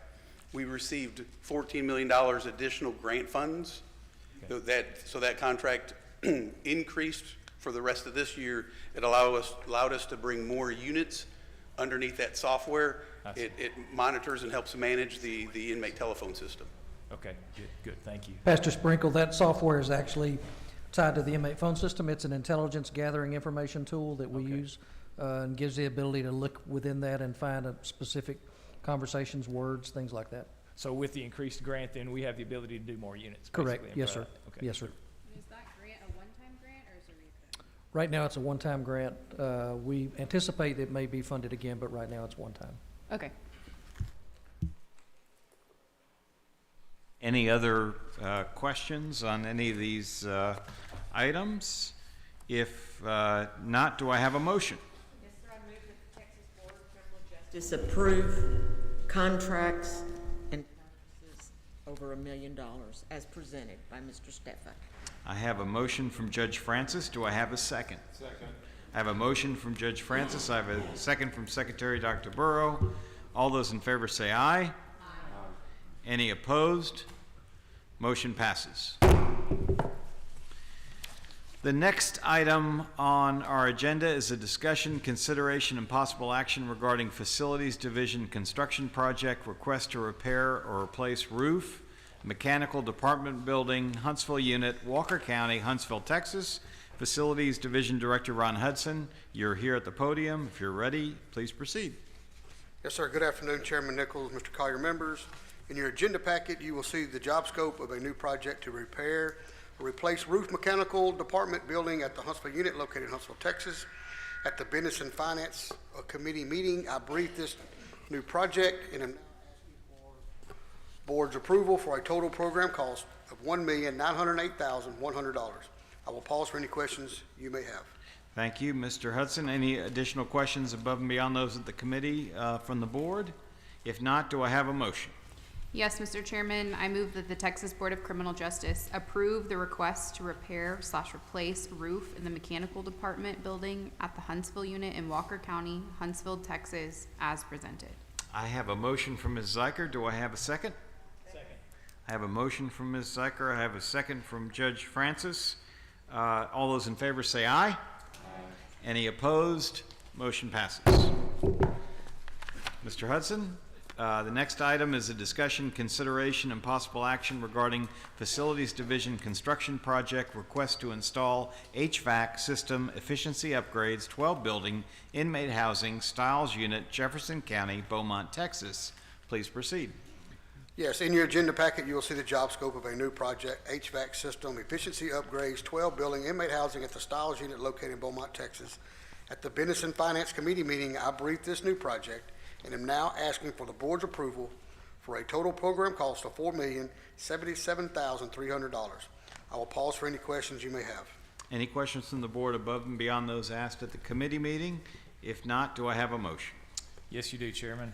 I move that the Texas Board of Criminal Justice approve the request to install HVAC system efficiency upgrades, 12 building, in inmate housing at the Stiles Unit in Jefferson County, Beaumont, Texas, as presented.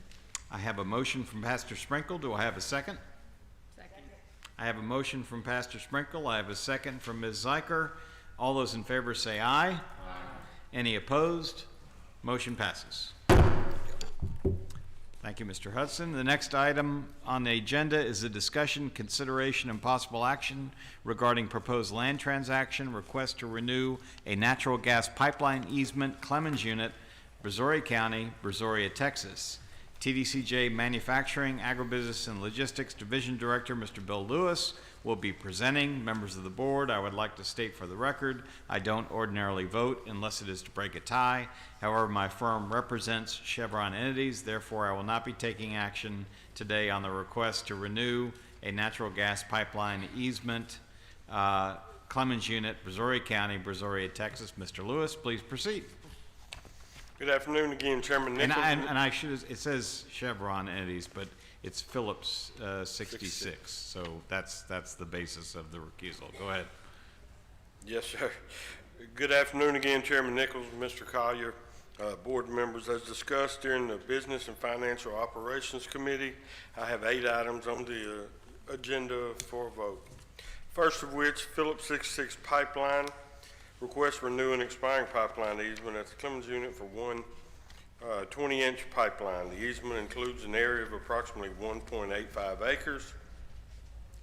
LLC has agreed to pay $130,520 for the renewal of this easement for a 10-year term. The easement includes indemnification at the grantee's responsibility, the most favored nations clause. Compensation was negotiated at the current geographical appraisal values. We recommend that the Texas Board of Criminal Justice approve the request for a permanent right-of-way easement to Phillips 66 Pipeline LLC. I stand available for questions. Are there any questions or comments from the board over and above those asked in committee? Yes. Please. I think this is and the next 5 are the same on the same location that you told me, right? Yes, sir. Okay, thank you. Ms. Zeiker? Yes, Chairman Nichols, members of the board, I wish to abstain from voting on the Clemens Unit land transaction involving with Phillips 66 Pipeline as their donors of my workplace.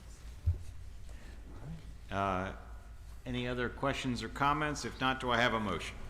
Yes, sir, Mr. Chairman, I move that the Texas Board of Criminal Justice approve the request to renew a natural gas pipeline easement at the Clemens Unit of Brazoria County, Brazoria, Texas, as presented. I have a motion from Mr. Fordyce. Do I have a second? Second. I have a motion from Mr. Fordyce. I have a second from Vice Chair Johnson. All those in favor say aye. Aye. Any opposed? Motion passes. Please let the record show that Ms. Zeiker and I abstained from voting on the request to renew a natural gas pipeline easement, Clemens Unit, Brazoria County, Brazoria, Texas. The next item on our agenda is a discussion and consideration and possible action regarding proposed land transaction, request to renew a natural gas pipeline easement, Clemens Unit, Brazoria County, Brazoria, Texas. Members of the board, again, I would like to state for the record, I don't ordinarily vote unless it is to break a tie. However, my firm represents Phillips 66 entities. Therefore, I will not be taking action on the request to renew a natural gas pipeline easement, Clemens Unit, Brazoria County, Brazoria, Texas. Mr. Lewis, please proceed. Phillips 66 pipeline request for renewing their Experian pipeline easement at the Clemens Unit for one 18-inch pipeline. The easement includes an area of approximately 1.87 acres. Phillips 66 has agreed to pay $131,304 for the renewal of this easement for a 10-year term. The easement includes indemnification as the grantee's responsibility, the most favored nation clause. Compensation was negotiated at the current geographical appraisal value. We recommend that the Texas Board of Criminal Justice approve the request for a permanent right-of-way easement to Phillips 66, and I stand available for any questions. Ms. Zucker, do you have a comment? I do. Chairman Nichols, members of the board, I wish to abstain from voting on the Clemens Unit land transactions involving with Phillips 66 pipeline, as they are donors for my workplace. Any other questions or comments above and beyond those asked at committee? If not, do I have a motion? Yes, Mr. Chairman, you do. I move that the Texas Board of Criminal Justice approve the request to renew a natural gas pipeline easement at the Clemens Unit in Brazoria County, Brazoria, Texas, as presented. I have a motion from Vice Chair Johnson. Do I have a second? Second. Motion from Vice Chair Johnson, a second from Secretary Dr. Burrow. All those in favor say aye. Aye. Any opposed? Motion passes. Please let the record show that Ms. Zeicher and I abstained from voting on the request to renew a natural gas pipeline easement, Clemens Unit, Brazoria County, Brazoria, Texas. The next agenda item is a discussion, consideration, and possible action regarding proposed land transaction, request to renew a natural gas pipeline easement, Clemens Unit, Brazoria County, Brazoria, Texas. Members of the board, again, I would like to state for the record, don't ordinarily vote unless it is to break a tie. However, my firm represents Phillips 66 entities. Therefore, I will not be taking action today on the request to renew a natural gas pipeline easement, Clemens Unit, Brazoria County, Brazoria, Texas. Mr. Lewis, you're back up. Phillips 66 pipeline requests to renew an expiring pipeline easement at the Clemens Unit for one 16-inch pipeline. The easement includes an area of approximately 1.88 acres of land. Phillips 66 has agreed to pay $132,168 for the renewal of this easement for a 10-year term. The easement includes indemnification that's the grantee's responsibility, the most favored nation clause, and compensation was negotiated at the geographical appraisal value. We recommend that the Texas Board of Criminal Justice approve the request for a permanent right-of-way easement to the Phillips 66 pipeline. I stand available for any questions. Ms. Zeicher, do you have a comment? Chairman Nichols, members of the board, I wish to abstain from voting on the Clemens Unit land transactions involving with Phillips 66 pipeline, as they are donors of my workplace. Any other questions from the board above and beyond those asked earlier today? If not, do I have a motion? Yes, Mr. Chairman. I move that the Texas Board of Criminal Justice approve the request to renew a natural gas pipeline easement at the Clemens Unit in Brazoria County, Brazoria, Texas, as presented. I have a motion from Secretary Dr. Burrow. Do I have a second? Second. I have a motion from Secretary Dr. Burrow. I have a second from Pastor Miles. Pastor Miles, here I go. Look at that. I just jumped back, what, 5 or 6 years in history. Look at that. All right. So I have a motion from Board Secretary Dr. Rodney Burrow. I have a second from current board member, Pastor Nate Sprinkle. All those in favor say aye. Aye. Any opposed? Motion passes. Please let the record show that Ms. Zeicher and I abstained from voting on the request to renew a natural gas pipeline easement, Clemens Unit, Brazoria County, Brazoria, Texas.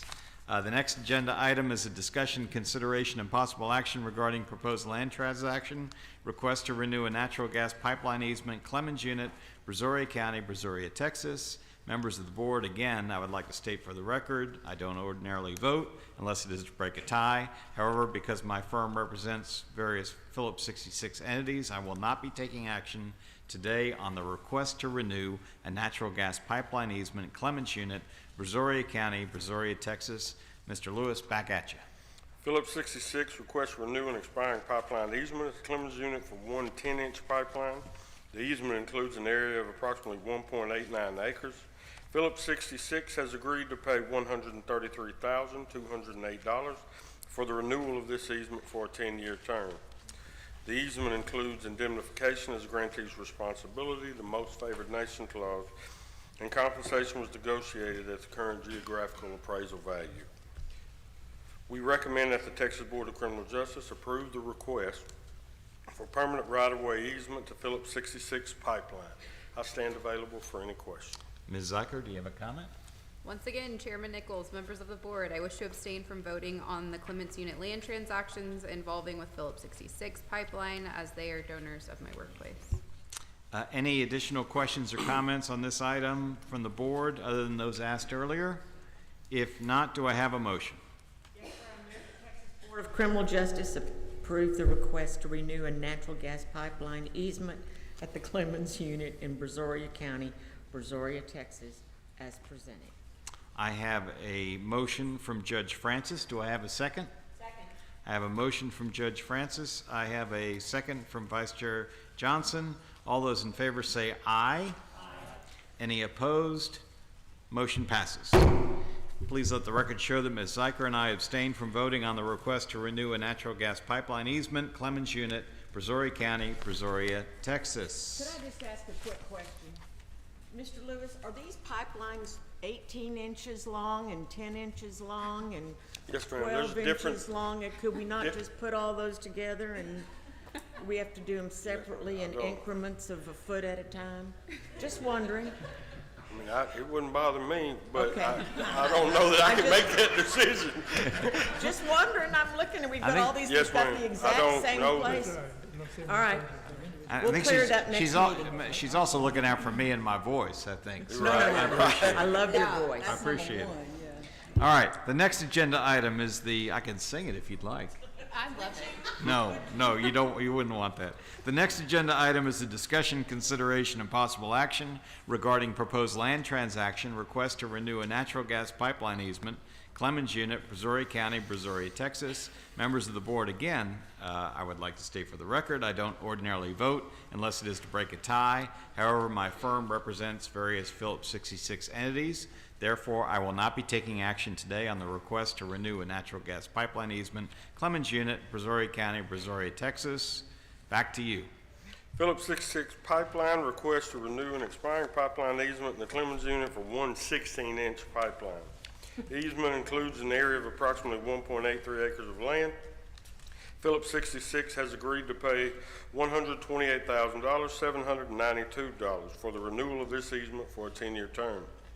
The easement includes indemnification as grantee's responsibility, most favored nation clause, and was negotiated at current geographical appraisal values.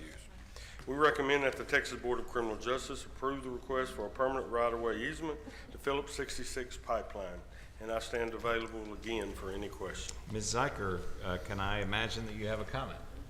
You can. Chairman Nichols, members of the board, I wish to abstain from voting on the Clements Unit land transactions involving with Phillips 66 pipeline, as they are donors for my workplace. Any other questions or comments from the board? If not, do I have a motion? Yes, Mr. Chairman, I move that the Texas Board of Criminal Justice approve the request to renew a natural gas pipeline easement at the Clemens Unit in Brazoria County, Brazoria, Texas, as presented. Thank you, sir. I have a motion from Ambassador Siv. Do I have a second? Second. I have a motion from Ambassador Siv. I have a second from Pastor Sprinkle. All those in favor say aye. Aye. Any opposed? Motion passes. Please let the record show that Ms. Zucker and I abstained from voting on the request to renew a natural gas pipeline easement, Clemens Unit, Brazoria County, Brazoria, Texas. One more time. All right, sir. you hanging in there with me? Yes, All right. sir, I'm with you. The next agenda item is a discussion, consideration, and possible action regarding proposed land transaction, request to renew a natural gas pipeline easement, Clemens Unit, Brazoria County, Brazoria, Texas. Members of the board, I would like to state for the record, I don't ordinarily vote unless it is to break a tie. However, my firm represents Phillips 66 entities. Therefore, I will not be taking action today on the request to renew a natural gas pipeline easement, Clemens Unit, Brazoria County, Brazoria, Texas. Mr. Lewis, please proceed. And I should say, okay? Yes, sir. I was honored to be able to attend a Passover Seder, and as part of the ceremony of the Passover Seder, when you're reading the Haggadah, there's a portion that, I don't know if anyone else has ever done this, where you have to read, it's a part of the process, you read a long passage in one breath. Really? Yes. So I think I'm getting more practice as we go for next year. So, but with what I said, do you have a comment? I think he's got a present. Oh, of course he does. Yeah, Mr. Lewis, please Yes. present. Phillips 66 pipeline request to renew an expiring pipeline easement Clemens Unit for one 18-inch pipeline. The easement includes an area of approximately 1.83 acres of land. Phillips 66 has agreed to pay $128,712 for the renewal of the easement for a 10-year term. The easement includes indemnification as a grantee's responsibility, the most favored nations clause, and compensation was negotiated at a geographical appraisal value. We recommend that the Texas Board of Criminal Justice approves the request for permanent right-of-way easement to Phillips 66 LLC. I stand available again for any question. Ms. Zeiker, do you have a comment? One last time. Chairman Nichols, members of the board, I wish to abstain from voting on the Clemens Unit land transactions involving with Phillips 66 Pipeline, as they are donors for my workplace. Thank you. Any other questions or comments from the board on this item? If not, do I have a motion? Yes, you do, Chairman. I move that the Texas Board of Criminal Justice approve the request to renew a natural gas pipeline easement at the Clemens Unit in Brazoria County, Brazoria, Texas, as presented. I have a motion from Pastor Sprinkle. Do I have a second? Second.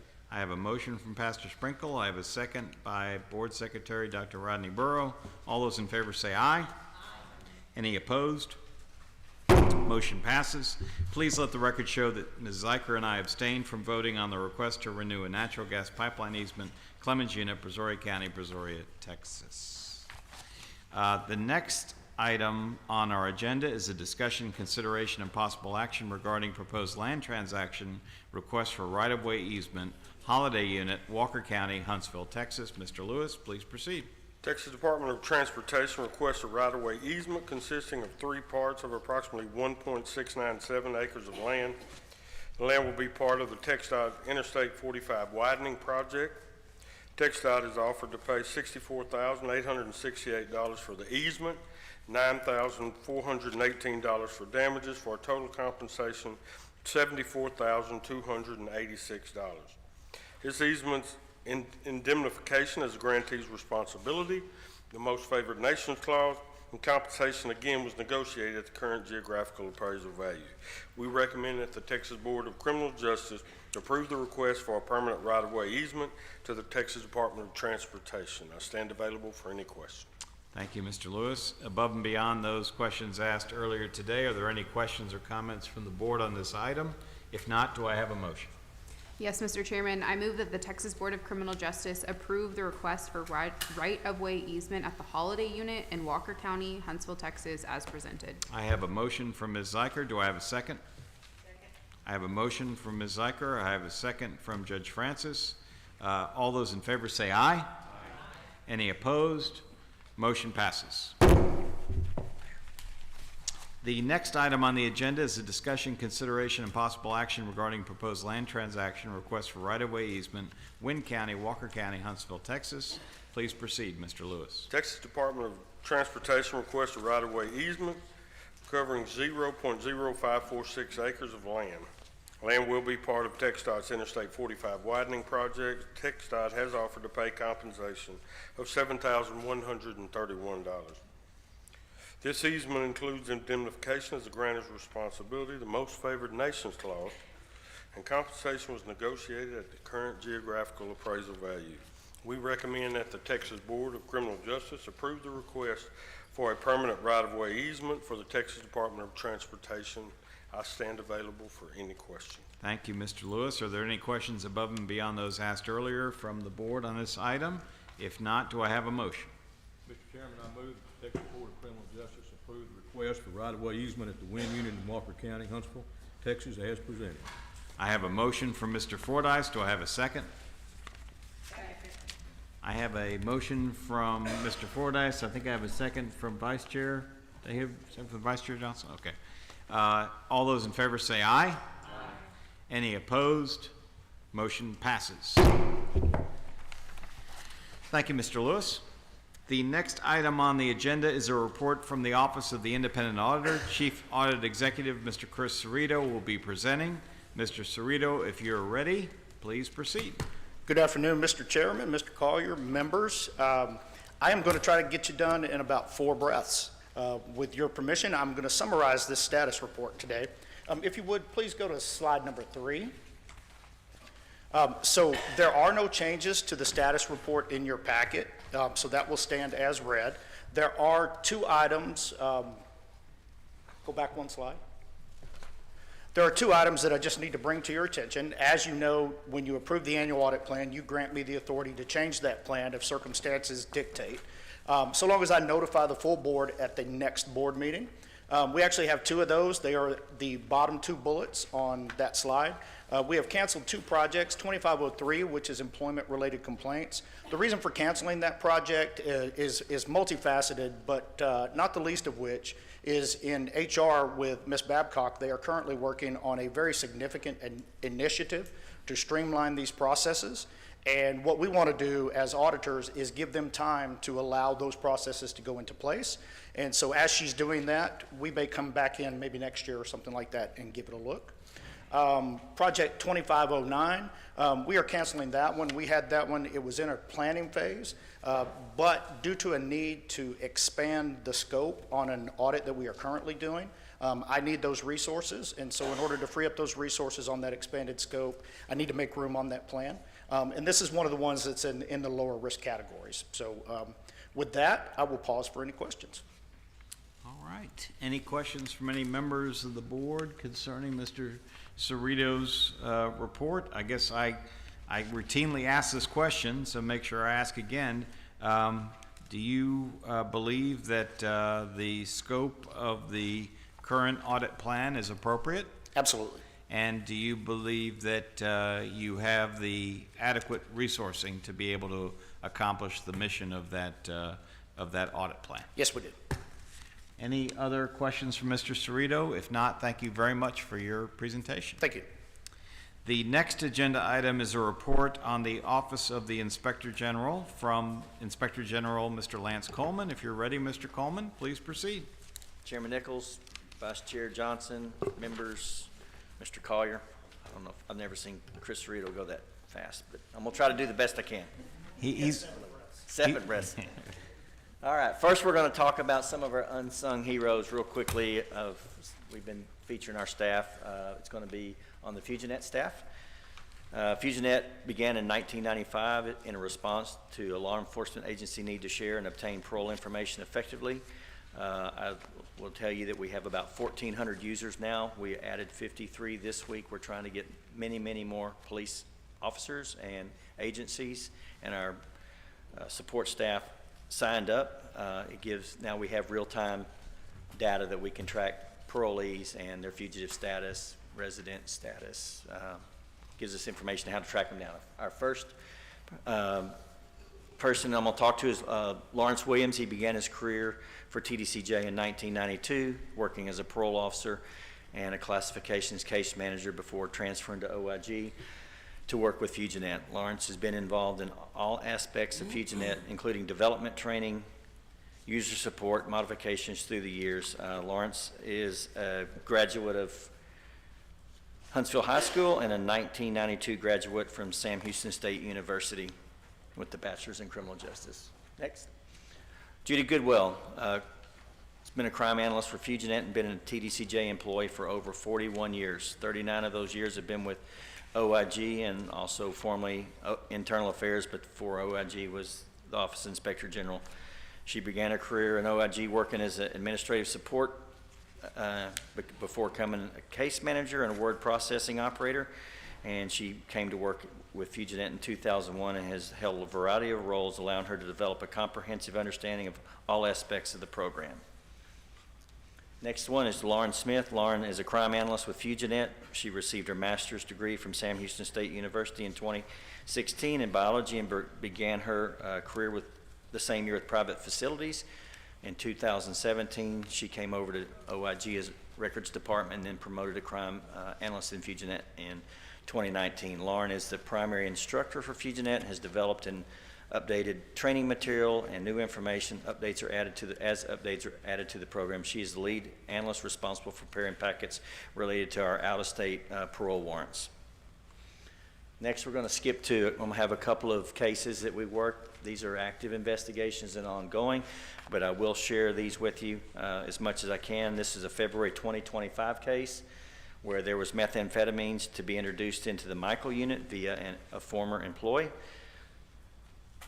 Our very alert, next, go ahead. No, our very alert CID staff, I don't know where I would have had a pointer here somewhere. Here it is, I don't worry about it. Our very alert CID staff noticed this employee drop 38 grams of methamphetamine, which is the far right picture, in a trash can wrapped up like trash. They alerted their supervisors and immediately contacted us. We were able to interview that employee, and we ended up getting another 162 grams on the left side out of his vehicle, and in the middle is an additional 13.5 grams of meth that was on his person in the wrap package. That totaled 212.6, which pushes it over the limit for it's a first-degree felony, punishable by 5 to 99 years or life in prison. Also had in his vehicle 370 grams of marijuana, which is about 13 ounces, just about 3 ounces shy of a pound. So that's quite a bit of marijuana that was going to be introduced into the unit as well. And that's the aggregate total of everything up there. He also had, okay, that's it on that one. Next. Okay, this next case was a case out of the Clements unit out of Amarillo. Strike Force developed information on some outside free world individuals that were introducing contraband into the Clements unit. Go ahead.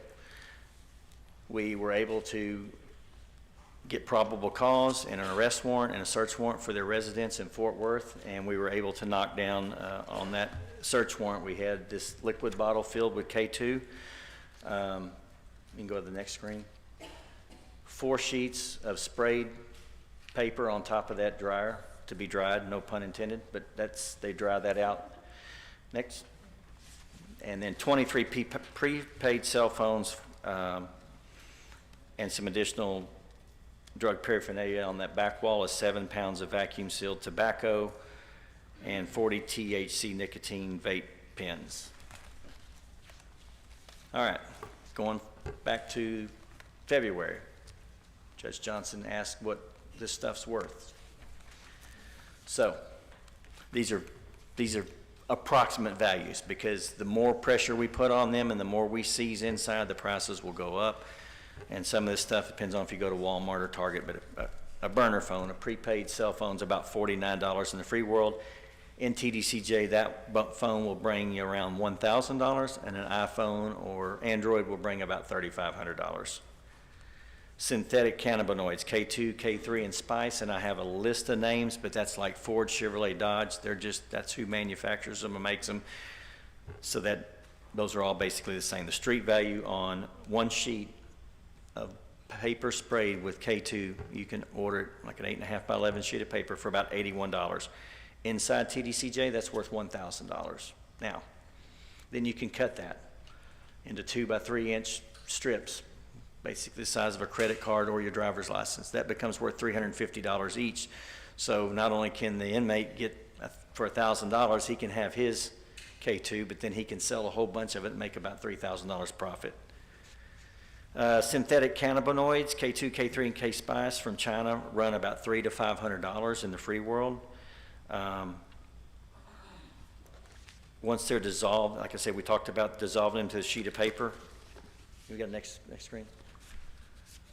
So that they put them in a like the top of a deodorant. That's about 3.5 ounces, and they get about $3.50 for that. Okay. On the methamphetamine, $25 is the 8-ball street value. That's 3.5 grams. It's worth about $100 in the prison. And again, that's going to fit in like a chapstick cap, pretty small amount, but they're getting about $100 for that. Prescription pills, $1 to $3, unless Dr. Burroughs is prescribing them. But those run about $50 to $80 per pill in the prison. Vape pens, and that's just basic the resin from marijuana, from THC, that makes it very strong. It's $15 retail on the street, and it's about $500 prison value. Cigarette tobacco, that's where you make your money. A carton of cigarettes, Newport, they like menthol. Menthol cigarettes is what they prefer. $115, $116 retail, and they're worth $30 per cigarette. Now, they can buy them for $10, but they cut those into threes, and so for that little third of a cigarette, it's $10. So that'd bring you about $2,500 a carton, $2,500 to $3,000. And then loose tobacco, $5 for a pouch of Bugler tobacco is worth about $50 per deodorant cap amount, same as on the loose tobacco. Next. That's it. I'll stand for any questions. Anything y'all have, I'm willing to tackle. Well, Mr. Coleman, we really appreciate you introducing us to some members of your valued staff, number one, and number two, kind of illustrating the efforts that are underway to deal with the contraband, the scourge of contraband that affects our system. We heard a comment earlier today about the fact that, well, if we have contraband in the system, which we clearly still do, then why are we restricting mail in terms of not allowing folks to receive the original mail packages that are sent into the facility? Can you kind of comment on that issue, as well as what many on the board, myself included, see as kind of the whack-a-mole aspect of this process? In other words, cutting off one source of supply only to see those who want to inject this crud into our system find another way of getting it in. Yes, sir. So mail is one of our, and Mr. Collier and I discussed this a few years ago, but mail-in mail is loose mail that we have no control of, and it can be sprayed with K2, it can have methamphetamine on there. I don't know. We just have to, it's wide open. So the only way to control that is to go with the digital mail that he's gone with. And that restricts it. That way you can't, if it's digital, you're not going to be able to smoke it, eat it, taste it. So it's important not to have mail that you can actually pass off from one person to another. But then you cut off that source of supply, but then do you find in your line of work that there are, once that source of communicating this crud into the system is curtailed, then those who would seek to bring this crud into the system are finding new pathways? Yes, sir. They're smuggling it in food, they're smuggling it in their garments, and I have to say that this is not a one agency or one part of the agency OIG job. This is, I have to give great credit to Mr. Lumpkin, Mr. Guerrero, and their directors. We all are fighting this fight together and working very well together. But as we stop one facet, they're going to figure out another one. So we will be working to identify those traits and methods that they're sneaking this in or smuggling it in, whether it's dropped in, flown in, walked in, drove in. We're working hard to figure that out. We appreciate your laser focus on that, really do. Do you have a comment you'd like to make? Chairman, I was just going to say, I appreciate the efforts of OIG, but also, you're absolutely right. You cut off one area of introduction and that price goes up, and other areas are tried, and that's the way the system works, unfortunately. So we have to work at 100% all the time and continue to be creative and just as creative as they can be in trying to find ways in. We've got to be just as creative in trying to ways to get it out and trying to offer tip lines, all the other things that we do to try to make sure we get the information, but then to root it out of the system. Because today, this is not what's coming in, the K2, and that sounds, it's bad no matter what it is, but much of it's laced with fentanyl, which can be lethal and kills people in the system. And that's the thing that we all have to really pay attention to. Many times somebody may think in prison they're getting something that's K2 and it's not. They don't know. And then they don't know why their cellmate can't wake up, and that's because they've had fentanyl. But that's the whole contraband game has gotten more and more serious, more and more sophisticated. There's more and more money being funneled to do it. It's outside money, it's not inside money, but that has to be cut off as well. So it's complicated, but at the same time, we've got to have full court press all the time. Thank you, Mr. Collier, for those comments. Any other questions or comments? Yes, Vice Chair. Yes, Mr. Chairman. And Lance, I just want to commend you and your team for cracking down on staff. We will not tolerate it. And I'm speaking for the chair and the board. Oh, thank you. That we need to send that message throughout our system, through all our units. We will not tolerate staff bringing in dope into our system. We will not tolerate it, and we want to encourage you to continue to crack down on that and arrest as many people as possible, because we don't want it, and we want them to stop it, and we will no longer tolerate it. It's been going on long enough, and we do not agree with it, and we want them prosecuted, and you got our permission to continue to do what you're doing. Thank you. Thank you. And I'll Was just that say, too loud, Mr. Chairman? No, I think those comments are very, very appropriate. Mr. Coleman? we are throwing all of our resources at this problem, and as I told you when I got the job, we are not going to stop until it's finished.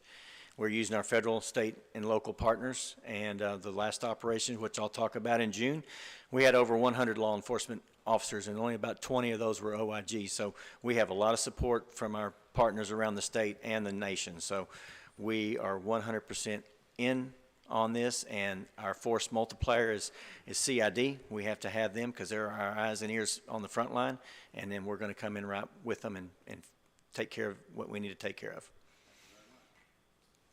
Thank you very much. Yes, sir.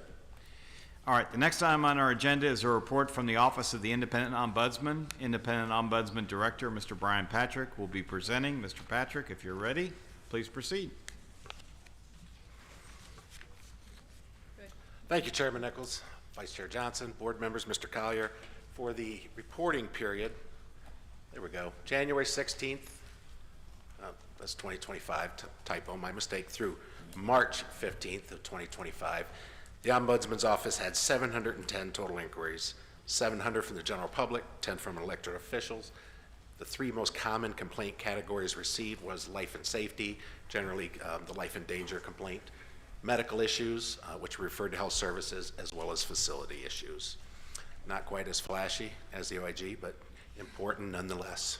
No, it is extremely important, and that's why we want to highlight the work that your office is doing at each of our board meetings, Yes, because sir. it is tremendously important. So just to ask kind of the same general type of question I asked Mr. Cerrito, I know you've made great strides in streamlining the operations of the Ombudsman's Office. I know you've added staff. Are you continuing to make progress in the efficiency with which you address complaints from or inquiries from members of the public and legislators and others? Yes, sir. And efficiencies aren't always gained by adding staff. It's by gaining knowledge, training.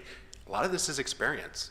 You can see almost every time I present life and safety, life and danger complaints are number one. We had 1,506 of them last year. At some point, somebody has to do some review on that to determine whether it's the completely legitimate to the completely illegitimate. A lot of that involves starting with documentary reviews. People with experience gain that training, knowledge from the staff that are there that have more experience, seniority in it, teach them what to look for, what not to look for. A lot of times we can end up dispensing of it that way if appropriate, and all the way through to the interviews and investigations where you go to the unit visits. So yes, efficiencies, great staff is where we get that based upon the experience and the training that they can provide each other. Well, we really appreciate the work that you and your team do as direct report to this board. It's a very, very important role. Any other questions at this point from Mr. Patrick? If not, thank you, sir, for your report. Continuing with the updates from our board direct reports, the next item on the agenda is from the Director of State Counsel for Offenders, which I hope we're going to be able to call something different in the near future. I know I sound like a broken record on that, but we are very pleased to have with us Ms. Wyvon Long. Ms. Long, if you're ready to give a report from State Council, please proceed. Just hit your button. Hit the button it's on the base. There you go. There you go. Mr. Collier, board members, it is reported favorably in the committee without amendments. So we're following, it's House Bill 3488. And so that, hopefully. And that's legislation that would give the board the authority to obviously clarify, if I understand it correctly, and being too general, it's legislation that would clarify in the law that the representation of the indigent population that falls within the scope of your office is an independent group that reports directly to the board, and the board would then have the ability not only to support your organization, but also have the ability to engage in that much-needed name change. It's actually an amendment of Chapter 841 that directs State Council to do something, and it's edited to direct the board, which is, you're really the entity responsible. And so then after that, State Council not in statute, and you guys could vote to change the name. Well, we really appreciate the legislature's consideration of that legislation. Absolutely. Over the past 2 months at State Council, we have opened 336 new cases. We've closed 273 cases, and we have active cases office-wide, about 1,400 cases at any one time. We handled over 5,000 pieces of correspondence in the last couple of months. And recently we added a new attorney, Michael Pitts. He is a criminal attorney that comes to us with 14 years experience. We're excited about having him come on board. And with that, I will stand for questions. Any questions from the board for Ms. Long? I really appreciate all of the efforts that your group is making across our great state, and we will look forward to hearing from you at the next board meeting. Thank you. Chairman. The next item on our agenda is a report from the Prison Rape Elimination Act, or PREA Ombudsman. PREA Ombudsman, Ms. Cassandra McGilbra, will be presenting today. Ms. McGilbra, thank you for being here, and if you're ready, please proceed. Yes, sir. Thank you, Chairman, Vice Chair Johnson, the board, and Mr. Collier. I have a brief report today. For February through March 2025, the PREA Ombudsman activity, we've had 357 inquiries that have come into the office, with 143 of those being from the general public and 214 from inmates. And these are the ones that we've completed, for those months. For the PREA Ombudsman compliance side with the PREA audits, we've assisted with 6 CID PREA audits, 2 CSCDs, which are the CJ facilities, and 1 TTC. And also the staff have reviewed 248 PREA investigations submitted for that time frame. I'll pause if anybody have any questions. I just have a question for you. So Yes, I was privileged to be out at the Halbert unit recently, and the officer who was working the gate when I went in identified herself proudly as being a PREA officer. So could she was a unit PREA compliance manager. So for every TDCJ facility, any of those facilities that TDCJ have oversight, they're required to have a PREA compliance manager. And so what that is, each person is responsible for maintaining, the compliance for the agency as far as making sure that we have those modesty screens for cross-gender viewing, make sure we're completing inmate assessments, investigations, anything PREA related. So if they're identifying any errors, they can report that. We can go out and find out what's going on with that, but pretty much every facility has one. And so, and your office, part of your responsibility in charge is to make sure that those compliance programs are running the way that they should be running. Yes, sir. Yes, sir. Including investigations. Yes, we sure appreciate your the work by you and your team. Any other questions from the board? I see one question coming up at the... 48 Investigations, yes, ma'am. Those would be sexual abuse or sexual harassment involving staff or inmates. But do you have an outcome, or you still? Yes, ma'am, we have outcomes for them. So what happens with those, we have a web-based database where the units will complete those investigations. We go in and go through each investigation to make sure they're compliant with the PREA standards as what is required, the services that the inmates are required to have, how they're coming up with the outcome as far as evidence. We look at all of that, and based on any findings that we have, we may resubmit them to the facility for additional information, or we may request that they start the investigation all over.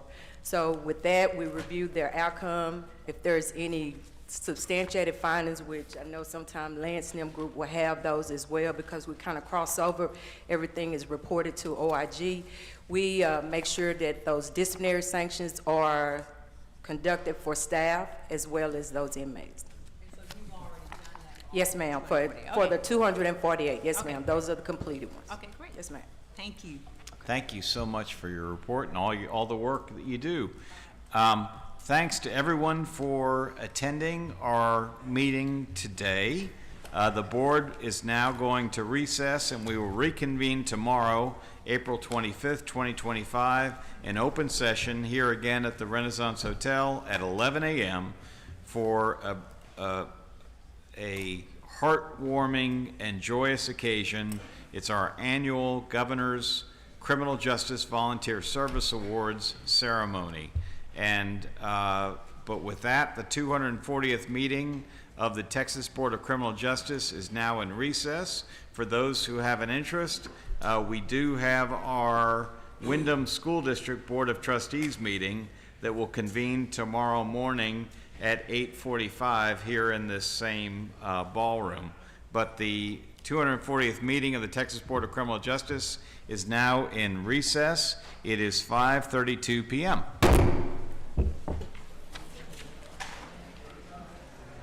Done for today. Survive.